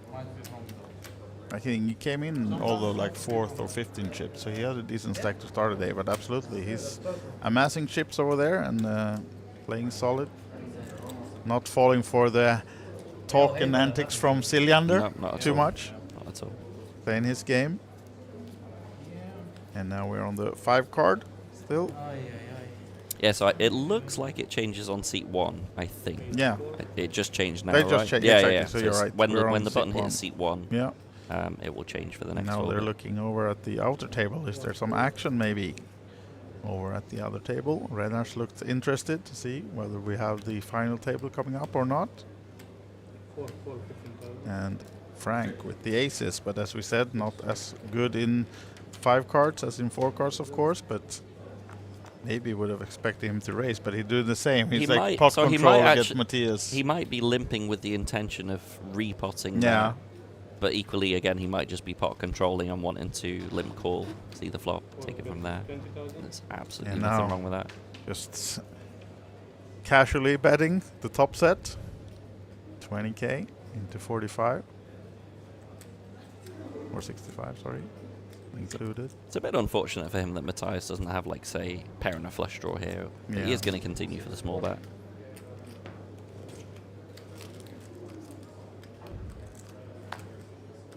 Oh, now then.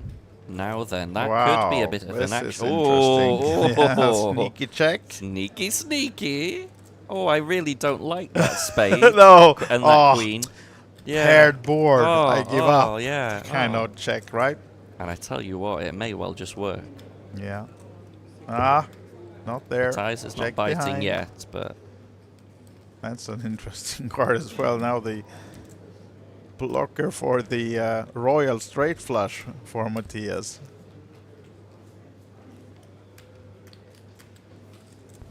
I think we have to lead for value once turn goes check. It's just what size he chooses to go. And he goes very big, he goes pot. 85.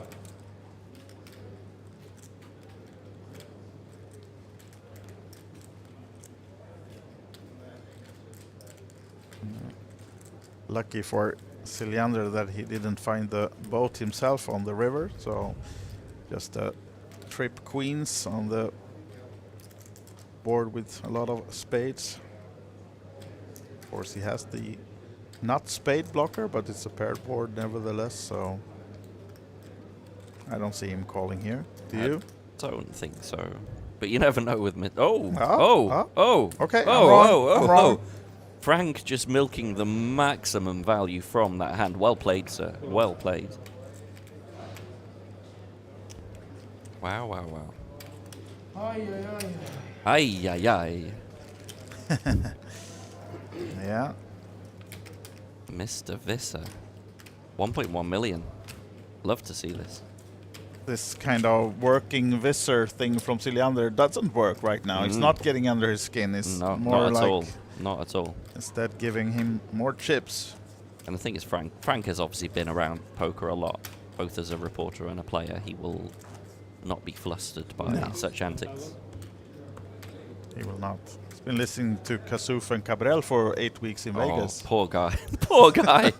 Imagine having to put up with Kasuf. Oh my goodness. So maybe he's wearing those mental earplugs already, you know. But Kasuf can't come here, right? Because I believe he got a 1-year World Series ban. I assume that is still active here also, right? Should be. I have no idea actually, but Cabral might turn up though. It's possible. I've seen him here before actually. He was here. Yeah, he's been playing for here. the 5K last? Was it Kings of Tallinn? The last one? I think so, yeah. Yeah.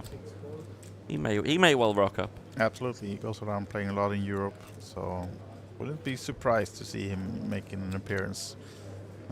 He's not in the 5K though today, I think, at least. Oh, is he not? But yeah, I would have assumed if he's in town, he would be jumping into that. Exactly. Can take a look at how many runners we have in that one though. 53 right now with the late break open for a few more hours. So yeah, and of course one of the bigger stacks is Juha Helpy. Cheap leading right now though is Enrique Lagos Sanchez Martinez. Beautiful pronunciation. Thank you. Sí. Been to Barcelona many times. Sí. 3 times. Aquí. Here we have it, the updated ship count. We're concentrating on this one though, but of course keeping a little bit of an eye on that 5K because we are most likely streaming the end of that one later on tonight. Frank is on a heck of a run. Do we have any Frank fans in the chat? I'm sure some people must have come across Frank before. Yes. YouTube chat is open. If you're watching through Olibit Poker, you can reach us here with any questions or anything else.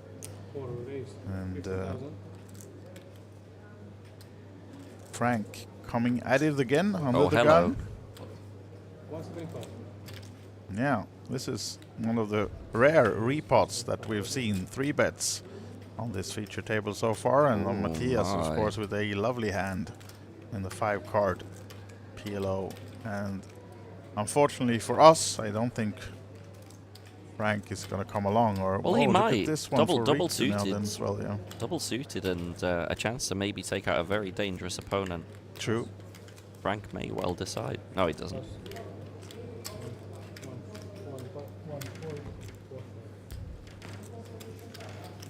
Matthias kind of needed that, to be honest. He really has been on free fall the last half hour.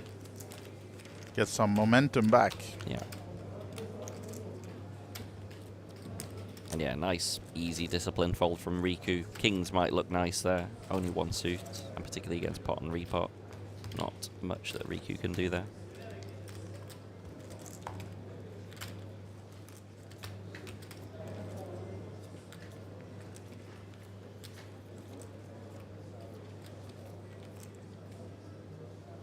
So we're still on the final table bubble here. 8 left. It will be 7-handed for an unofficial FT. 6 for the proper FT. And we're playing this all the way to the winner today, so stay tuned, boys and girls. Definitely. And for those of you not aware, Riku is the defending champion, won this very event last year. So he's looking to go back to back.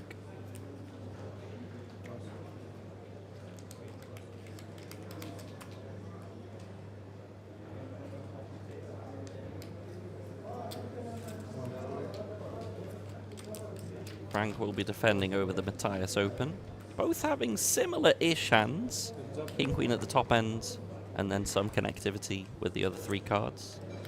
Oh, and this could be action.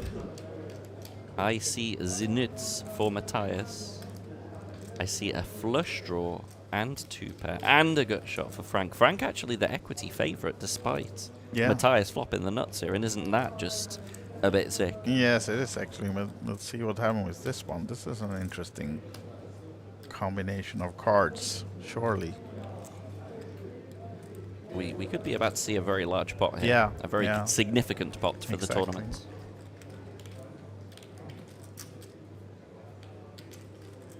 It's kind of surprising that Frank is favourite here, to be honest. Flush draw 2 pair against the flop nuts. He's just going to go back call on the flop.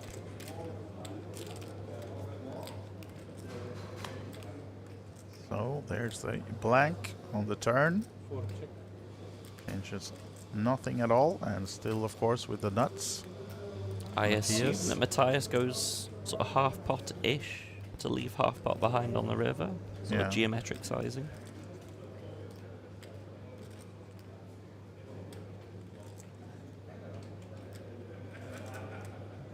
Checking again, trying to look weak. I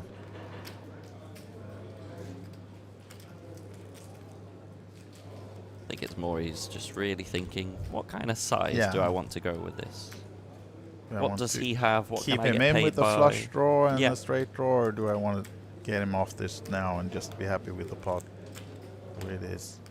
Because I think if he goes full pot, he probably knows that he's not going to get called with.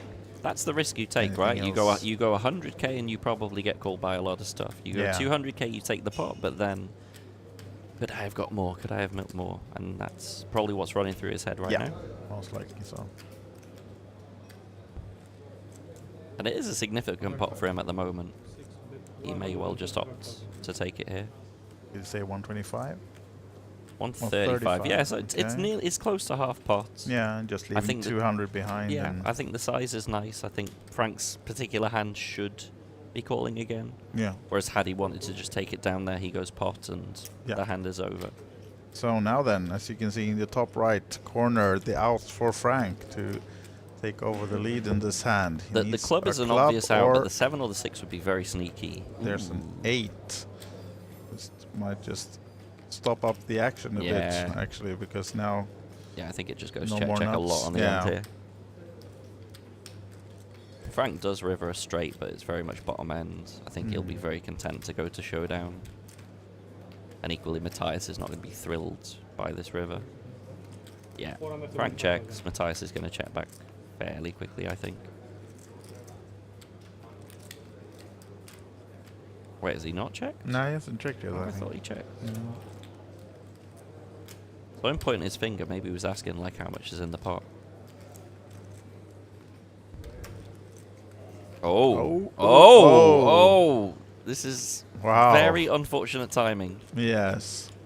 This is very, very unfortunate the river timing from improved Frank. the nuts to the 10 jack, but he has to call with this one, of course. And unfortunate for Frank, he'll be doubling up Cylinder, giving back the chips. He's been stealing some now and then from Cylinder, but is now a big they go momentum back. shift. Yeah. For Matthias.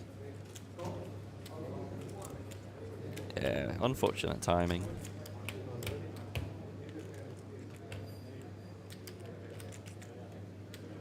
Wow. Yeah, I didn't expect that on the river, to be honest. No? Bit surprised also, actually.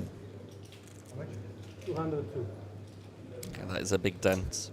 Yes, and they see Matthias Christensen in the chat asking us why did Michel bust? He was on fire at the feature table, and yes, he was. He had a big stack, but we don't see the outer table from where we're placed in the little cabin, a few meters away. So we don't have any information from the outer table, unfortunately. But it looks like they might have some action because Riku is kind of looking over there. Yeah, might be. All in and call on the outer table. See the cameraman is rushing cameraman's over running, there as another well. guy's running. I think we got action on the outer table. We have some footage. No, we don't. But 1-5 or 5-0. Oh, I think we have lost someone. yes, we have. We have a elimination on the outer table. So we're down to the final table. It's time for a break, I think, in this one. And the elimination is of Samir Zakaria Lemini. He's the 8th place finisher from Finland. So these 4 and 3 more from the outer table will now be placed on the feature table. And actually chip leading that in a big way will be Andrea Gogelice, who won the ring just a couple of days ago. Wow. He's coming in with 2 million in chips to this final table that we are setting up. He's got 3 times average. Yes, he does. So hold your horses. But we are going to send the players on a 30-minute break. They're going to have a chance to have a snack and commence themselves to come back on 7 players and play for the ring and the added Bahamas package. And I believe you will be heading off yourself to play the horse, right? Oh, the 8th game. Yeah, Sorry. I will. Yeah, that kicks off in about 10 minutes here. Yeah. So should be fun. Hopefully run good. Yeah. Fingers crossed. And thank you, Scott, for joining us. And You're we hope very to welcome. see you soon again. Yeah, thank you so much. Guys, thank you for joining us. 30-minute break, and then me and George are back for the action with the final 7 players. And if you want to see more, read the updates on olibetevents.com for the blog for the other events as well. See you soon.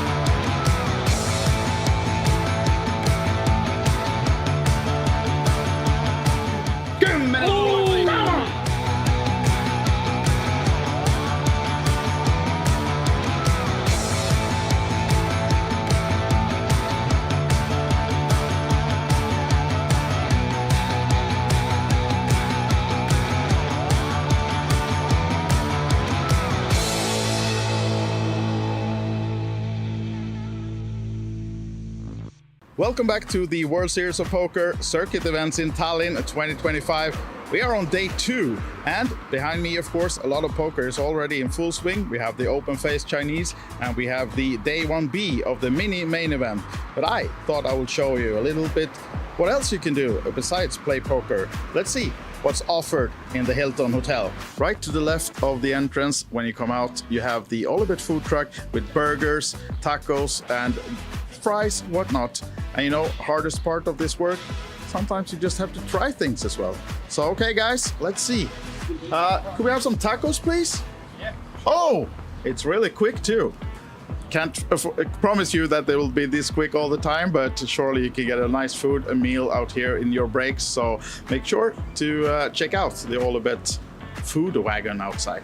Now then, once eaten, when you enter the Hilton, to your left you find the merchandise stand. Here you can find some nice t-shirts, caps, hats, sunglasses even, might be needed in this weather. We have one of the nice caps here, and we'll show you a bit more about what could be found here. And as you're heading upstairs to go to the big tournament ballroom, of course, you'll be using the stairs, not the elevators. And in these stairs, you'll find the ring winners from 2023 and 2024. All their names are on these steps. And once you've done those steps, you'll be upstairs in the lobby outside the ballrooms where the tournaments are played. And the first thing you will see is the cashier. Here you can register for all of the tournaments for the week. Now then, in the big ballroom, this is the main tournament area, and this room can fit over 300 players. This is where you'll be playing most of your tournaments before you might end up at the final table, might even be at the live TV table. So here we are now with that TV table in the background. This is where you want to end up, of course, and there will be live streams coming to you from Tuesday. So stay tuned to our socials to not miss out on that, and of course watch all our streams, all our updates. Thank you for watching this walk around video, and I hope to see you soon. Joined now by Jason Glatzer, as you all know by now, the CEO of Poker.pro. And Jason, tell us, what is Poker.pro doing during these events? Well, we're here to cover the event. We had a lot of pre-event coverage, but we're going to have a live blog starting tomorrow on Poker.pro. There'll be daily articles that will also be imported over to alibetevents.com, so check them out as well because they have the schedule and everything else. We have our hosts coming later in the week, so expect a lot of social media fun as well throughout the week. And maybe you'll see me at the table. I mean, it is the first ever Speed and Special ring event later in the week. That is my main event. I have to be free, I have to try to play, and I have to try to win my first gold ring as well. But you have some scores recently, haven't you? Some results. The rumor has it I've won a trophy or two, maybe 3, 4, 5, but you know, it's not about me, it's about all these amazing players. I'll take the microphone away from him and we just stop it there. Poker.pro, there's where you find all the action. Christopher will be writing, Jason will be in the background, and I'm sure you can trust Glenn Brown when he arrives in a few days to give you some real nice content too. Jason? Yes, and we have 810 and Maureen coming as well, playing the ladies ring event, so that should be quite interesting as well. But yeah, we have a group of 5 coming in total. Perfect. Stay tuned. Hi guys, coming back to the WSOP Circuit events in Tallinn, now joined by Norwegian, always happy superstar Drea Karlsson. Welcome to Tallinn, first of all. Thank you so much. And I was just standing by your table minutes ago to ask if you're okay to have a little interview with us. Yeah. But I had to stand there for a few minutes because you're having such a nice chatter on the table and you're smiling, being happy. Do you always have fun on the tables? Yeah, that's a big part of poker for me, being social, taking a drink, just be happy, meet new people and new friends, and play a lot of hands as well. So okay, that's part of your strategy. It is. Okay, don't tell anyone. Kill them with kindness. Yeah. So the series has just started. Do you have a plan what you're going to play during this event? Well, I'm staying till next Friday, so I'm going to play the mini main today. I first 1B. Hopefully tomorrow as well, day 2. I think so. I really believe I'm going to go through to day 2. Of course, the ladies events. Yes. I love the ladies events everywhere, so I'm here for that as well. And I just take everything else as it comes. Yeah. So that's my 2 tournaments right now. And a lady always love a ring, right? Yeah, of course. I need a ring of that finger. Yes, so hopefully we can make that happen during this series. And I know actually you talking about the ladies event, you won a ladies event just a couple of months ago, right? Yeah, I won in Vilnius, yeah. So that's why I am also going to Queens of Tallinn in August. Yeah. Because I won a ticket in that tournament, so yeah. Yeah. So yeah, it's actually just a couple of weeks away for the ladies, the Queens tournament here in Tallinn. I'm so looking forward to that event as well. A lot of ladies playing, and those events are so important to just bring up the women in poker, and we're so few compared to the guys. Yeah. So we need more women in poker.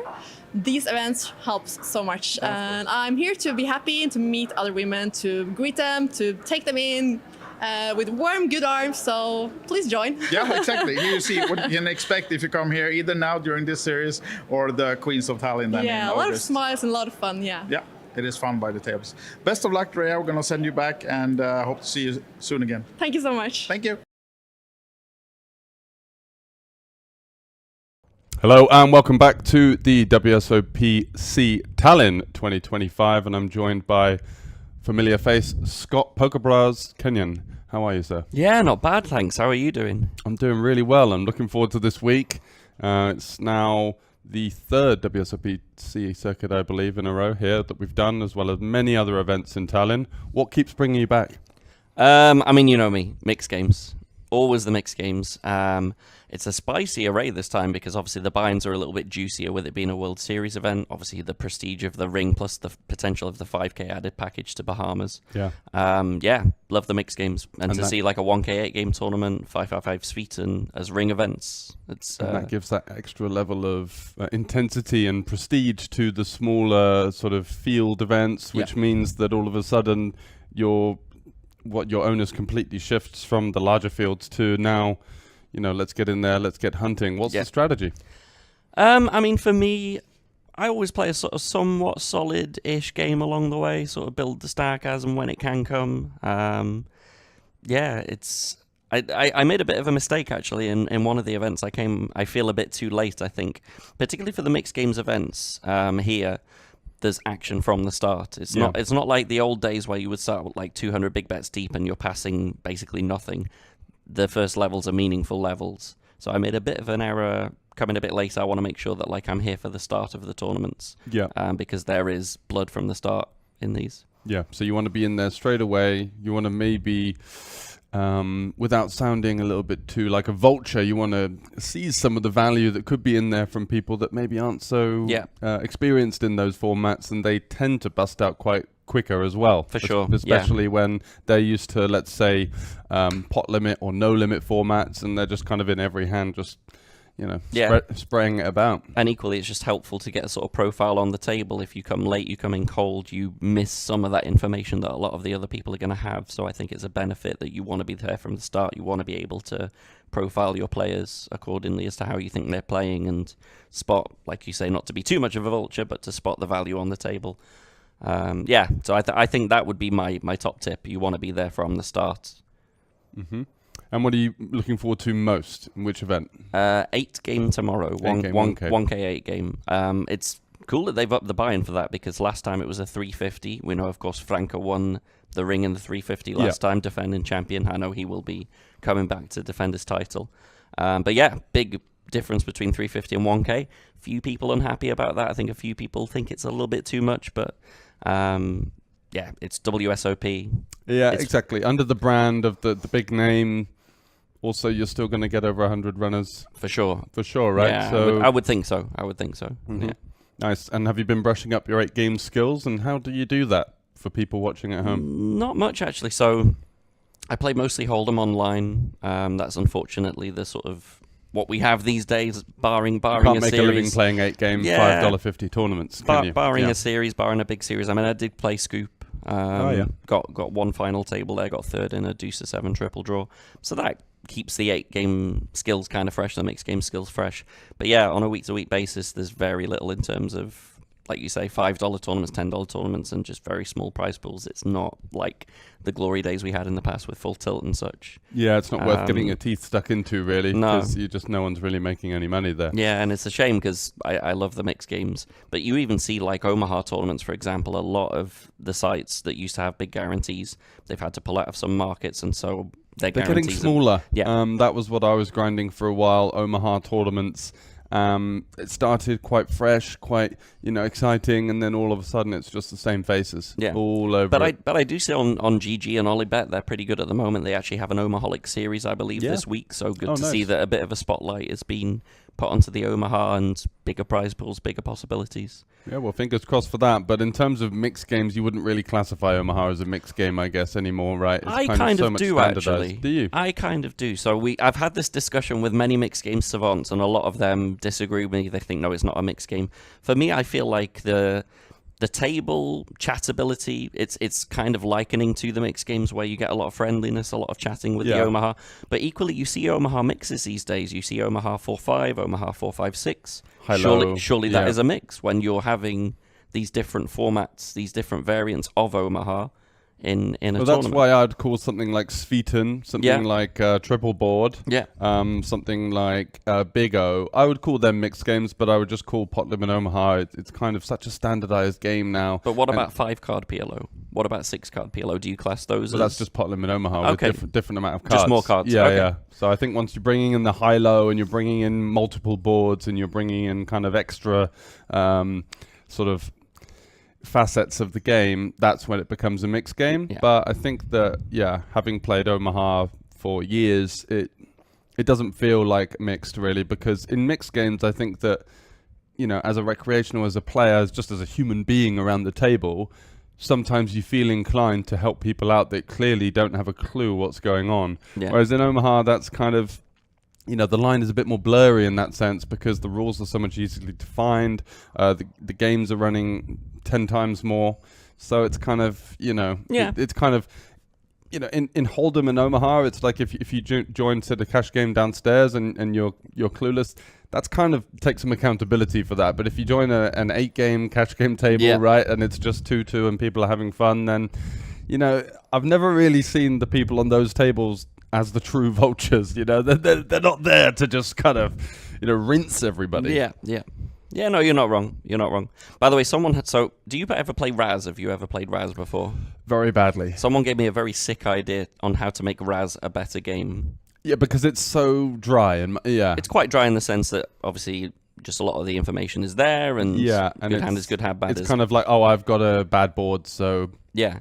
So someone gave me this sick idea that you play Raz the same way you would normally play it, but you have a pitcher qualifier, which means your hand has to contain a jack or a queen or a king, or your hand is dead.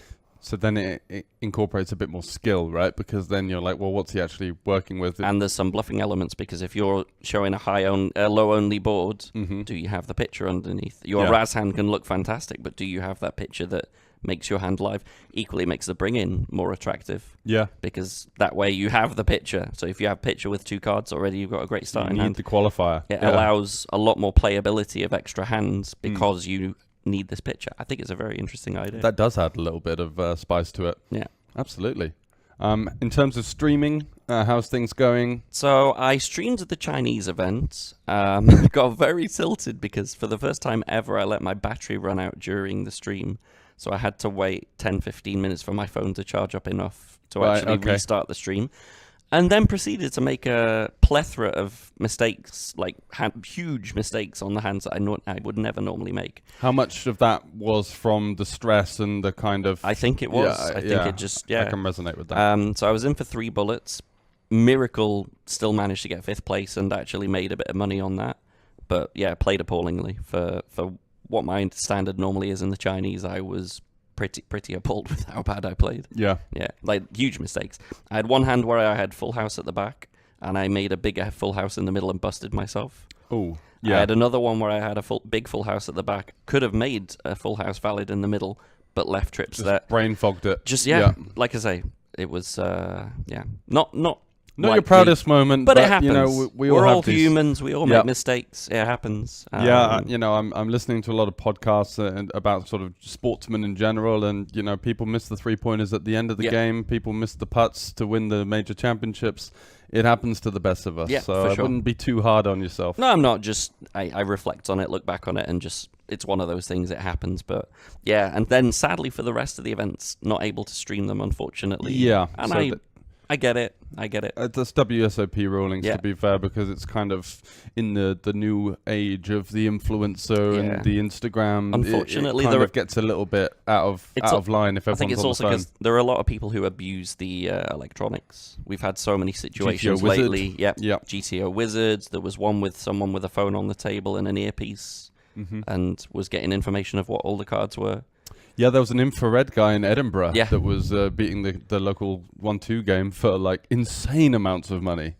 So yeah, I mean, fair enough, right? Yeah. It was kind of one rule for everything. We had that situation on the final table of the main event that kind of brought a huge controversy and a Twitter kind of debate. And I think, you know, unfortunately, in terms of a subsector that kind of loses out, it's going to be streamers. It's going to be do-good poker influencers. But for every one of you, there's going to be 10 people that are going to be using that device for nefarious activities. Yeah. So, no, I fully understand it. Game integrity obviously has to be number one from the organizer's point of view. I fully respect and appreciate that as well. It's frustrating for me because all I want to do is spread the word of the mixed games. But we have to preserve the longevity of the game. Of course, yeah. And yeah, very important to do. And in terms of commentating, we always love to have you in here. Which one would be your pick for the week that you'd want to join in on? Is it going to be main event? Is it going to be 1K PLO5? So I'm actually playing the 1K PLO5. Okay, so hopefully we're not going to see you in the commentary booth. Hopefully you'll just see me on the table. That would be amazing. Yeah. But in terms of what to jump in on, it really depends like what I'm playing. If I'm out of things and I have some free time, I will hop in the booth. Yep. Obviously, I hope that's not the case, and I hope I'm just busy playing things. But yeah, I'm sure at some point you'll get me in. Absolutely. Well, thanks very much for joining us in the media room once again, Scott, and hopefully see you around this week. Good to see you. Hi guys, welcome. We're in the middle of the action on the World Series of Poker circuit events here in Tallinn, and now joined by one of the real legends already in Estonian poker, Ranno Sootla. Remind me, where are you on the money list right now? Do you keep track of that yourself? I look sometimes what's going on, but like not so consistently. But I guess I'm somewhere in between the 7th or 6th or something. I don't know. No. But you somewhere there. You do care a little bit about that. I mean, little bit. Yeah. You know, it's always the thing with this money list is always these are just winnings. You know, they don't show. Sure. So it's the one who's played more, the one who's played higher, bigger buy-ins. You know, the one who's been longer in the game will always be up there. You know, so. It's a fun thing to like be in tune with, but I'm not like obsessing about it. No, okay. Yeah. But now you're just coming back from, was it a full month in Vegas? Yeah, I was 1 month in Vegas. Next time I will do max 2 weeks. Okay. It's a little bit too long to be in Vegas for me. I just don't like the weather and the place too much, but the games are good, you know. Yeah. Did you most do tournaments or cash games? I mostly, mainly play cash. Because the taxes, but I did play the main and some other small events, but okay. No good in tournaments, but decent in cash. Yeah, all right. And now back home, you don't have to worry about the taxes. You're going for the rings here now, then? Yeah, exactly. Yeah, it's I always enjoy playing here. You know, we have so many familiar faces, so many friends, and just always a good atmosphere in these Olibet events here. You just really enjoy yourself. You know, I have my longer here and I'm just chilling today playing this 350 mini main, so taking it easy and enjoying. Do you have a plan for the series already? I mean, do you look at the schedule, decide, or do you just play it by ear during? You know, I will see. Like if cash games are good, I will try to play more cash games, but I will definitely play like the main and the 3K, and I will see then. Yeah. The main tournaments, all them tournaments I will play.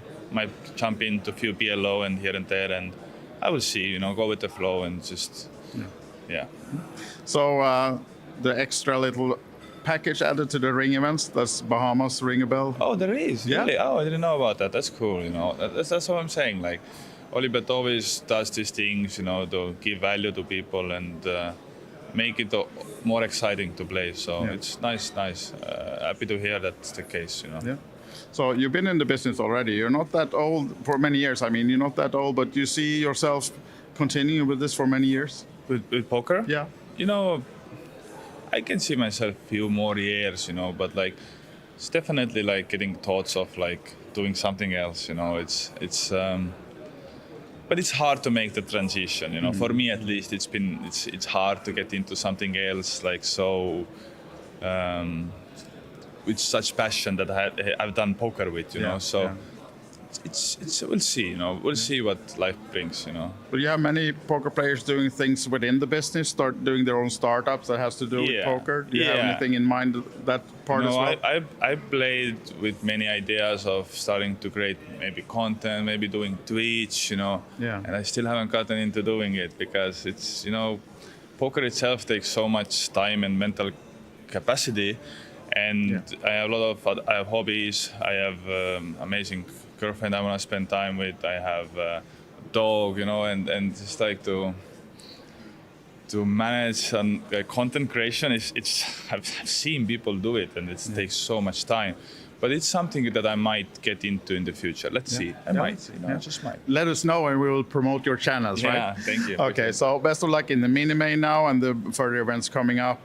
Is there a special ring though, special event that you would like to win to say that I'm the champion of this one? Your favorite game? Do you have that? You know, I always come very close with these 3K high rollers. Yeah. You know, I really like the format. I like that there are like all the good players playing it. The fact that it's a 6 marks format. And I just been second, I've been third, I've been ninth, and eighth. Yeah. So there is this Ropetami guy, right? Rope, yeah. I have to ask him what's his secret. We'll do that. Yeah, it's. I will at least get a swap with him there, so at least I'm guaranteed some money. You know? Exactly. Sounds like a good plan. All right, thank you, Rano, for always being a good sport. Sure. We love talking to you, and best of luck during the series. Thank you. Appreciate it. Yeah. Hello and welcome back to the WSOP Circuit here in Tallinn, and it's 2025 and I'm joined by Andy Tillman. You've just been announced as the Chief International WSOP Circuit International Manager, is that correct? International Tournament Director. International Tournament Director. So you're going to be looking after every event upcoming on the roster, starting with Tallinn. You're going to be going to... I go to Bratislava in a few days here to have the second event for us on the new season for WSOP Circuits. We'll also be rolling out for the first time outside of Vegas in the Bahamas, WSOP Plus in Bratislava. So have our tournament system with the app that everyone's been loving. And yeah, and that's going to be rolling out there. And in terms of your international travel, how many passports do you go through a year? So you're on the road for how many days? I'm on the road this year probably close to 300 days this year. And how do you balance that with home time, family? Very poorly. That's how we balance it. It's impossible. It's an impossibility being this busy with everything we're doing and building and trying to grow poker. It's, you know, you sacrifice a little bit, but at the end of the game, it'll be better for everyone. Absolutely. So would you say that that's where your passion lies? Because I read that you were dealing about 20 years ago and sort of made your way up. So what was it that really gave you the kind of breakthrough moment to start working more on the international stage as opposed to card rooms in the US? It was probably when I first started doing the WSOP circuit in the U.S. and ran in the tournament director at the time and got invited to a tournament in Bratislava, Slovakia in 2009, I believe.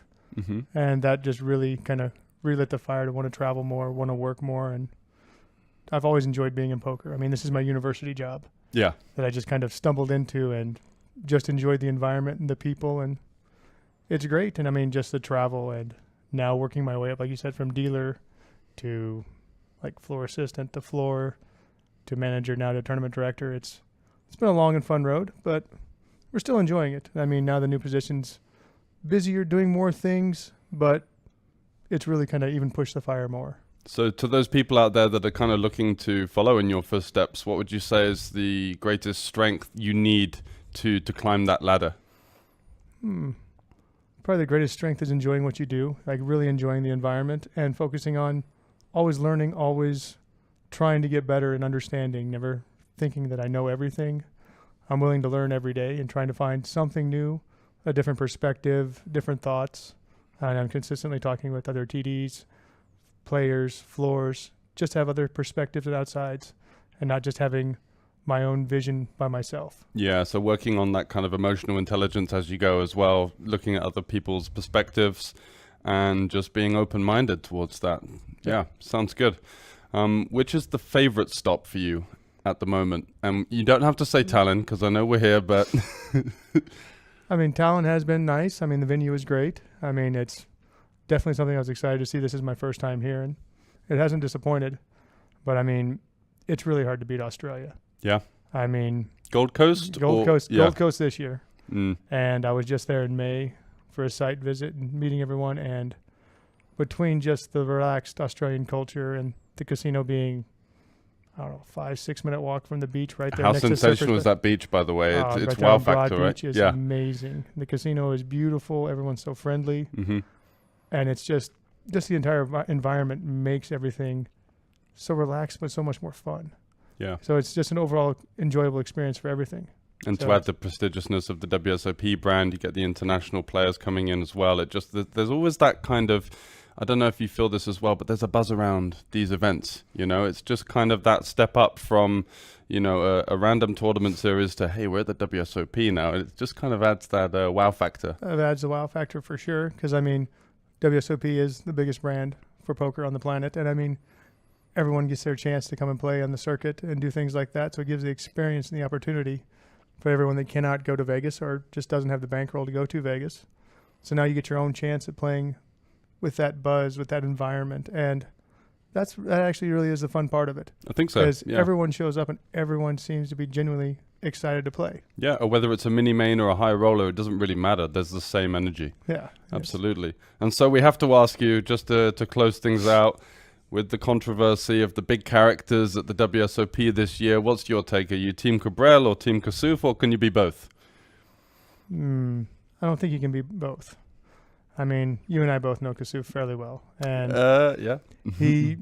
Will went far even for Will. Yeah. And just that thing just got way out of hand and both sides were just pushing, and I just can't be on Team Kasuf with everything there because he was just abusive and things like that. Cabral, he's intense. He tends to really be on that razor's edge, but he's very rarely crossing it. I don't think he ever does anything too wrong. And, you know, I met you years ago in Rozvadov as a player, right? And when we were dealing with guys like Cabral there, it was kind of a novelty, you know, in that local scene that hadn't really reached the bigger stage at that point. And then all of a sudden he started to play in the super high rollers and stuff like that. And I always just thought, you know what, this guy's kind of a master of the vocal side of the game, whereas a lot of people would say Kasuf was. But then, you know, when Kasuf busted out of the tournament, you saw this kind of tirade and you were thinking, well, hang on a second, maybe it's not maybe it's not for his own benefit. It's just coming from a rather uncomfortable place, let's say. Yeah. And that's what it felt like. But thanks for coming on. Thanks for giving us your opinions on a couple of things. Of course, and looking forward to seeing you go about your business this week. Yeah, I mean, we should have some fun here. I mean, it's going to be a great event. I mean, we're just getting ready to start up. The main event should have just put cards in the air and had shuffle up and deal, and should be a great main event.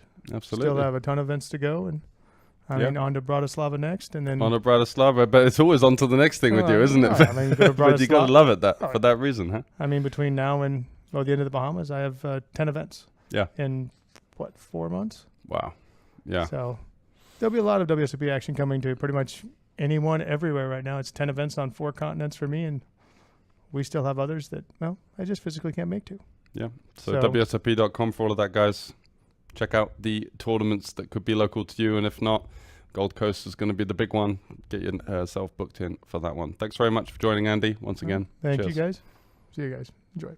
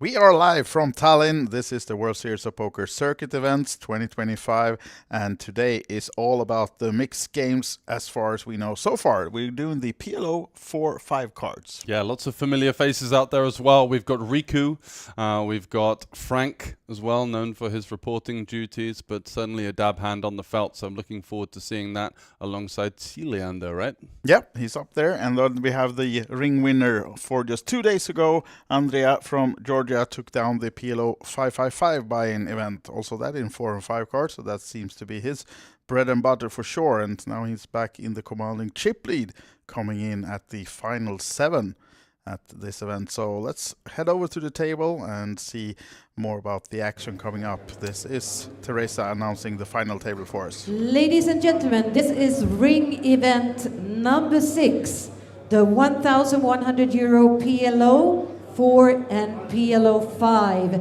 our final 7 players. Let me introduce you to the final table. Taking seat number 1 with 555,000 in chips from Finland, let's welcome Daniel Lindholm.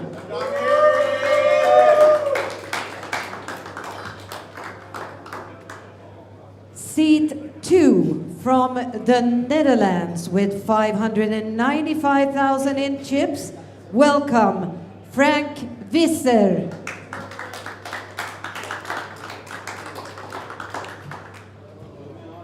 And from Finland with 880,000 in chips, he's also a Kings of Tallinn main event winner. Welcome, Matthias Siljander. Seat 4 with 750,000 in chips from Finland. Welcome, Antti Veteläinen.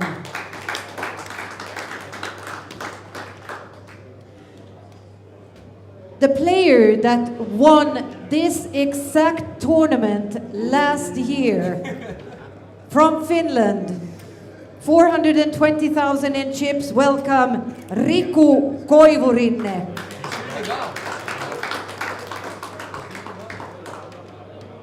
With 320,000 in chips from Latvia, welcome Renars Skanis.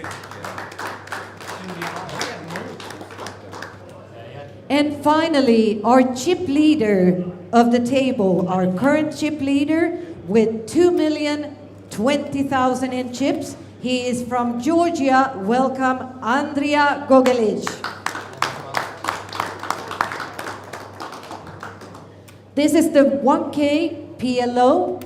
We had a total of 185 entries in this one. We are down to our final 7 players. And we've got 2 minutes on the clock. Blinds are 10,000, 15,000.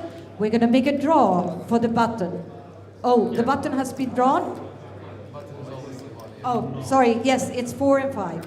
Button will kick off on seat 1. We're playing PLO 4 and PLO 5. We can shuffle up and deal. There we have it from Teresa Nusiainen, our main tournament director here in Tallinn, and she just kicked off the final table of 7 in the 1,100 euro buy-in PLO 4 and 5 cards.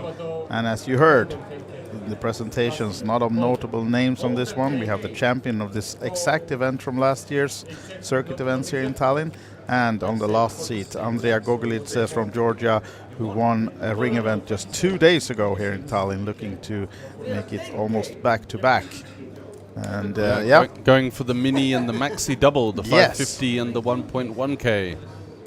Be a nice double to have, of course. Certainly would. Would be a hell of a storyline as well. And you've got Riku in there looking to go back-to-back. You've got the Latvian with the skin-coloured shorts coming on with the my pick of the walk-ons. He's going to be looking to make a name for himself. Yes, and absolutely. Frank as well from the Netherlands. Yeah, a lot of fans in the chat for Frank. We're going to pull up the chat as well if you have any questions for us. Lovely. So a three-way limp pot to get things kicked off, and starting hot for Ciliander there with the top set. Frank has a pair and a double backdoor flush draw with a gut shot. Antti with middle pair.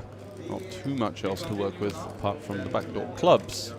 He gets out the way. Ciliander looking to gain some value from exactly hands like Frank's here, that if he doesn't lead, he's not going to expect the under the gun limper to have too many bets on this connected medium/low texture. And a great turn card for him as well. Picking up a flush draw.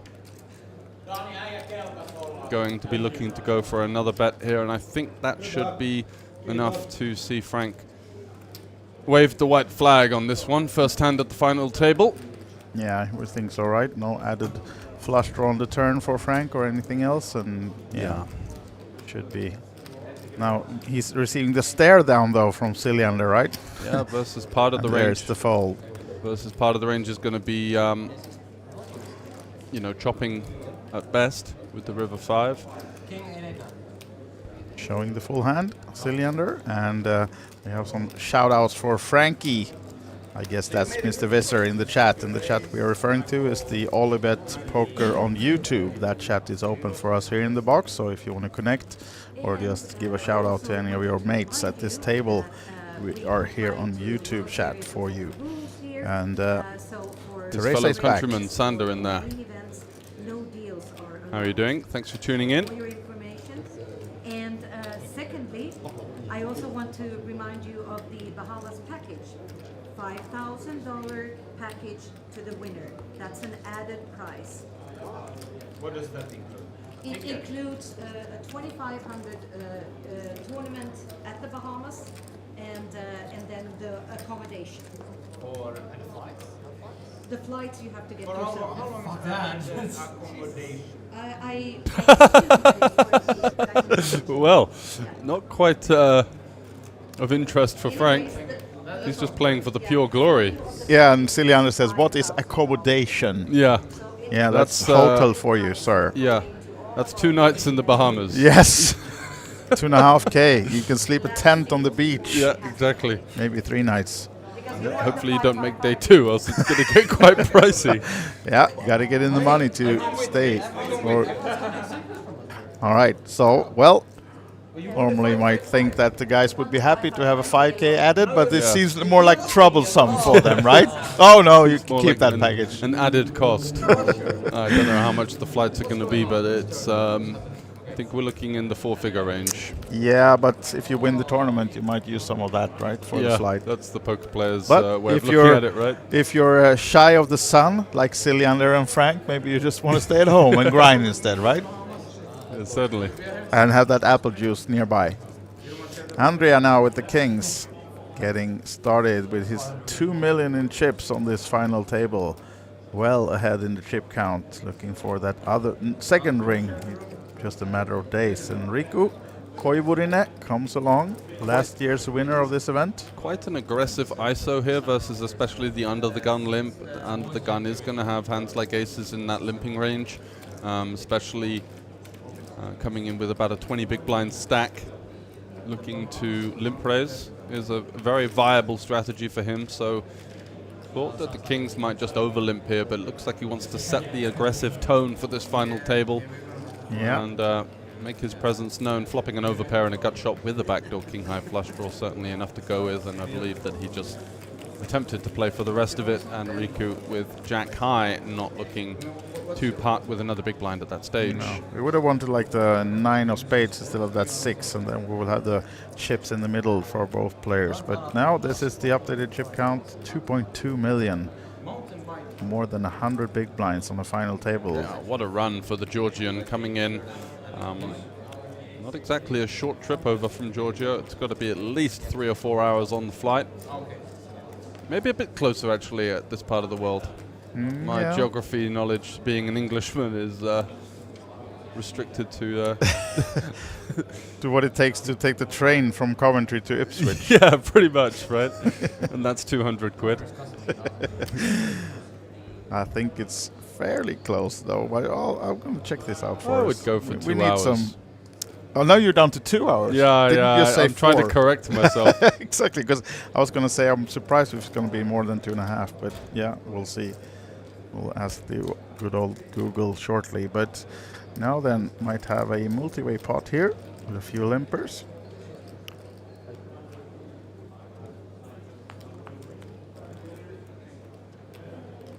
Yeah, and the limping that you're seeing here is not so common in No Limit Hold'em final tables, but in PLO, just not looking to commit too many big blinds to the pot, especially from early position where you have 6 unknown ranges behind.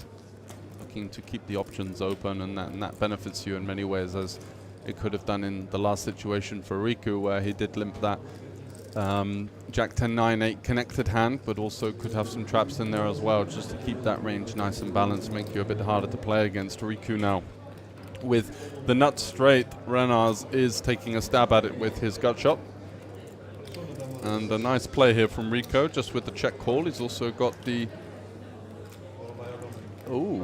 7 hours 45 minutes. That's the connecting flight. Let's have a look at that Air Baltic direct. Yeah. Vasily Tallinn. Seems to be no direct flights available. Could that be it? Ooh. Well, why we sky scan here? We see the yeah, trying to triple figure out kings the for lie of the Riku. land, and Renar's turning the nut flush draw as well, trying to represent not an awful lot really at this stage. I don't think he's going to be betting multi-way with many king-queen combinations. He could have a hand like king-queen jack, king-queen 10. That's very valid, I guess, but a small amount of cause for concern for Riku.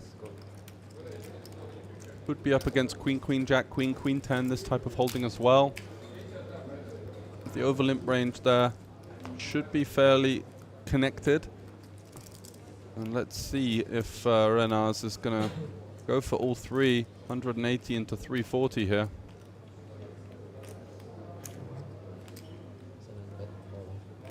And Riku with a straight. And of course the all-important king blocker, blocking king-queen. Couldn't see too much king-9 in there.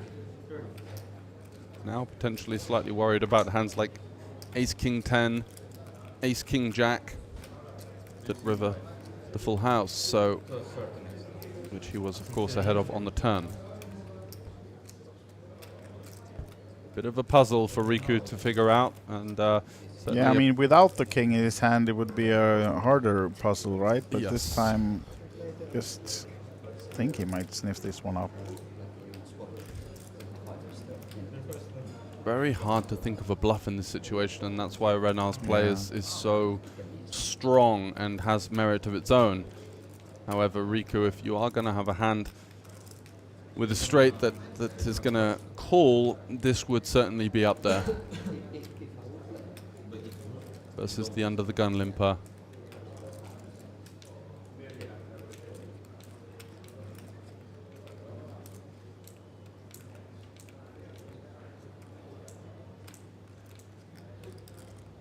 Thinking the bluffs are going to be something like ace queen jack, ace queen 10, ace jack, ace 10.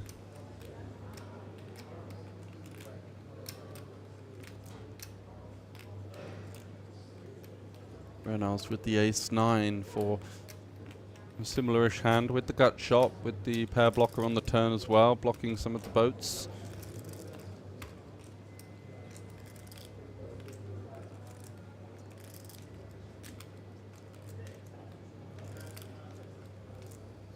Riku unblocking diamonds, which is certainly somewhat favorable. But by no means an easy spot, and you can see the price he's getting is so... Yeah, it does make the fold, and it's an excellent play from the Latvian. Absolutely. Got a game there from Renars, a lot of pep in his step, going for that one. Yeah. Representing a full house, of course. Get back into contention. So back to our geography lessons, George. I couldn't find any direct flight, but Istanbul, which is pretty much in the same area as Tbilisi, is 3 hour 30-minute direct flight. So it would be almost 4 hours, I think, if there were any directs available. Trust the intuition. intuition. All the way down. Also applies to poker very well, and Riku went with his there, and I think it's a fair play to find the fold even with the king. It's just such an underbluff line. Yeah. Multi-way on the flop, see a stab, a follow-up, and then the full 3 streets of the business. Yes. And we are getting some guests in the booth again. Familiar face from this earlier today. Christer Larsson of Olibet is joining us, head of poker in Olympic Group, and he's gonna have his say on the final table. You had a few chats with him with a few of these players earlier today as well, right? Absolutely. Yeah, always trying to get a little insight into the lie of the land and how they're feeling going into these ones. Yes, absolutely. So I'm gonna give my ears over to Chris, and I'll join you later, George. See you then, sir.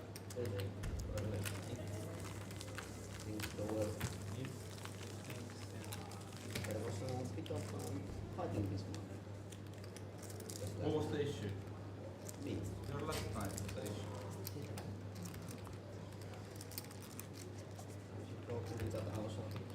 Welcome back. Oh, thank you, George. Back, Christer. Good to be here again. And, excellent timing, if I may say so. We've just kicked off the final table. You did just miss a bit of a blockbuster hand. Not sure if you caught the end of it on the screen that we have here in the media room, but very well executed hand from both players, and someone's got to come out on top, and this time it was the Latvian Renars finding a way to get the job done. Yeah, quite a lot of familiar faces on this final table as well. We have some former ring winners and main event winners and so forth. So yeah, as we predicted in this format, you tend to see with the decent structure as well, the cream is rising to the top, and Frank looking to take a swing at this one with the A775 double from the +1, opening into the chip leader in the big blind, going for the slightly smaller sized open, probably feeling that the opponent is going to be a little less sensitive to the price, so we might as well keep the stack to pot ratio high in position. Gives us a little bit more options down the streets. And relating the 2 pair as well, yeah. A bit of an interesting c-bet here from Frank. He's got really no connectivity whatsoever. Some sort of half-decent backdoors, not great, and is going to run into the bottom 2 pair here. Let's see how we he's get some open. Yeah. Not open, but gut shot anyway. This is the issue. If he's got a hand like jacks or queens, he gives himself options to have maybe better blockers and more relevant ones going down the streets. Putting pressure. He's putting pressure on anyway. He is, and he still leaves less than pot behind for the river jam, and he's going to get rid of the 2 pair here. So finds a way to get it done. Frank showing some pep in his step early on. And giving a little show there. Showing 2. Yeah, the benefit of being the aggressor. Absolutely. Committing to the second barrel there in the situation where many people, I think, would have checked back to flop. So finding a way to get it done, and that's what it takes, especially if you're going to be fighting for these top spots. And he is up to 3rd in chips now, Riku. At the bottom of the pecking order, having lost that rather gnarly pot out of position versus Renars. Could not find the river call, and Renars instead leapfrogging him there. So we've got that kind of peloton in the middle. Matthias, Frank, Antti, Alexi, and Renars. Andrea at the top with the lion's share of the chips, and Riku with work to do. Yeah, but there's lots of chips on the table. See players having 30, 40, and even up to 100 big blinds. So yeah, and anything can happen, even if Riku is in like in a poor spot now. But doubling up and everything can change. The stack distribution was not too dissimilar yesterday in the ladies' tournament, and this was a final table that lasted for a good 5 or 6 hours. So you never really know. It depends on the momentum of the chip leader usually, whether they're going to run away with it. But it'll be all eyes on the Georgian. But he is rising up, and is this the time when Ricker goes in? No, it's not. Yeah, very wide open here. He does have the chip leader in the small blind, which could be part of that strategy. Andreas tagging along the suited ace. Yep.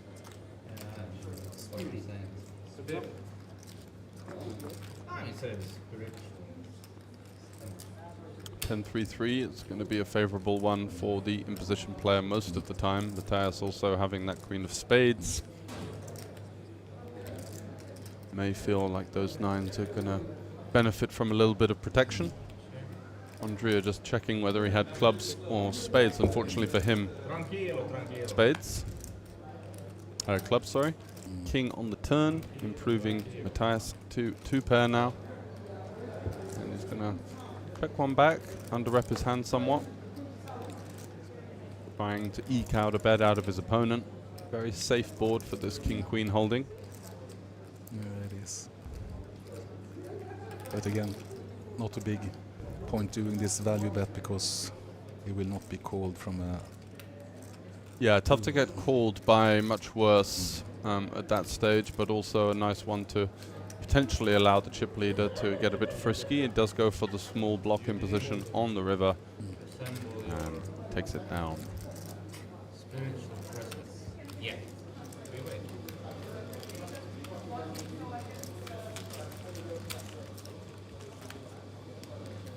Chirpy player is Suliander, looking to, I think, first and foremost have a bit of fun, but secondly, maybe slightly push the buttons of his opponent. We saw him targeting Frank earlier vocally, saying, oh, is this going to be your biggest score if you win, and all this kind of very subtle tactics of getting in Frank's head a little bit, as he did see that, you know, Frank was playing some nice poker, winning a lot of pots without showdown, and when you're an experienced player, you're kind of looking at guys that are consistently adding to their stack and picking up pots without showdown as potential threats, and Matthias is certainly doing a good job of identifying which players to target with his vocal barrage. Yeah.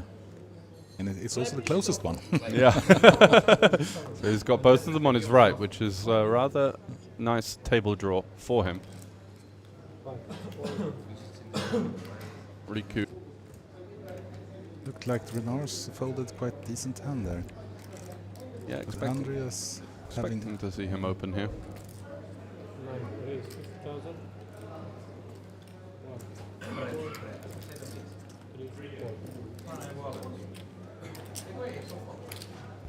Frank.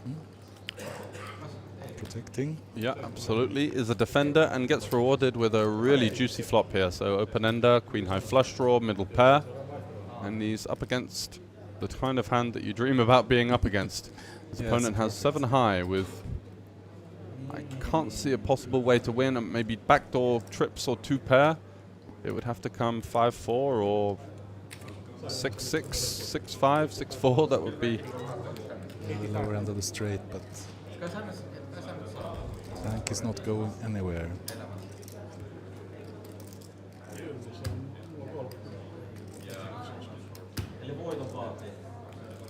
I guess also maybe Frank wants to keep the pots on a decent level. It feels like he's, feels like in control, right? So why risk it all? The issue is, though, out of position, you don't realize your equity as well. You see a brick turn card and your opponent puts you in, then all of a sudden your equity share goes down quite significantly, so he's looking to set up a natural sizing for a turn jam, and Andrea just gets straight out the way there with the 7-high. He's playing good, Frank. Yeah, flipping the switch on his opponent there nicely, realizing that the full pot check raise does leave a slightly more awkward sizing behind on the turn, so just cutting off a little bit of that and keeping a little bit more playability in play for the turn. I like it. So 11 minutes of the first level of the final table to go. 7 left, of course. We are playing for 41,000 euros plus the $5,000 package. Yes, and there's other games going on. We are down to, I think, 3, 4, 5 players in the 5-5-5 final, and The 8-game 1K tournament started just 20 minutes ago, and with some 40 plus players. 40? Wow. Yeah, to start with on the first level, and I think we are at 60 players, something like that, in the 5K tournament that runs at the same time. And now we're going. Wow, now 60 players in a 5K. You've got to be quite impressed with that, right? Or happy with that? Yeah, it's kind of quite nice. Yeah. Yeah, as long as they're having fun. Yep, exactly. Back to 5 cards.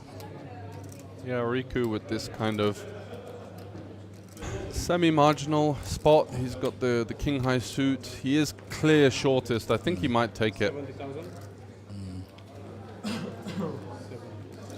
Yeah, he's going for it. Yeah. Andrea picks up a hand. The question is if he's willing to. Yeah, he is. He is going to ISO here in position, knock out a bit of the riffraff, not allowing people to complete the blinds and get a bit of pot share. He just wants it all for himself. It's got a nice hand, double suited. Yeah, and that's why even you can see there Riku does have ace king jack, which dominates Andrea somewhat, but just that added juice in terms of the double suitedness and the extra connectivity in Andrea's hand gives him the equity advantage. Straight draws.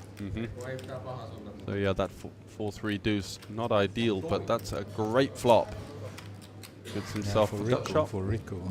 Absolutely, needs to fade a 7, an 8, or a queen.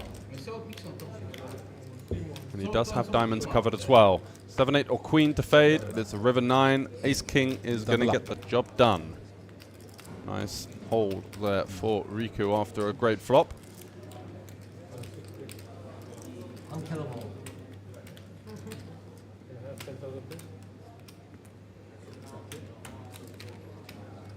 Good for Rico, and he's such a great player as well. So he is, and so it's tricky to give this guy chips, because he can for sure use them in the best possible way. Yeah, so he's I believe you had 6 players at the table that. Okay. Yeah, let's get rid of him. Let's get this guy out of here. He's a bit of a menace when he's got chips, and you know he's going to fend for his life with that stack. He's not going to give it away. Now with 20 bigs now, so he's in good shape to play in the way that he wants to play. Yeah, and just identifying the situation quite nicely there, giving himself the opportunity. The hand was by no means premium, but it was just enough. The ace king jack playing quite nicely as the short stack there.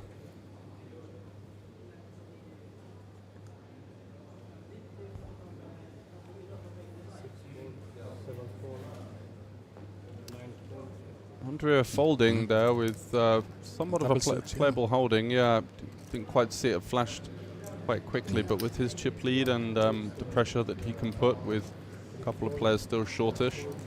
Good hand for Alexi. Yeah, this is really top tier holding. Double suited, connected.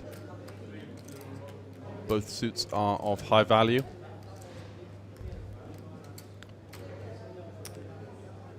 Yeah, now he can end up in not the best spot here with double suit, same suits, and worse off. He's going to find himself in jail on a lot of boards, and that's going to be one of them. Straight flush draw. There is. The graphic reader doesn't like it. Potentially the 6 of diamonds has been folded, which is a bit of an anticlimax. But Alexi there with the flush. Kind of a 2-street hand. You could definitely elect to check this one back and allow some very low equity bluffs from our opponent on the turn. It is a board that when it goes check-check, you do see a lot of big blind stabs. However, looking to seek the value from the worst flushes. The great thing about checking back on this board is there's very few 2-pair and sets in our opponent's range, so not really needing much protection at all. 10 on the turn, of course. Anything that doesn't pair the board is a brick at this stage. And Alexi does add a pair blocker to his resume, still with the queen high flush, of course. 290 in there. See if he slows down now, Alexi. Yeah, is he going to go for it all? Maybe firing a small sizing here. I can actually see a check back here. Because he still have a lot of chips in play and he doesn't want to, yeah. Does go for the check. And a brick on the river. So Antti with the 5 high flush has the essentially the nut low flush. Basically for Alexei now this is also his chance to actually get a little bit paid by checking the turn. So very unlikely you're going to see a better flush. Check call the flop. So maybe Antti will try to control this pot with a small bet, small sized bet, and might be problems for Alexei to actually come over the top at that time. So best option for Antti now is basically make maybe 90k, 100k bet, but on the other hand, he needs to kind of decide what he's doing. Going to bet around 10% of the pot. Oh, that's a very tiny, very small bet. Yeah, and I think we've got to be happy with our hand here as Alexei, and just be looking to play for it all, really. I think versus this sizing, it's very unlikely that our opponent is going to be doing this with a better flush than us. At this stage, we can target some jack, 9, 8, 6, or even a 5 high flush here. It's a tricky bet here. Yeah. And maybe these guys, they have a history as well, you know. You never it's hard know. to say, but I would definitely come over the top. Yeah, and he's doing it as well. You're spotting weakness, and yeah. Personally, I don't like Antti's 25k bet. If he makes it slightly higher, it would be so much harder for Alexei to come over the top.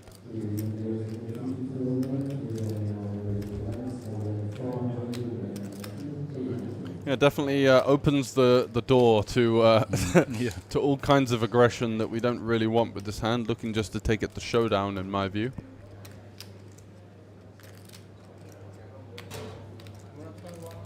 Very tricky situation for Antti, but I think that he just it really takes the hits the door and walks away from this one. Yeah, really takes the most creative type of players to find a balanced holding when they go for such a small bet here. It's very, very often a hand that's seeking a crying call, and a hand that also, on the flip side, doesn't like to see the large raise, and that's exactly what is induced here. And now, as you say, Krista, he's kind of invited an awkward situation. He's found the opponent that's followed through with that. And he's essentially playing a guessing game at this stage. Yeah, it's very tricky because with that 25k bet, you know, Alexei, it opens up for any kind of bluffs and whatsoever. So it's, you know, it's tricky. Alexei now knows that he will win this pot. Yeah. But the question is if we will get this extra 225 from Antti, and he's making the right call. Does fold.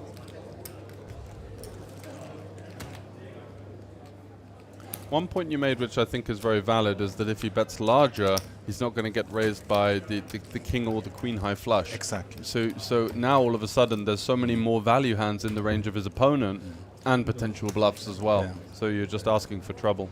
Yeah, if I were in that position, most likely I would bet 70, 80k, just because you will not be bluffed in that position, and so basically you will know if somebody comes over the top.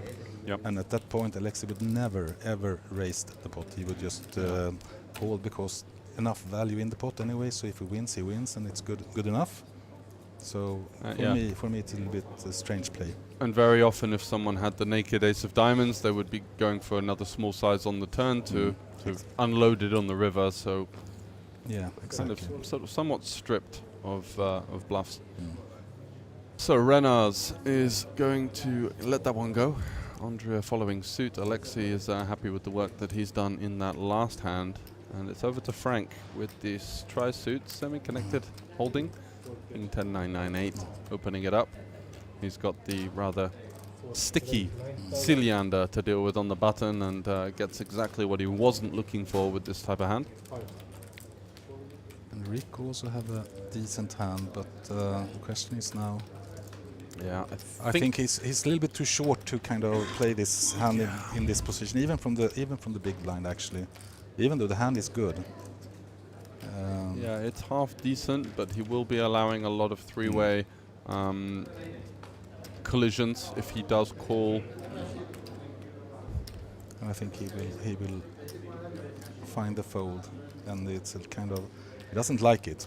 He wants to play the hand. Looks but like he wants to play, yeah. He is going to join. I think I might have gotten out the way. I think that Frank's limping range is going to be designed a lot to limp call. So allowing a potential collision between the other two guys could be slightly more beneficial than kind of coming in cold from the big blind. But he also knows that Matthias is pretty aggressive at times. Yeah. So it's a good flop for Riku anyway.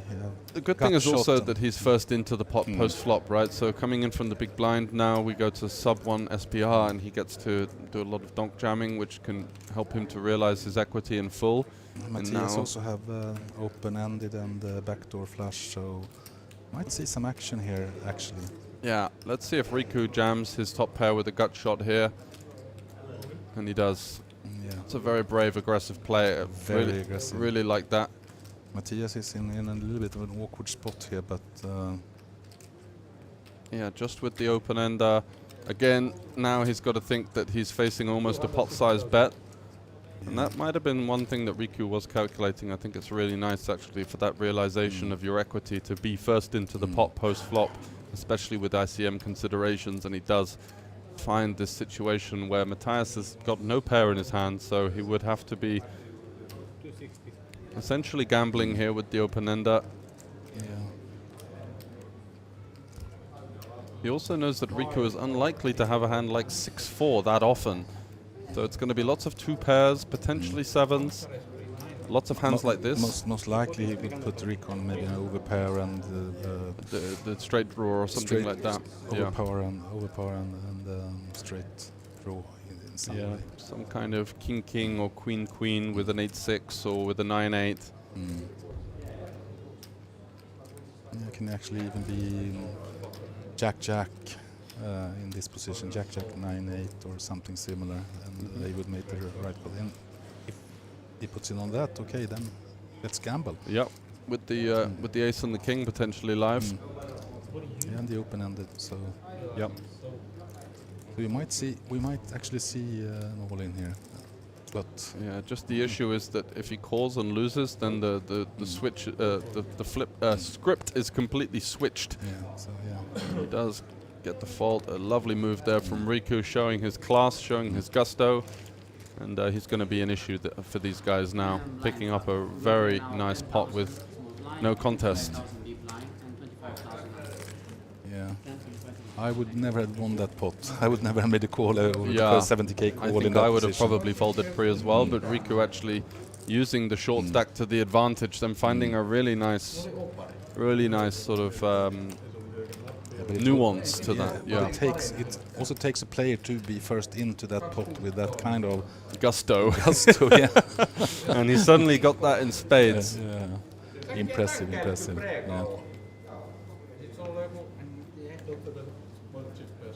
And that's basically why he's sitting there. Exactly. You're sitting here. Yeah, exactly. Very strong from Riku, and not unexpected either.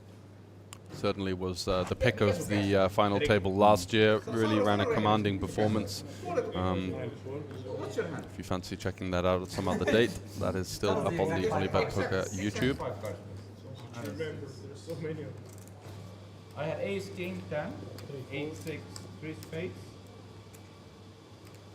Lovely hand. Picking up a new good hand. Doesn't have the chip leader to deal with, so kind of takes the effective chip lead in this. And nice one to go for a large open sizing, although he does run into the aces of his countrymen. With 10-8 blocked as well, and the 5. Yeah.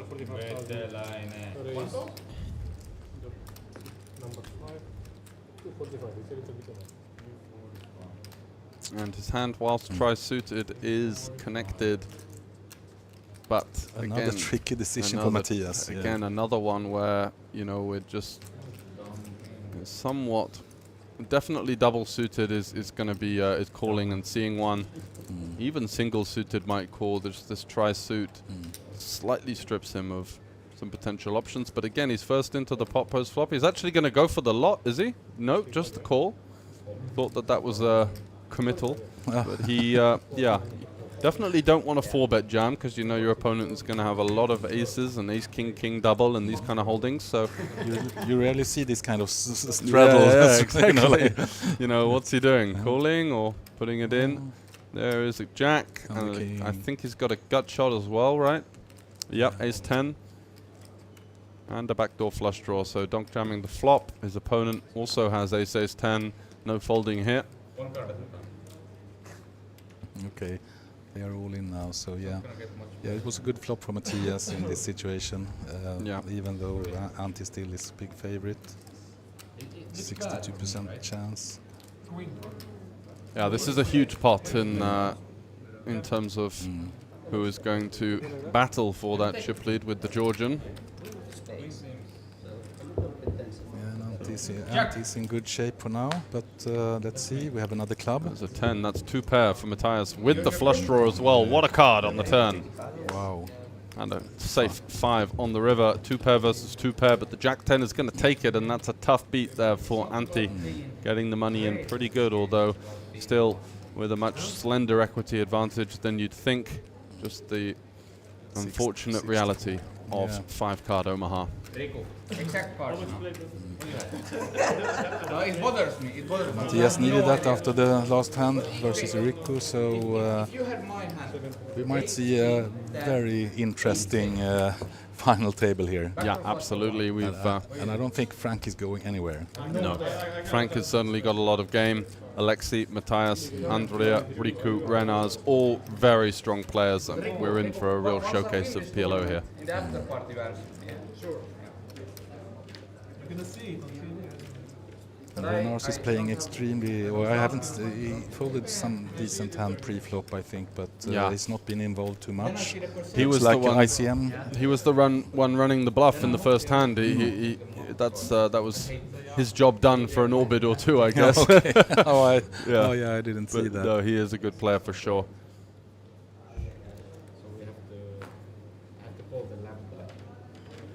But things evening out somewhat. That chip lead. This looks like a nice hand with a pair of kings, but actually this is not. It's a fold. Yeah, it's not too great. Single suited and a little too disconnected. And of course, so many dangerous players on your left, also opening into the chip leader and the big blind.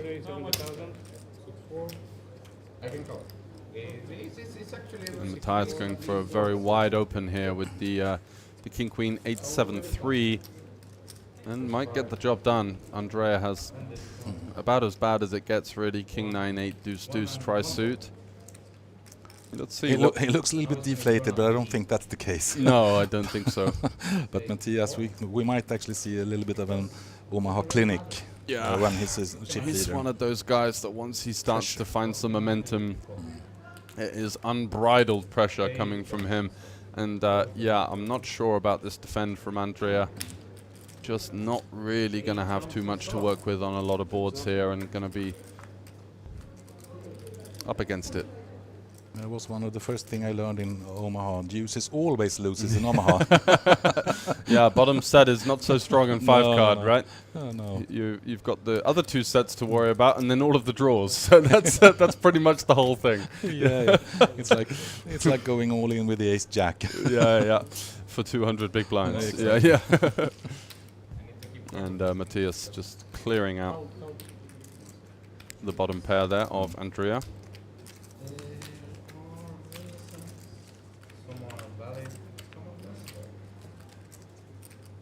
So it could be bombs away for the Finn now, starting to build some momentum, knocking out his fellow countryman there. But they are so aware of this also at this table, so they will try to set up different kinds of traps. So, but normally when seeing Matthias playing before, he's expert in navigating this. He is. He's got good spidey senses. He's got good intuition. Don't let all of his talking fool you. He certainly knows where he's at and can make very good deviations in in game. So Frank here with pretty weak queen's combination here under the gun, just going to easily get out of the way. Matthias not looking to open this one, although he does have the chip leader and the small blind. I was surprised based on the tempo of that last hand. I thought that this could be something that he does get involved with. Riku now could look to just pot-sized open this one. Going to go for stealing the button. Yeah, going for the good hand for Andrea.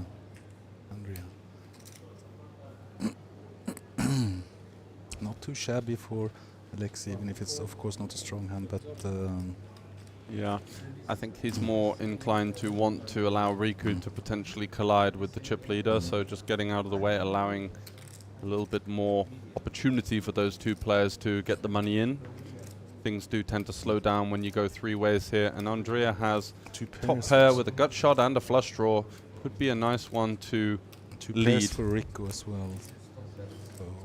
He goes for a size of sort of 2/3 pot here, about 135k, leave himself 350 back on the turn, which would set up quite a nice two-barrel. I can imagine that Riku actually tries to take down this pot now, but it will be tough for Andrea to no, he waits. Wants to find a card that shifts the equity in his favor. This bottom two can be fairly troublesome versus this type of hand. Against Andrea, he was... Now we have a flush draw as well, Riku. Yeah, so and a full wrap for Andrea.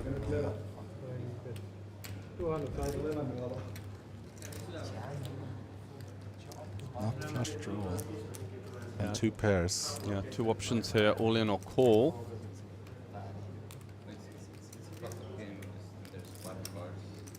Then let's say that you can see that Andrea is a slight favorite here, but this is actually a close one. Yeah, I think Riku is a confident and capable enough post-flop player to just peel one off here. He does have position. He's going to be able to understand the range of his opponent quite well, but his hand is just has such little visibility on so many rivers. Any straight completing river is going to be a headache for him.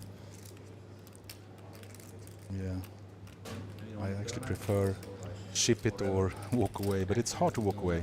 Yeah, I don't think with the nut flush draw and the two pair, he's going to be thinking about the fold. He is going to call and going to reassess on the river, hoping not to see a card of some sort of like 6, 7, 10, 9 queen.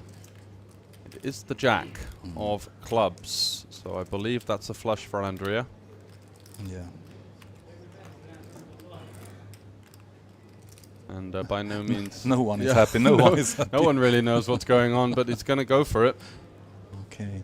He believes that Riku will have committed with flush draws on the flop.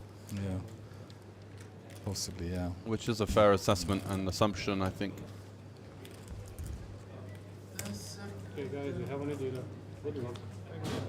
Because usually when you see check backs, if you're going to balance it and you're going to check back the nut flush draw, you want to have some kind of additional stuff. It's hard for him to have a set there or a 7-6 alongside the flush draw, so I think very stripped of flushes for Riku, and with that pot stack to pot ratio, just looking to seek the value. Knows he's not going to be up against a hand like Jack 8 very often either.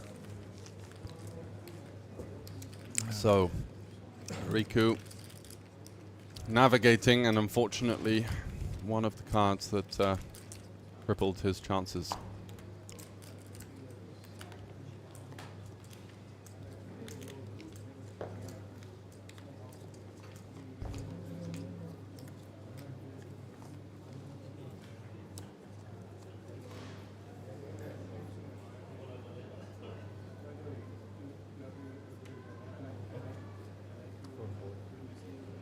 Matthias finds the fold again, and Rico as well.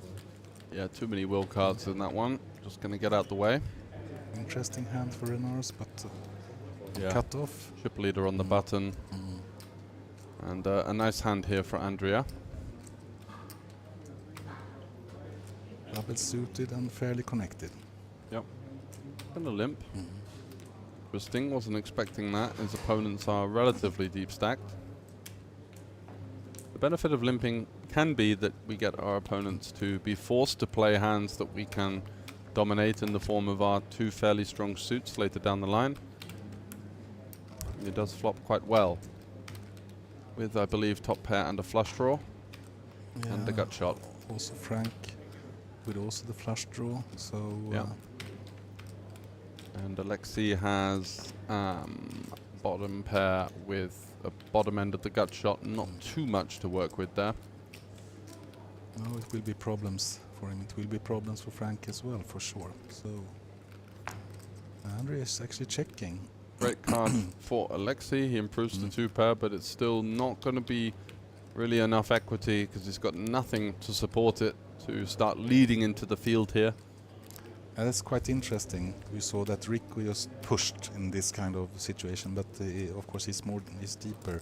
Yeah. So you just don't do that. So Frank hits. Yeah, Frank hits the offsuit 9 out of absolutely nowhere and goes for the check. There's nothing much he can do with all the straights out there. So just happy to pick up the 4 big blinds and move on to the next one, really. 9. Yeah, I think he had 9%. So on the turn. He'll be very happy with that one, watching that back.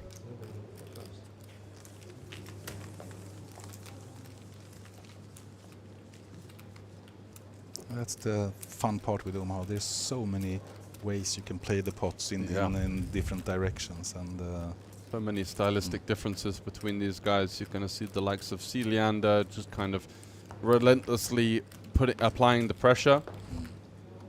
And Riku as well, whilst more than capable of that, a very selective player, you know, a very well-studied player. Stop. Oh, sorry. Might have a little bit of a dealer mishap, although it looks like things are going to be getting back underway. 4-card Omaha now, so normality somewhat restored, but still the opportunity for fireworks, as always, in any form of Omaha. Andrea with a beautiful hand here in the cutoff, ace 10, 10, 9, double. Going to raise this time for the full size of the pot, applying max pressure to the remaining players. And interesting hand for Frank as well, from the small blind, tags along. And Matthias folding. I thought he loved 4 cards. Yeah, loves his beer a bit too much, I think, going for a little swig. I thought it was apple juice. So Frank does flop a pair with a gut shot and a flush draw, and he's up against a higher flush draw here. Even though he does have the best hand with a pair of kings right now, lots of opportunities for Andrea to catch up. Andrea hit the 9. Yeah. Well, so yeah.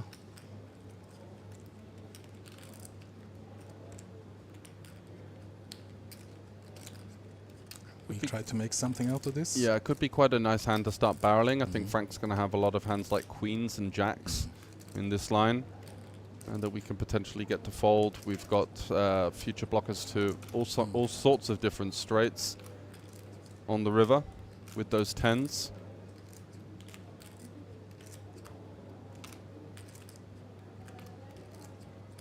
Yeah, ship leader in position. I think we will see a bet here. Wrong again. And there is a set on the river, but a straight for Frank. Didn't see that with the jack 8. Sneaky, sneaky, improving to the second nuts.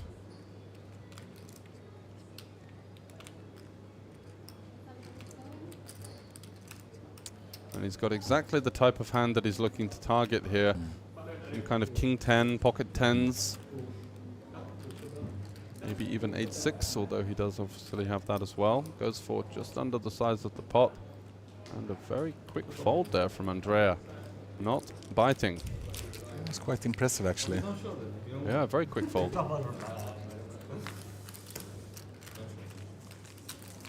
You would think that maybe Frank would have made something earlier if he was in that range of the straight range. So yeah, I think that's a very quick fold. So if he gives it another minute, we might come to another conclusion. But yeah, good one for Frank. He's been a little bit lucky now. Yeah, on the river. somewhat of a loose pre-flop peel, I think, in this situation, out of position versus a player that is somewhat likely to be aggressive. We haven't seen the same sort of brand of play from the Georgian that we have from the likes of Celiander. Slightly different players from what I can tell so far from the navigation. Andrea is very much more of a pot control style of player, just trying to keep pots small and keep the variance down. Whereas you'll see Celiander with these types of hands that Andrea has been dealt, just blasting to the hills. Another limp from Andrea. With the type of hand that you really don't like being 3-bet with. Has decent playability, somewhat connected. Got a decent pair and also a suit. So just trying to, again, keep the sides of the pot small and navigate from there. It's very interesting to see these different styles. Yeah, absolutely. So an open-ender for Andrea. Frank has middle pair with the backdoor flush draw, and Riku with top 2 pair, looking at a stack to pot ratio of 2. Probably going to be looking to drive chips into this one. Looks like he's going to go for the check raise. Oh, he's going to lead. I thought it said check there next to his name. But yeah, two options really. Check jam or lead for, I would assume, the size of the pot, and that's what he's going for. Yeah, I think that's right as well. There's so many scare cards out there, and you will get some information here from the other players as well. Exactly, so and once you get short like this, you can't really look to take too many chances. Just kind of, it's a very honest lead. He's not going to have too many bluffs. The bluffs are going to be strong straight draws a lot of the time, or a hand like King, Queen, Jack. Frank walks away. And clearing out a decent amount of equity there. Oh, Andrea's actually gone for it. He's got... Fair fight. Yeah, he has the open-ended and backdoor straights, backdoor even a flush, yeah. So I think actually looks like Andrea should be favorite in this hand.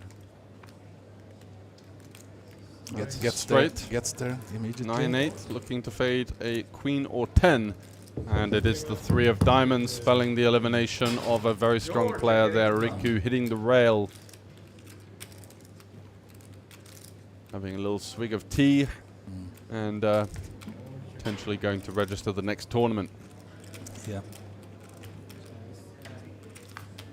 So we're down to 5 players now. And Andreas continuing to build on his ship lead. And a very strong opponent is walking away with 6 prize.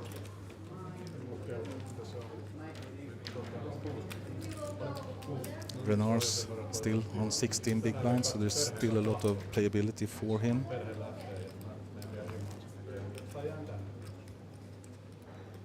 Blinds now 10, 25, 25, and empty. And Andrea gets some air down to Matthias. 600,000 more in chips, 2.1 mil versus 1.5 mil.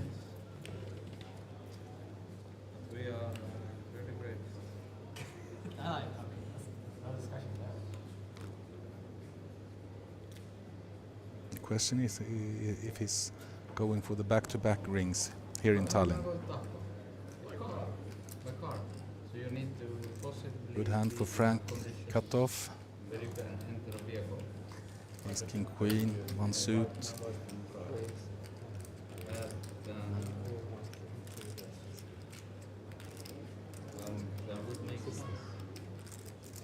And Matthias with some secret cards for now. Let's see. Oh, he has also a very nice hand. Pair of 10s, suited spades. Yeah, I think it's Looks like he's 3-betting. And I think that Frank actually is kind of interested in this. It's a very tight spot. Some more playability from Matthias' side, of course, with the stack sizes. Frank knows that he's likely could be defining. You know, he finds the fold. You surrender. And Matthias tells him he surrenders. I don't think Frank is very affected of this. It's been around. Well played by Matthias. I think both plays was actually out. So 5 players remaining. This 1100 euro Omaha tournament here in Tallinn. More games going on in here. We have an 1100 pop 8 game going. We have a 5K going, and also we're coming down to just a few players still in the 555 tournament. So lots of action here in Tallinn, and Alexi picks up a very nice hand from under the gun. So interesting to see how he plays this. It's been a little bit passive, maybe not passive, not getting any cards, but now he's getting involved. Races to 75k, and a premium hand from Renars, and he's been very quiet, but I guess this might be the time where we can see some fireworks from his side. And that's exactly what's happening with Ace King suited with Queen 10. Cannot get much better than that. But Alexia also have a super strong hand, so this is going to be interesting to see. Actually, it's going to be hard for Alexia to get away from this.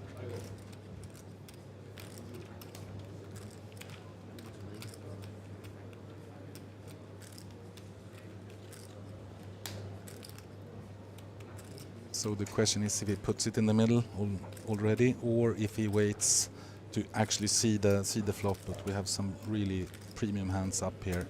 Alexi opens, and Renars is 3-betting with a really strong hand. So I think he opts to call Alexi to see a flop. Yeah, just in case it comes something like ace paired board or something like that.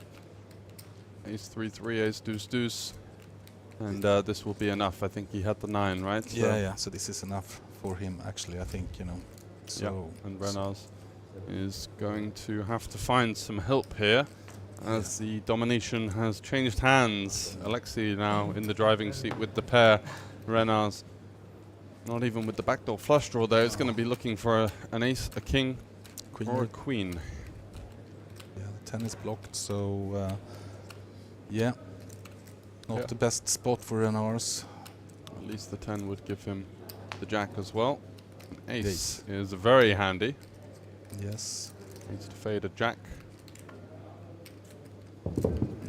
That is a 2-pair, the 8. Yeah, exactly. Oh dear. Oh my god. Ouch. Yeah. Tough way to go for Renars, but that's Omaha. That certainly is. So we're down to 4 players, and yeah, Alexi is happy about that. Certainly is. Gets the job done in the end, and is the one stacking the chips. And that will make a big difference now for him as well, up to over 40 big blinds. And now all of a sudden Frank, who's been having a healthy stack, is now in the bottom tier. Yeah, but by no means needs to panic. No. Plenty of playability here. The structure is catching up. It's just like one hand if he doubles through Andrea, and then we're totally changing chip leader. Precisely. So anything can happen.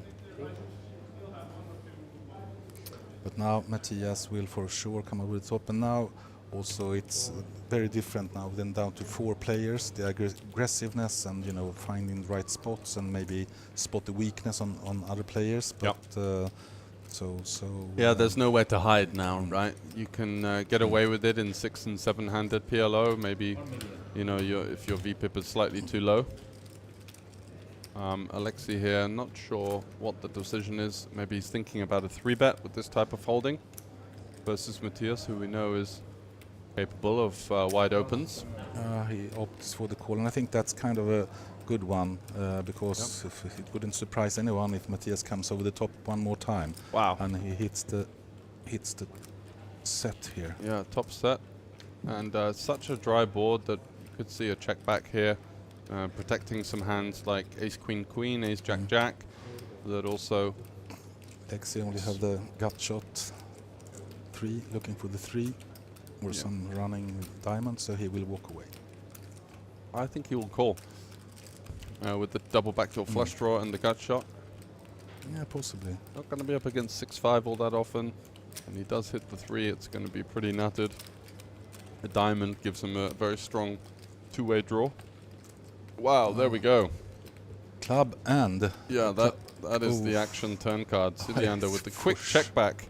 Oh! Wow, quads. And Quadovicis, which is the best card in the deck for Matthias, because if it's a 4, a 3, or a deuce, then you know you think your opponent is still somewhat likely to have kings. Although when it's quads, and you're thinking going to be less combinations of king 4, king deuce, king 3 in that range, then all of a sudden this is going to be quite an annoying raise to face for Alexei, looking to seek the value now with his straight, looking to charge hands like ace king. Essentially 150, I think. Yeah. Yeah, yeah. It's medium sizing there. So he's just thinking now, Matthias. How can I? What is the sizing to get it all? Yeah, exactly. What can I charge? A 6-5 or an ace-5? Should I pretend the bluff here and just push it all in? You know, like, or make it a pop bet, or should I just try to get 400k in the middle or whatever? It's going to be very tough for Alexei here. Yep. So I would actually kind of oversize this bet a little bit from Matthias' side.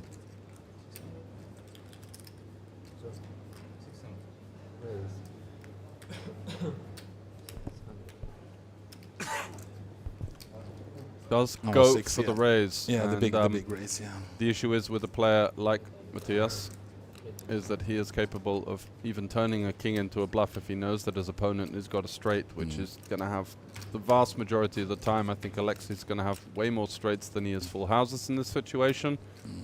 Deuces and fours. Unlikely to be defending versus the large size pre.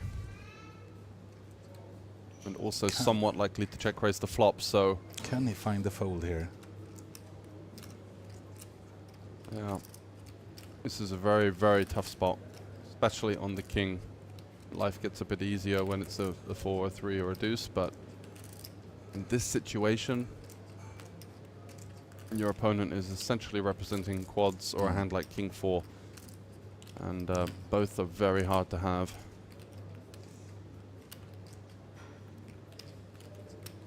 And also versus Matthias, that can be,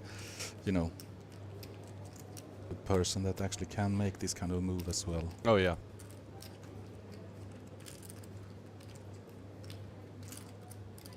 If you had a 5-6, I would think that we would see an insta call more or less, but with ace-5 it's a little bit more tricky, but so you can only beat the bluff, more or less. Pretty much. And where are the bluffs coming from? That's what he's asking himself right now. If Matthias had a king in his hand, would he realize that the king is actually a bluff catcher itself and has to... There we go, he's asking him for the hand that he wants to see, a hand like ace-king.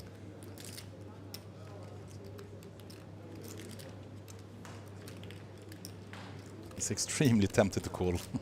Of course. I totally understand him. Yep.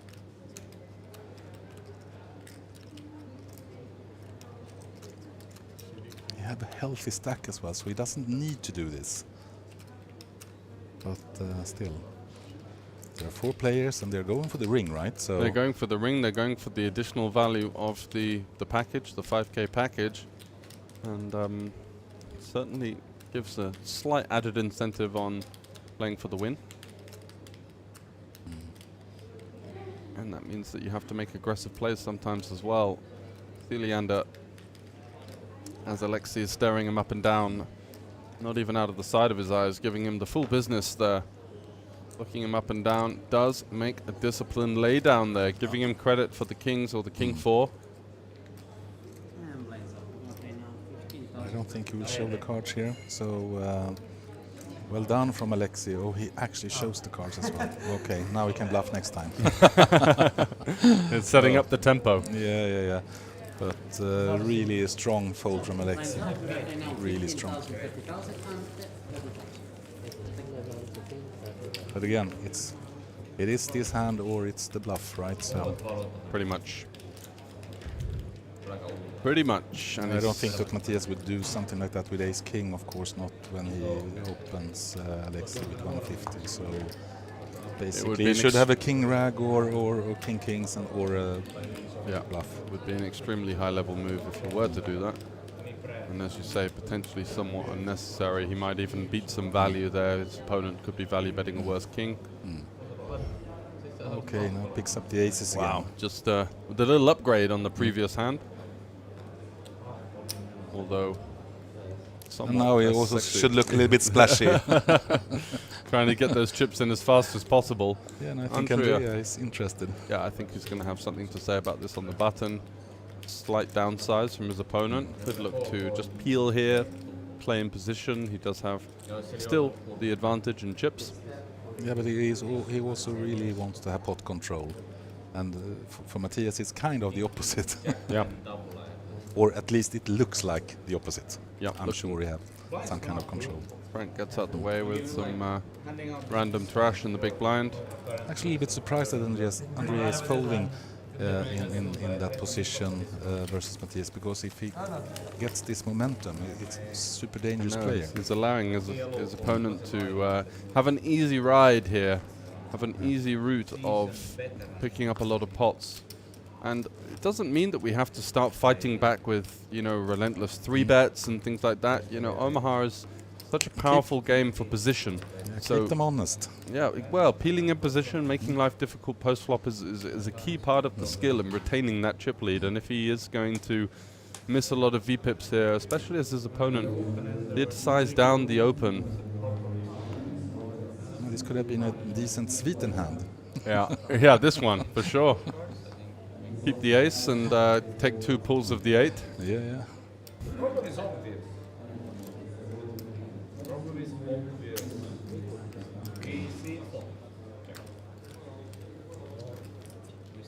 Okay. Not too much here. Let's see back if the to flop happens. Like the slower tempo with the limp pot here. Set for Frank. I believe that's a little bit of equity added for Matthias. Yeah, it certainly is. So he's got 2 pair with a flush draw now. Frank looking to seek some value with his set. Does have that all-important 9 as well, blocking some hands that could potentially check back. The 9-7 on this board with no flush interaction could look to navigate to a turn card from time to time. So a nice hand, nice card and component to have. Queen on the river. Makes no difference. Yeah, the 4-liner. King 9 for Frank, improving to the second nuts. And now giving his opponent the opportunity to bluff with the missed clubs, the missed 7-6, these types of holdings. And the hearts as well, so yeah.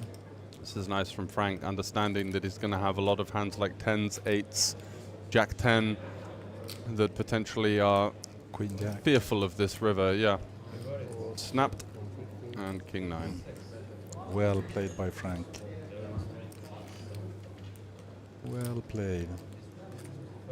Basically what we talked about a little bit, trying to set the trap against the aggressor and again, Frank, lucky on the river. Yeah, but also, as you mentioned, I think about half an hour or so ago, when you play like Suliander does, you need to be aware of when your opponents are setting their trap of their own. And Frank there with a very astute little move there.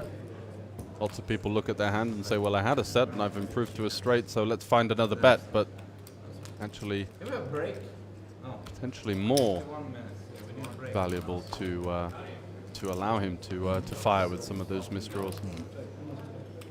So excellently read hand by Frank. Yeah, and a little bit of a mistake from Matthias side trying to steal that pot, but I don't blame him. I would have done the same most likely. Yep. Sometimes you feel compelled to because you've got no showdown, but then other times you think my opponent is Still going to be able to sniff this out a decent amount of the time.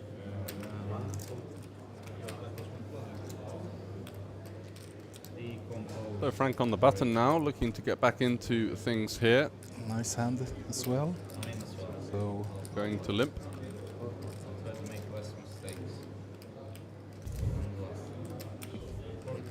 And Andrea, who has taken a somewhat of a back seat, which has been surprising to me.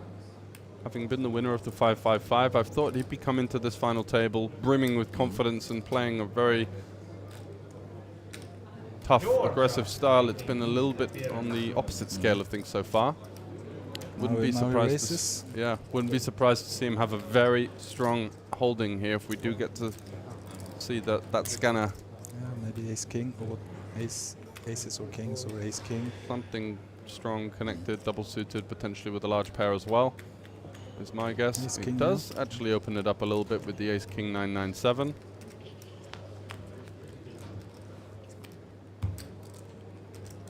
Total bricks.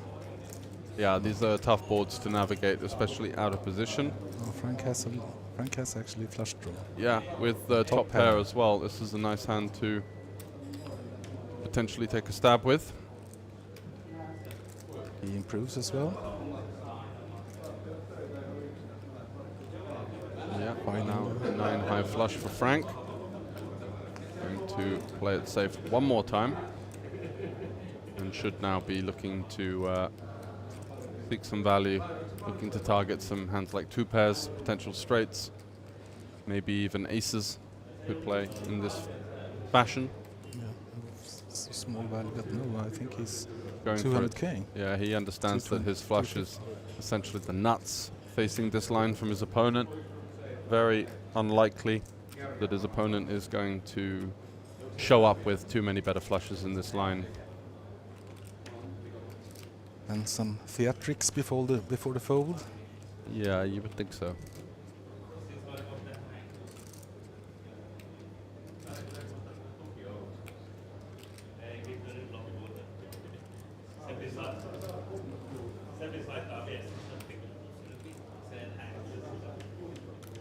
There we go.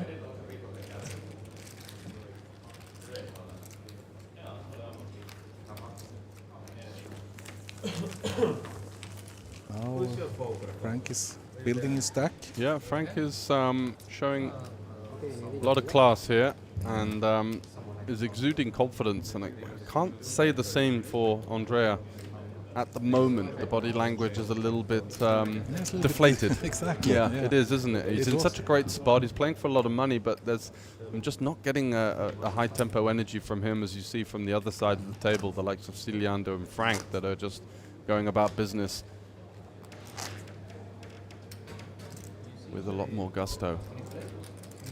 Yeah, we see Andrea more kind of defending himself, keeping the pots low and just trying to, it's more like waiting for others to make mistakes, but these guys, they don't make that kind of big mistakes. And he is running the risk of getting run over, I think, at this stage, if he is going to stick with that strategy. Sometimes when you're up against capable and or aggressive opponents, you've got to fight fire with fire. Yet to see that from the Georgian.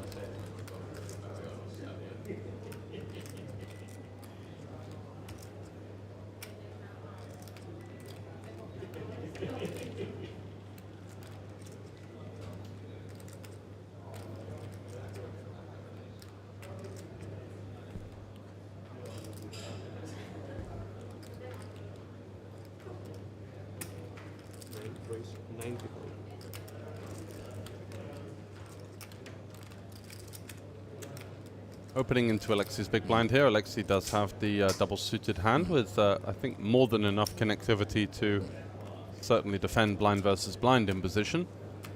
And already you can see now the blinds trickling up somewhat, that the significance of these pots are ramping up as Alexi has got less than 3 pots behind to play with and does flop a piece. Oh, and Andrea with the aces.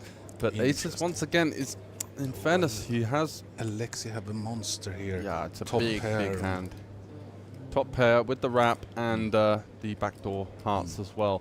Andrea does have the ace of diamonds, which is a very valuable card to be holding. Makes it less likely that his opponent is going to shove on him, although he doesn't have any interaction with the board pairs as well. So hands like 6s, 5s, jacks, jack 6, and even a jack X with straight draw opportunities such as Alexi's. But the question here is now if we start to put pressure on Alexei, and how will he react to it? And he's trying, actually, taking a stab 110,000. Go for this half pot sizing out of position, looking to knock out some of the hands with a little bit of equity, but maybe not enough to continue. Looking to kind of fold out gut shots, which are all going to have, you know, upwards of 20% sure equity. That Alexei will for sure. He's only calling. I think he potted, yeah. Oh my. No, he potted, of course. And putting huge pressure on this type of exact hand, which has 30% versus him, but just really cannot possibly call. No straight draw, no flush draw, just a bare overpair with the backdoor flush draw. And as you say, and as you say now, Andrea is looking a little bit deflated, and he has to fold now a couple of pots as well. So he's lost most of the momentum, and the rest of the pack is coming up on his level of play. So while Andrea is sitting and waiting for the fold, I will leave over for Andreas again, and thank you for having me here in the studio for this time, George. Always appreciated. Okay. Always appreciated, sir. Cool. Okay, see you later. And here comes Andreas very soon. Bye. Thank you very much, Krista. As we get back to Andrea, just mulling over this decision. Not been the easiest of rides for him so far on the final table. And yet another pot that is going to frustrate the winner of the opening PLO ring event. He did win the 550 only a couple of days ago.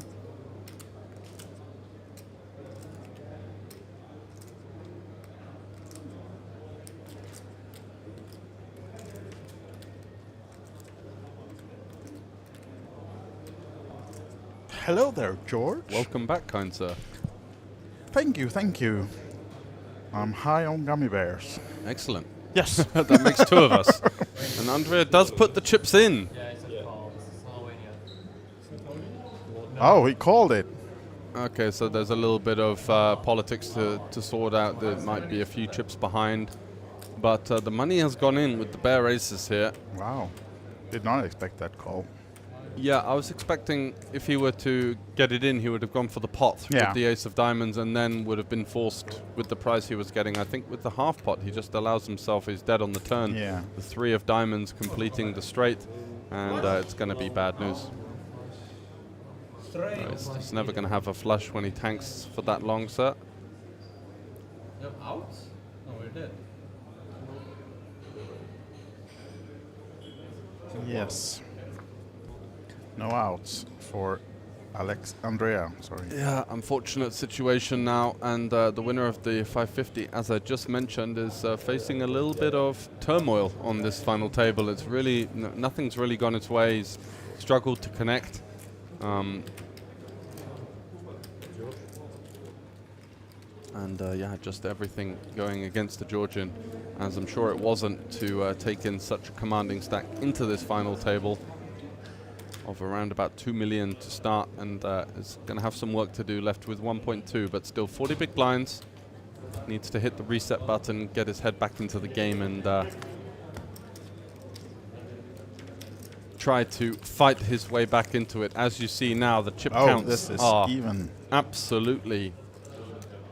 We have some chants in the chat from our fellow reporter and colleague Callum Grant, cheering for Frank. From Paris to Tallinn, in every card room I go in, my heart is pumping for Frank. Pumping for Frank. There we go. George warming up for Sunday karaoke. Thank you, Callum, for giving us excellent work, Callum.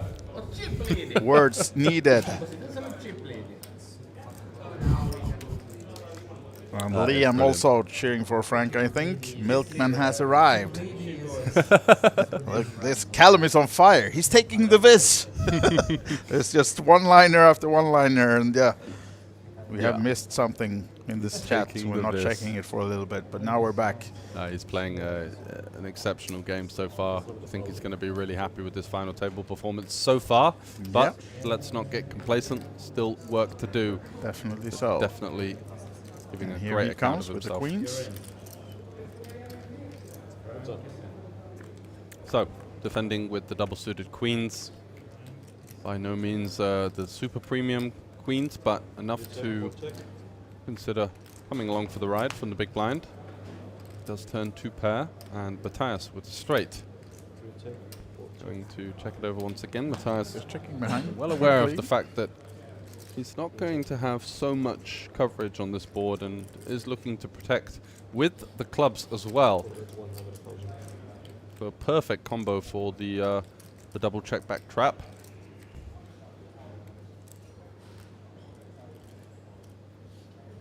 And Frank with a bit of confusion as to this line and is going to look him up.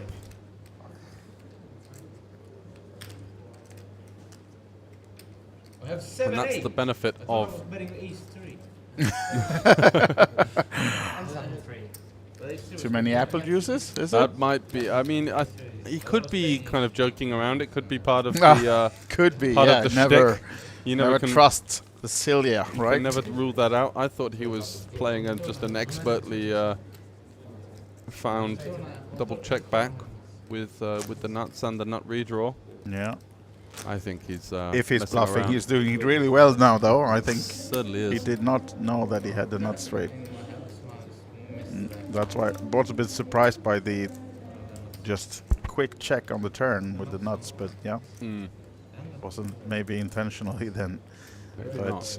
now on to the next one. 4 players left in the PLO5, 1100 euro buy-in. Ring event number 6 here in Tallinn. Looking to crown another ring winner. This guy already has one from 2 days ago. He's not wearing it though. He's not doing the Miss Rocky, you know, wearing all the bracelets on the final tables and everything.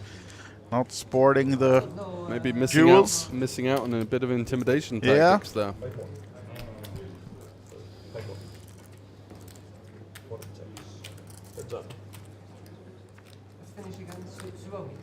So they go again, right? Frank and Matthias.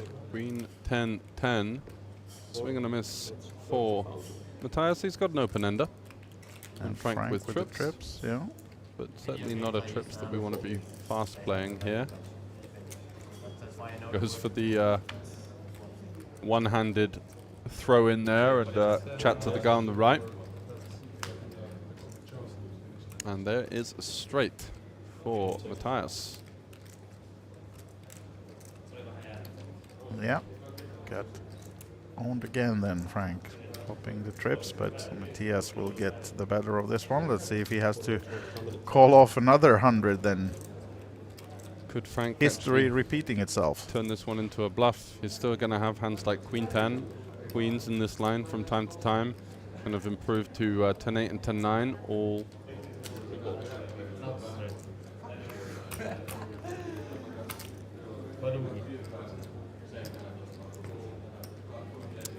Unfortunate there for Frank, but does pay that man his money.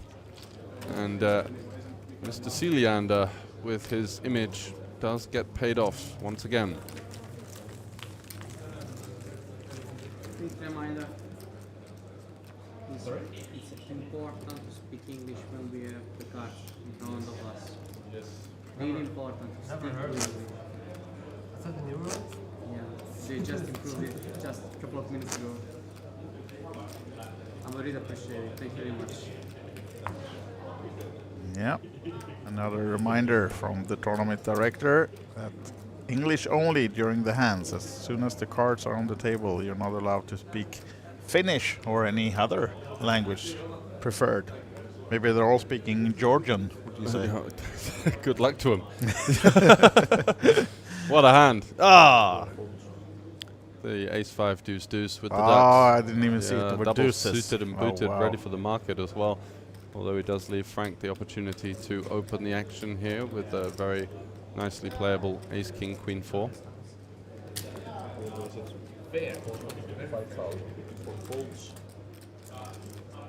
Just heard Cylinder say apple juice. Did you hear it?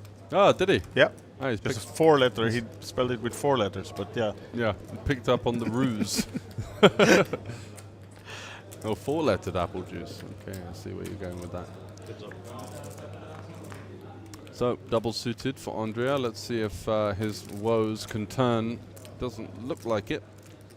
Not really. Complete swing and a miss, and Frank, on the other hand, is licking his lips at this one. Yes. Although with that stone face. Getting some chips back by the looks of it. Yeah, All it's given to Cylinder for the last couple of hands. Yeah, this is a tough point in the tournament for Andrea. You've come in full of hope, taking down your second ring in a matter of days, if not hours. And it's just all gone against him. Really important to reset, really important to remind himself, you know, why he's there in the first place. Final 4 out of 185 players, trying to find the positives here, because it's very easy to get a bit defeatist and down on yourself in this situation. You know, you just feel like you're impossible to win a hand anymore. Yeah. But that's all the short-term scenario. Nothing really in reality stopping him from going on to win this, and still has a very good chance. So let's see if he can keep it out of the way of himself and regroup. Frank with a bit of respite.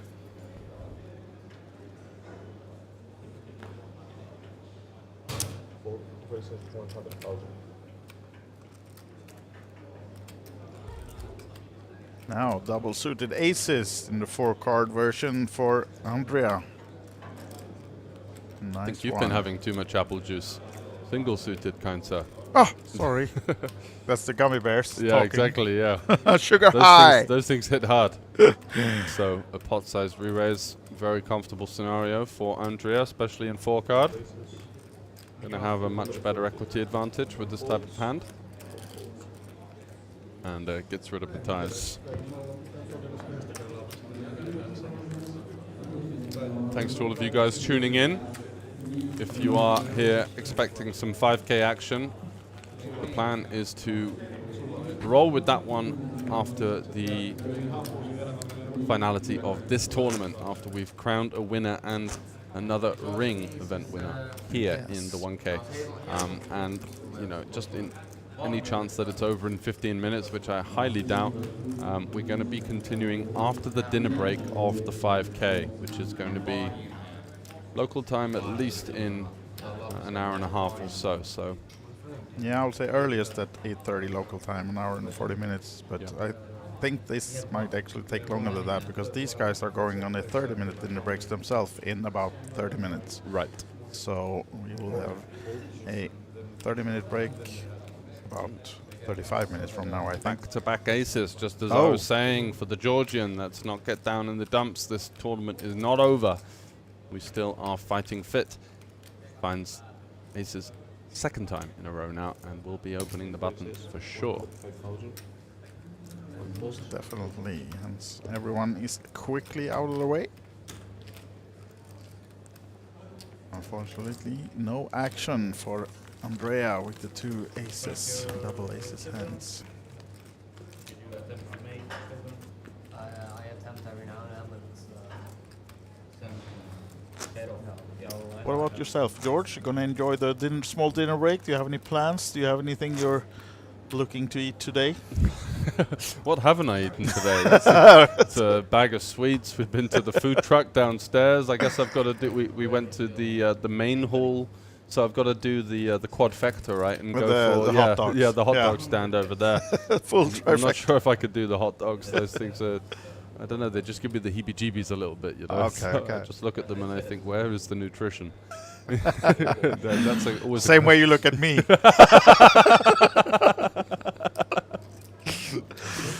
You said it, not me, The pal. guy in the food truck, he sees me and says, no greens, right? Yeah, exactly. Yeah. He knows my standard order, the smash without greens. The smash without greens. Maybe it's just calling me that, I don't know. I don't know. It's a smash head. Rich coming from him. True. Yeah, we found each other. Yeah, exactly. All right, yeah, then we can see in the background 31 minutes until the break. So that is when these guys will go on a 30 roughly minute break to have some nice refreshments. steaks upstairs, I think. Oh yeah, together with the high rollers. They're invited to join, are they? I actually fixed that during my Did little you? break. Yes. Nice, good job. So you're just Because adding value all over the no, place. I'm just saving time for the viewers as well, because these guys wanted a 45-minute break to eat, and then I said, guys, I'm gonna fix you up with some good food. You're gonna join the high rollers, and you'll be back in 30, guys. Oh, so chop chop. So we might see some tanking in the next 20 minutes or so, just making sure that I've got that steak locked up on the break. Now, but the thing is that I promised all 4 of them, so even though if someone busts, they're still allowed to the dinner. Nice. So you've just thought of everything. Yeah, really, you see, I got it fixed. Might it be that I'm only thinking about food? But yeah, exactly. Couldn't get us 2 spare tickets, could you? We'll see what we can do. Problem is the back that of the we are line on of a the burger 30-minute delay, so once they have eaten... true. Maybe we could get the scraps. Yeah. Take a box for us, guys. Exactly, please. We could do a mukbang in the studio for you guys. All right, now then, Matthias taking down the blinds. And we are on the 5-card format. Yeah.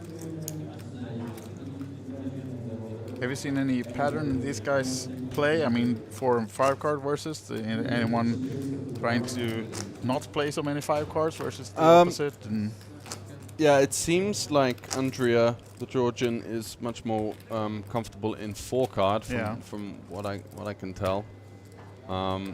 There's not a lot of big collisions occurring.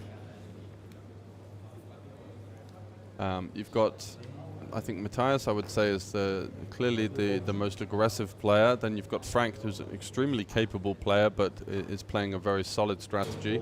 Yeah. And then the other 2, slightly towards the more conservative side from what we've seen. But you really can't base the strategy off of, the 50 or 60 hands that we've seen on each of these players. Yeah, I actually asked Frank earlier today if he's really think that he can wear that shirt he's doing with V-pipping of like a 5% something. Oh, is that what it says? No, it says Degens on tour on his back. Oh yeah. Then you should supposed to have a V-pip of 75% if you're wearing that shirt. You gotta make up for it, right? That might be from his friend Milko, I believe is in the chat. Yeah, Hello if you're watching. Probably going to be a link soon in the chat with a link to we buy got the merch. Yeah, exactly. Get Jeez. one your own. Yeah, give us a 10% discount code at the very least for the tee up. You have some greetings though in the chat, George, from Bratislava. Pavel Czapluka, how are you doing, sir? Welcome to the chat and to the show, the George Sanford show. Well, not quite. Matthias now with the Ace Jack Jack. Coming to 100, playing 20, 40k. Frank comes along. Certainly does. Double suited, somewhat connected, just more than enough to be continuing. Interesting board for Frank. Would have been interested to see if he would go for the check raise there. With that 4, having some board interaction, the flush draw as well. Unfortunately, it's going to be unlikely that he's able to win this one now. The deuce arriving on the river, it's going to improve Matthias to a lot of full houses. Yeah. Does look to seek the value from the worst pocket pairs potentially in the range of Frank.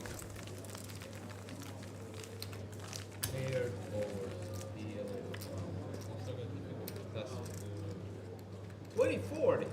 Was last time already. Yes, big discounts. It's really living up to this table image, right? Of being the... I'm really... He does it so well that I'm not even sure how much of it is an act or not, you know? Maybe it started as an act, but 10 apple juices later, maybe it's not an act anymore. Then it starts to... Yeah, 2040, Matthias. That is the new blind level since a couple of minutes ago. And also, of course, 40k big blind ante. So, yeah, price is going up. Thank you, Pavel. And Andrea sporting the NAS shirt. Cap backwards. Yeah. Does he have your cape on the chair, George? Oh, is that the official cape of the WSOP circuit? He Because bought it. He bought it. He got the last one. Jesus. I was going to turn up to the karaoke event with that on later on in the week. The thing is that it was such a cool outfit until one guy comes in as a cartman today. It can't be beaten. It can't. Yeah, I know. It's like a game of costume top trumps. I don't have the Uno card. Yeah, exactly. Trump. Yep. All Exactly. right.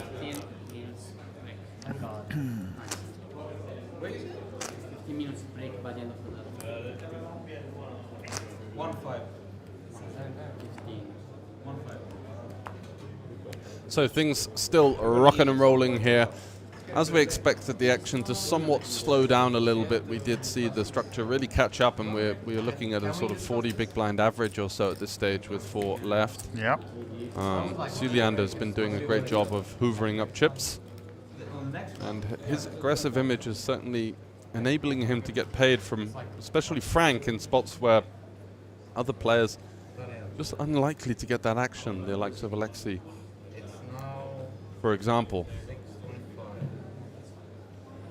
Yeah, of course. This Playing a bit more of a conservative style. Hand, four-handed, and 4 cards. Yeah, we've just got to get in the mix, and this is obviously more than enough.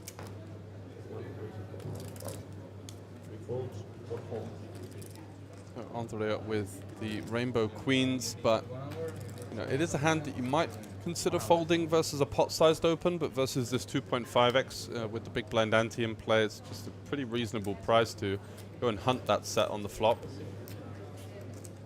Yeah, no suits though.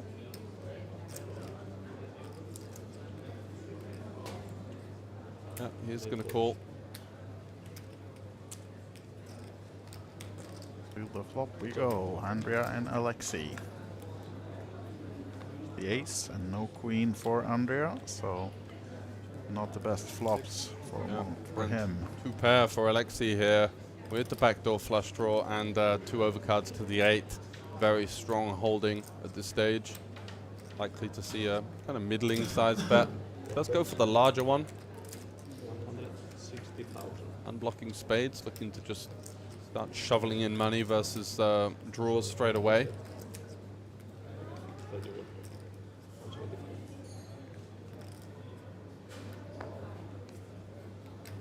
And another swing and a miss for Andrea. These start to get quite frustrating. Yeah. He did pick up the aces twice in a row, which kind of kept his head above water, but now again, you know, just missing flops and facing bets. And his options have been severely limited and hampered by simply the card distribution that he's faced. It's been very difficult for him to navigate and you know, really make a name for himself on this final table, despite coming in with the overwhelming chip lead. You can. Well, where's the last player? 8, 9. That's what I asked. I think you're done. I don't. At 8, yeah. Well, let's play. I can play as well. We can play this break with a 15, and then if you wanna try to make one. Yeah, that's what I like. Yeah. Like the next break, I'm totally okay doing the Right, is going to take the ace jack deuce. Yeah. 40,000. I wonder how much of that is due to how engaged Syliander was in terms of the conversation, knowing that potentially he's going to be on the slightly weaker side of things, because this is kind of a fringy open. Oh, here we go from Andrea now. Andrea is finding a hand to go to business with. Let's see if we can get a peek of those cards. Not. No, unfortunately not. And with Frank blocking one of the aces, but still maybe he had 2 of them again. Or a very nice connecting hand. Yeah, Syliander now more interested in talking about food, apparently. which cut of steak he's getting on the break, Yeah, maybe. but he doesn't know this yet, because this is where I come in and negotiate with them soon, off camera though, I think. Yeah, I forget about the Inception This style. is where they started talking about taking a long dinner break, not thinking at all about us who wants to see as much poker as possible, right? Yes, and when you have the... We're not in Bahamas yet, guys. Not quite. Gotta work hard first. Give the viewers value for their money. Got to work hard to stay afloat in the Bahamas. Not like that, says Callum. And Liam, they're all rooting for Frank. Yeah, he's getting a bit short now on this table, so we're understandable that you're rooting for him to have a score and see if he can find an 8 on this one. He does Could've been a find good start, flush but draw does and a not. gut shot. Yeah. And Ciliander with the ace of spades, backdoor flush draw, and a strong top pair here on a pretty disconnected low board with the 5 deuce. Very strong. Holding Frank straight out of the way with the gut shot and the flush draw. Interesting. In the shadow there is no dinner break. Not sure about that one. They asked me to keep it like this without dinner break. Yes. Yeah, Now we have a little bit of dinner break discussions again. Because there is, of course, we want to keep the 5K players happy as well. You can't do it because some people have 5K to spend on a tournament. That's what you're saying. No, it's not because of those players. Yeah, it's okay. Okay. Thank you for your comprehension.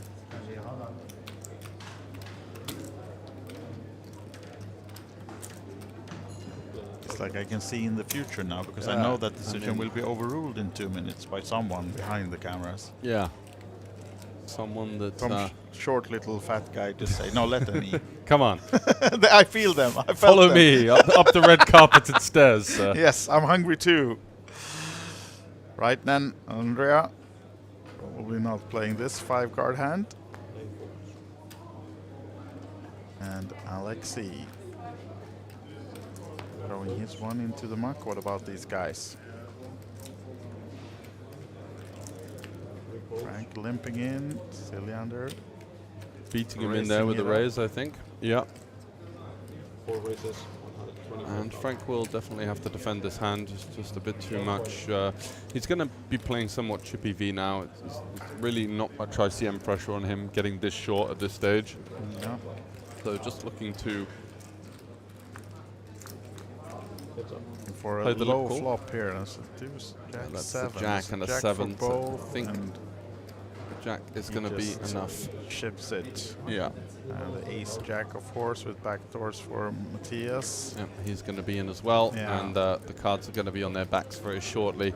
So, Team Frank in the chat, we're looking for a low turn card.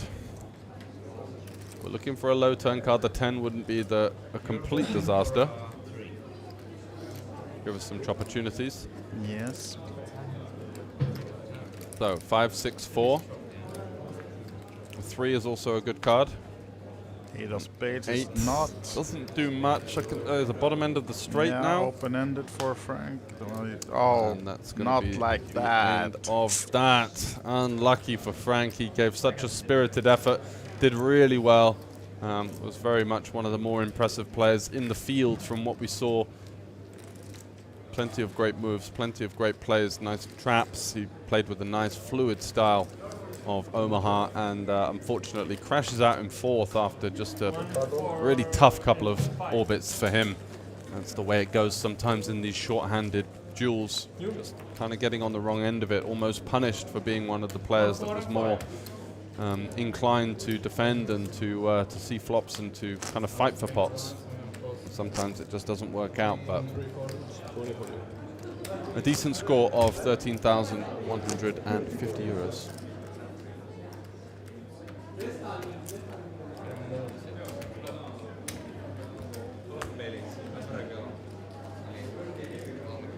So, the updated chip count, well in front now with that big pot versus Frank Visser, Matthias Ciliander commanding chip lead on the final 3 now in this PLO5 cards ring event from Tallinn.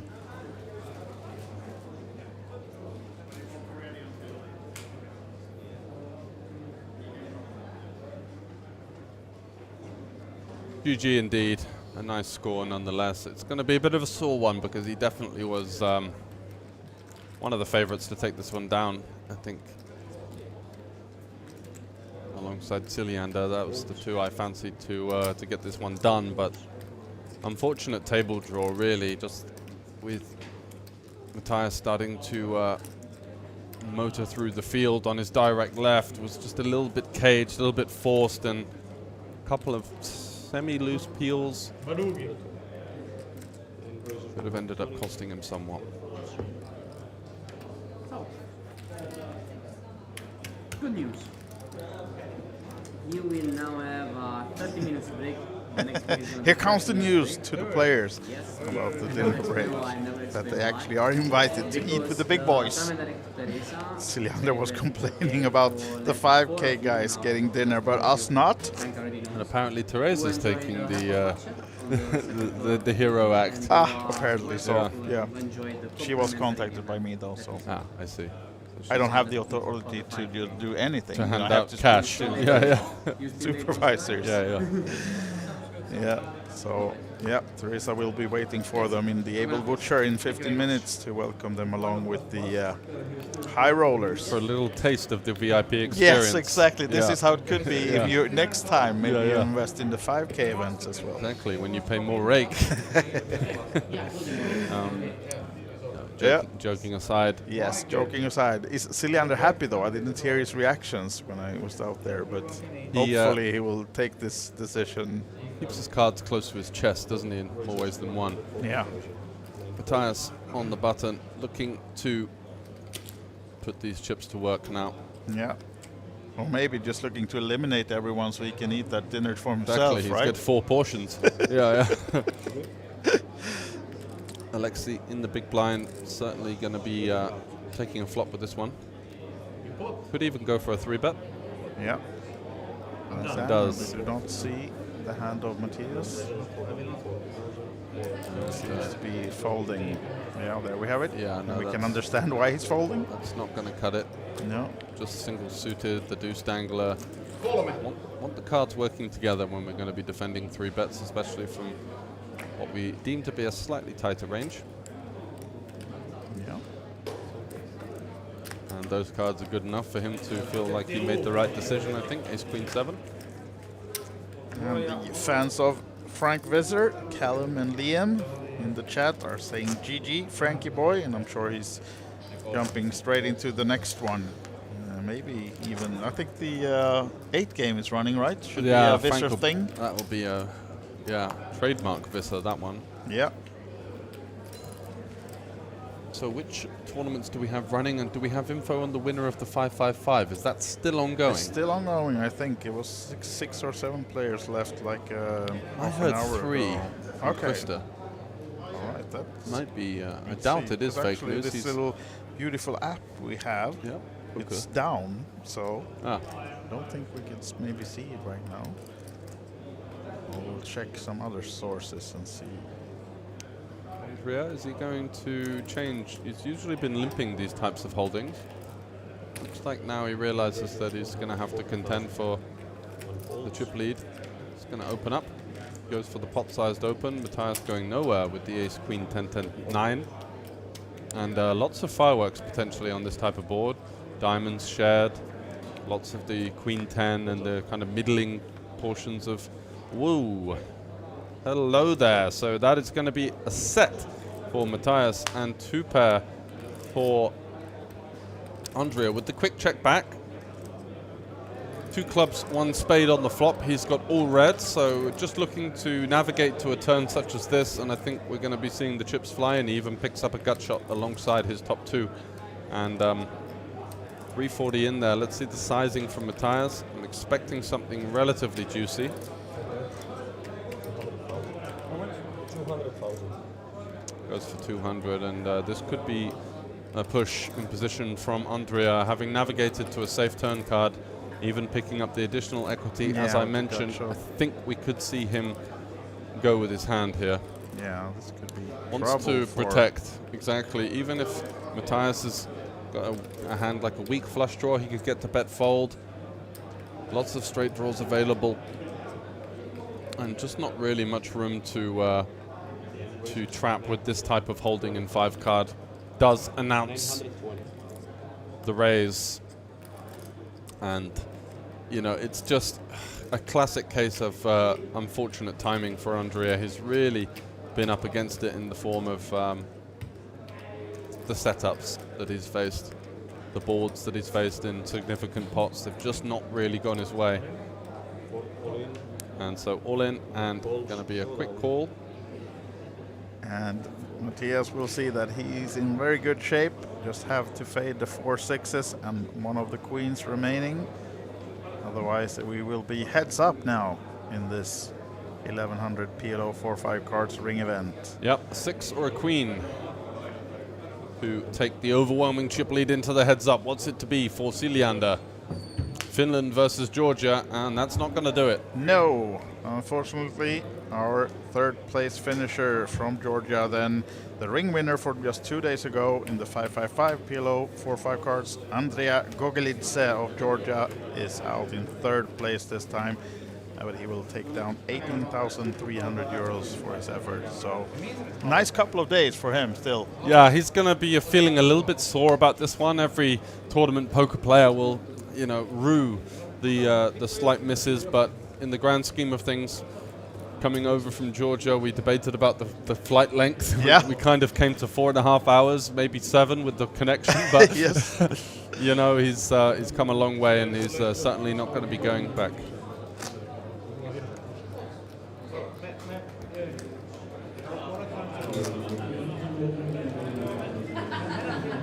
Right, so getting ready for the heads-up action. The players have just asked for a minute or two, small little break to start the heads-up, and maybe they're not aiming for that dinner break then. They're going to play this one out before they go eat in peace, maybe. Potentially. So you see the chip count there, 4.1 million for Siljander and 1.5, I think it was, for Alexei. So yeah. Yep. Commanding chip lead for Siljander. All the momentum with Finland. Yeah. It's going to be my way of sitting on the fence here. But no, I think that Matthias will be a big threat for Alexei here. And Alexei is going to have to... This go on for hours. So we'll see what happens and see if they take this dinner break or just play it out before. But I think we're getting shortly back to the action. And yeah, let's go back to the table and start the heads-up, the Finnish championship. We called it in the beginning when we had 18 out of 29 coming back today from Finland, and now 2 of them are heads-up. It almost feels like an inevitability with these pesky Finns. They just find a way to get it done in the 4 and 5 card realm. And here we have, once again, an all-Finnish heads-up. Yes, so Alexei Daniel Lindholm to your left in the white shirt, and to the right, Matthias Siljander. A lot of kind of Swedish influence in that name, is that not? Yeah, both of them have a bit of Swedish influence. I think they might be from parts of Finland where they speak both languages, but at least I know Lindholm speaks Swedish. Right. And but preferably Finnish for both, I think. Yeah. So, Alexei. But I think they would understand if I went out there and said something not so nice to them, then then they know. But if you say something and you just want to ask a question, no, sorry, no Swedish. All right. So first hand of heads-up play. H7-7. It's going to be a tough one for Alexei to find much of a continue here. Matthias happy to go for the small c-bet here. Have a little prod at it. And we are playing now around about 30 big blinds as the effective stack. So Alexei with work to do to, you know, get a strong hold into this heads up, and at the moment very much the underdog, but locks up 21,150. They are of course playing for the 5k USD package on top, which is getting you half in form of the buy-in, half in the form of the hotel. Apparently they're going to have to find the money for the flights. Shouldn't be too much of an issue with these scores that they've got locked up. No, not really, right? And as always with the WSOP, there are no deals allowed, so they are not allowed to make any deals money-wise. So they are playing for the 27 versus 41k in normal prize pool and the added package as well for the winner then. 10-10-8 nice is swap for Fritz, Alexei. and a gut shot for Matthias. 7 would improve him, although the 7 would be an unfortunate card, as Alexei would improve to a full house. Matthias just going to get out the way on this occasion. All over him, isn't he? Yeah. Saying, hey, did you have something there? He looked a little bit sheepish. Yeah.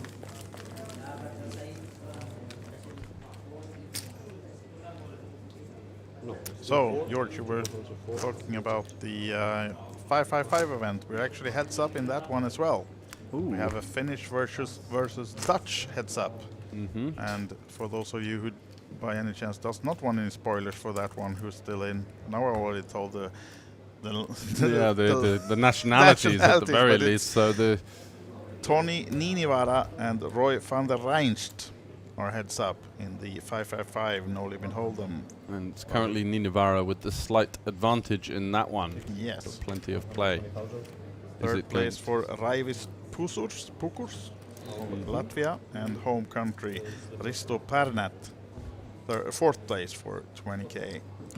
A legend of the late night karaoke scene, Ronnie Ulbrichtsen. Yes, coming all the in way. 6th. He actually came in dead last, 20th place today, starting day 2, and managed to spin it up to 6th place and 10.8k. That would be a lot of mega moolah. But let's get back to the action as Alexei has gone with the 3-bet queens up against the King 8-7-6, and it's top pair. And an open-ender, right? For Syliander. Yeah, open-ender for Alexei. Could he be putting the rest of the chips in play? We expect him to, right? Syliander's top pair. Will Syliander, though, go for this with only the top pair? Doubt it. It's a tough spot. Heads up. You could be up against aces, could be up against a hand like ace, queen, queen, ace, jack, jack. They do go for the all-in, and it's a slight equity advantage. Did not expect that call, actually, but now here we are for the tournament. Matthias Syliander, 53% equities. Almost the coin flip, but it is Alexei Lindholm who needs help to stay alive in the tournament. The 4 does not helping, not adding any additional outs. For Syliander there, just to fade a queen, an ace, and or a 9. And he fades it all. It's an elimination of Alexei Lindholm, and quick from 3 to 1. We have our winner in the 1100 PLO5 cards from Finland, Matthias Syliander, winner of the Kings of Tallinn main event just a year ago or so here in Tallinn, and now taking down another title. And a ring. Yeah, flying out of that one, weren't they? And Syliander did have the momentum. He's even saved the cards to flaunt for the winner's photo, taking down, as you mentioned, 41,000 plus the 5k package, plus the ring. And it's going to be another Finnish winner here in the PLO4/PLO5. You can see this guy's won before, right? He said, give me the card, so take the photo, I'm going to go eat. So it's like just quick. With the momentum he's on, coming in as the Kings of Tallinn main event champion as well, getting it done in the PLO4/5. A great run in 2025 for Syliander. And the cream rises to the top here. I mean, he brought a great game, the aggressive style. It pays off in this format. And it's just a question of whether people can hang with you. And unfortunately, the cards fell in his favor, and it's over so quickly. Yeah, absolutely. So we thought we might have a few hours more before we concluded this event. But now we have plenty of time to get ready for the next stream, because at 8:30 local time, that's where we're going to be back. We're going to have the winner ceremony with Syliander, then we're going to have a break, and then be back around 8:30 to start the coverage of the 5K No Limit Hold'em. So we're going to be joining after the dinner break, which means that all the max late reggers, the guys that are getting in there with a smaller percentage of the field left, are going to be in. So we're going to see interesting play there with the stack distribution flying around. Looking forward to that one with some of the top players from the region, and we can take you back for the winning ceremony here of the PLO4/5 ring event. You have to say when you take the photo, so I smile. Ladies and gentlemen, we have a winner in our Pot Limit Omaha ring event number 6. This is the 1K Omaha, and please give it up for Matthias Syliander from Finland.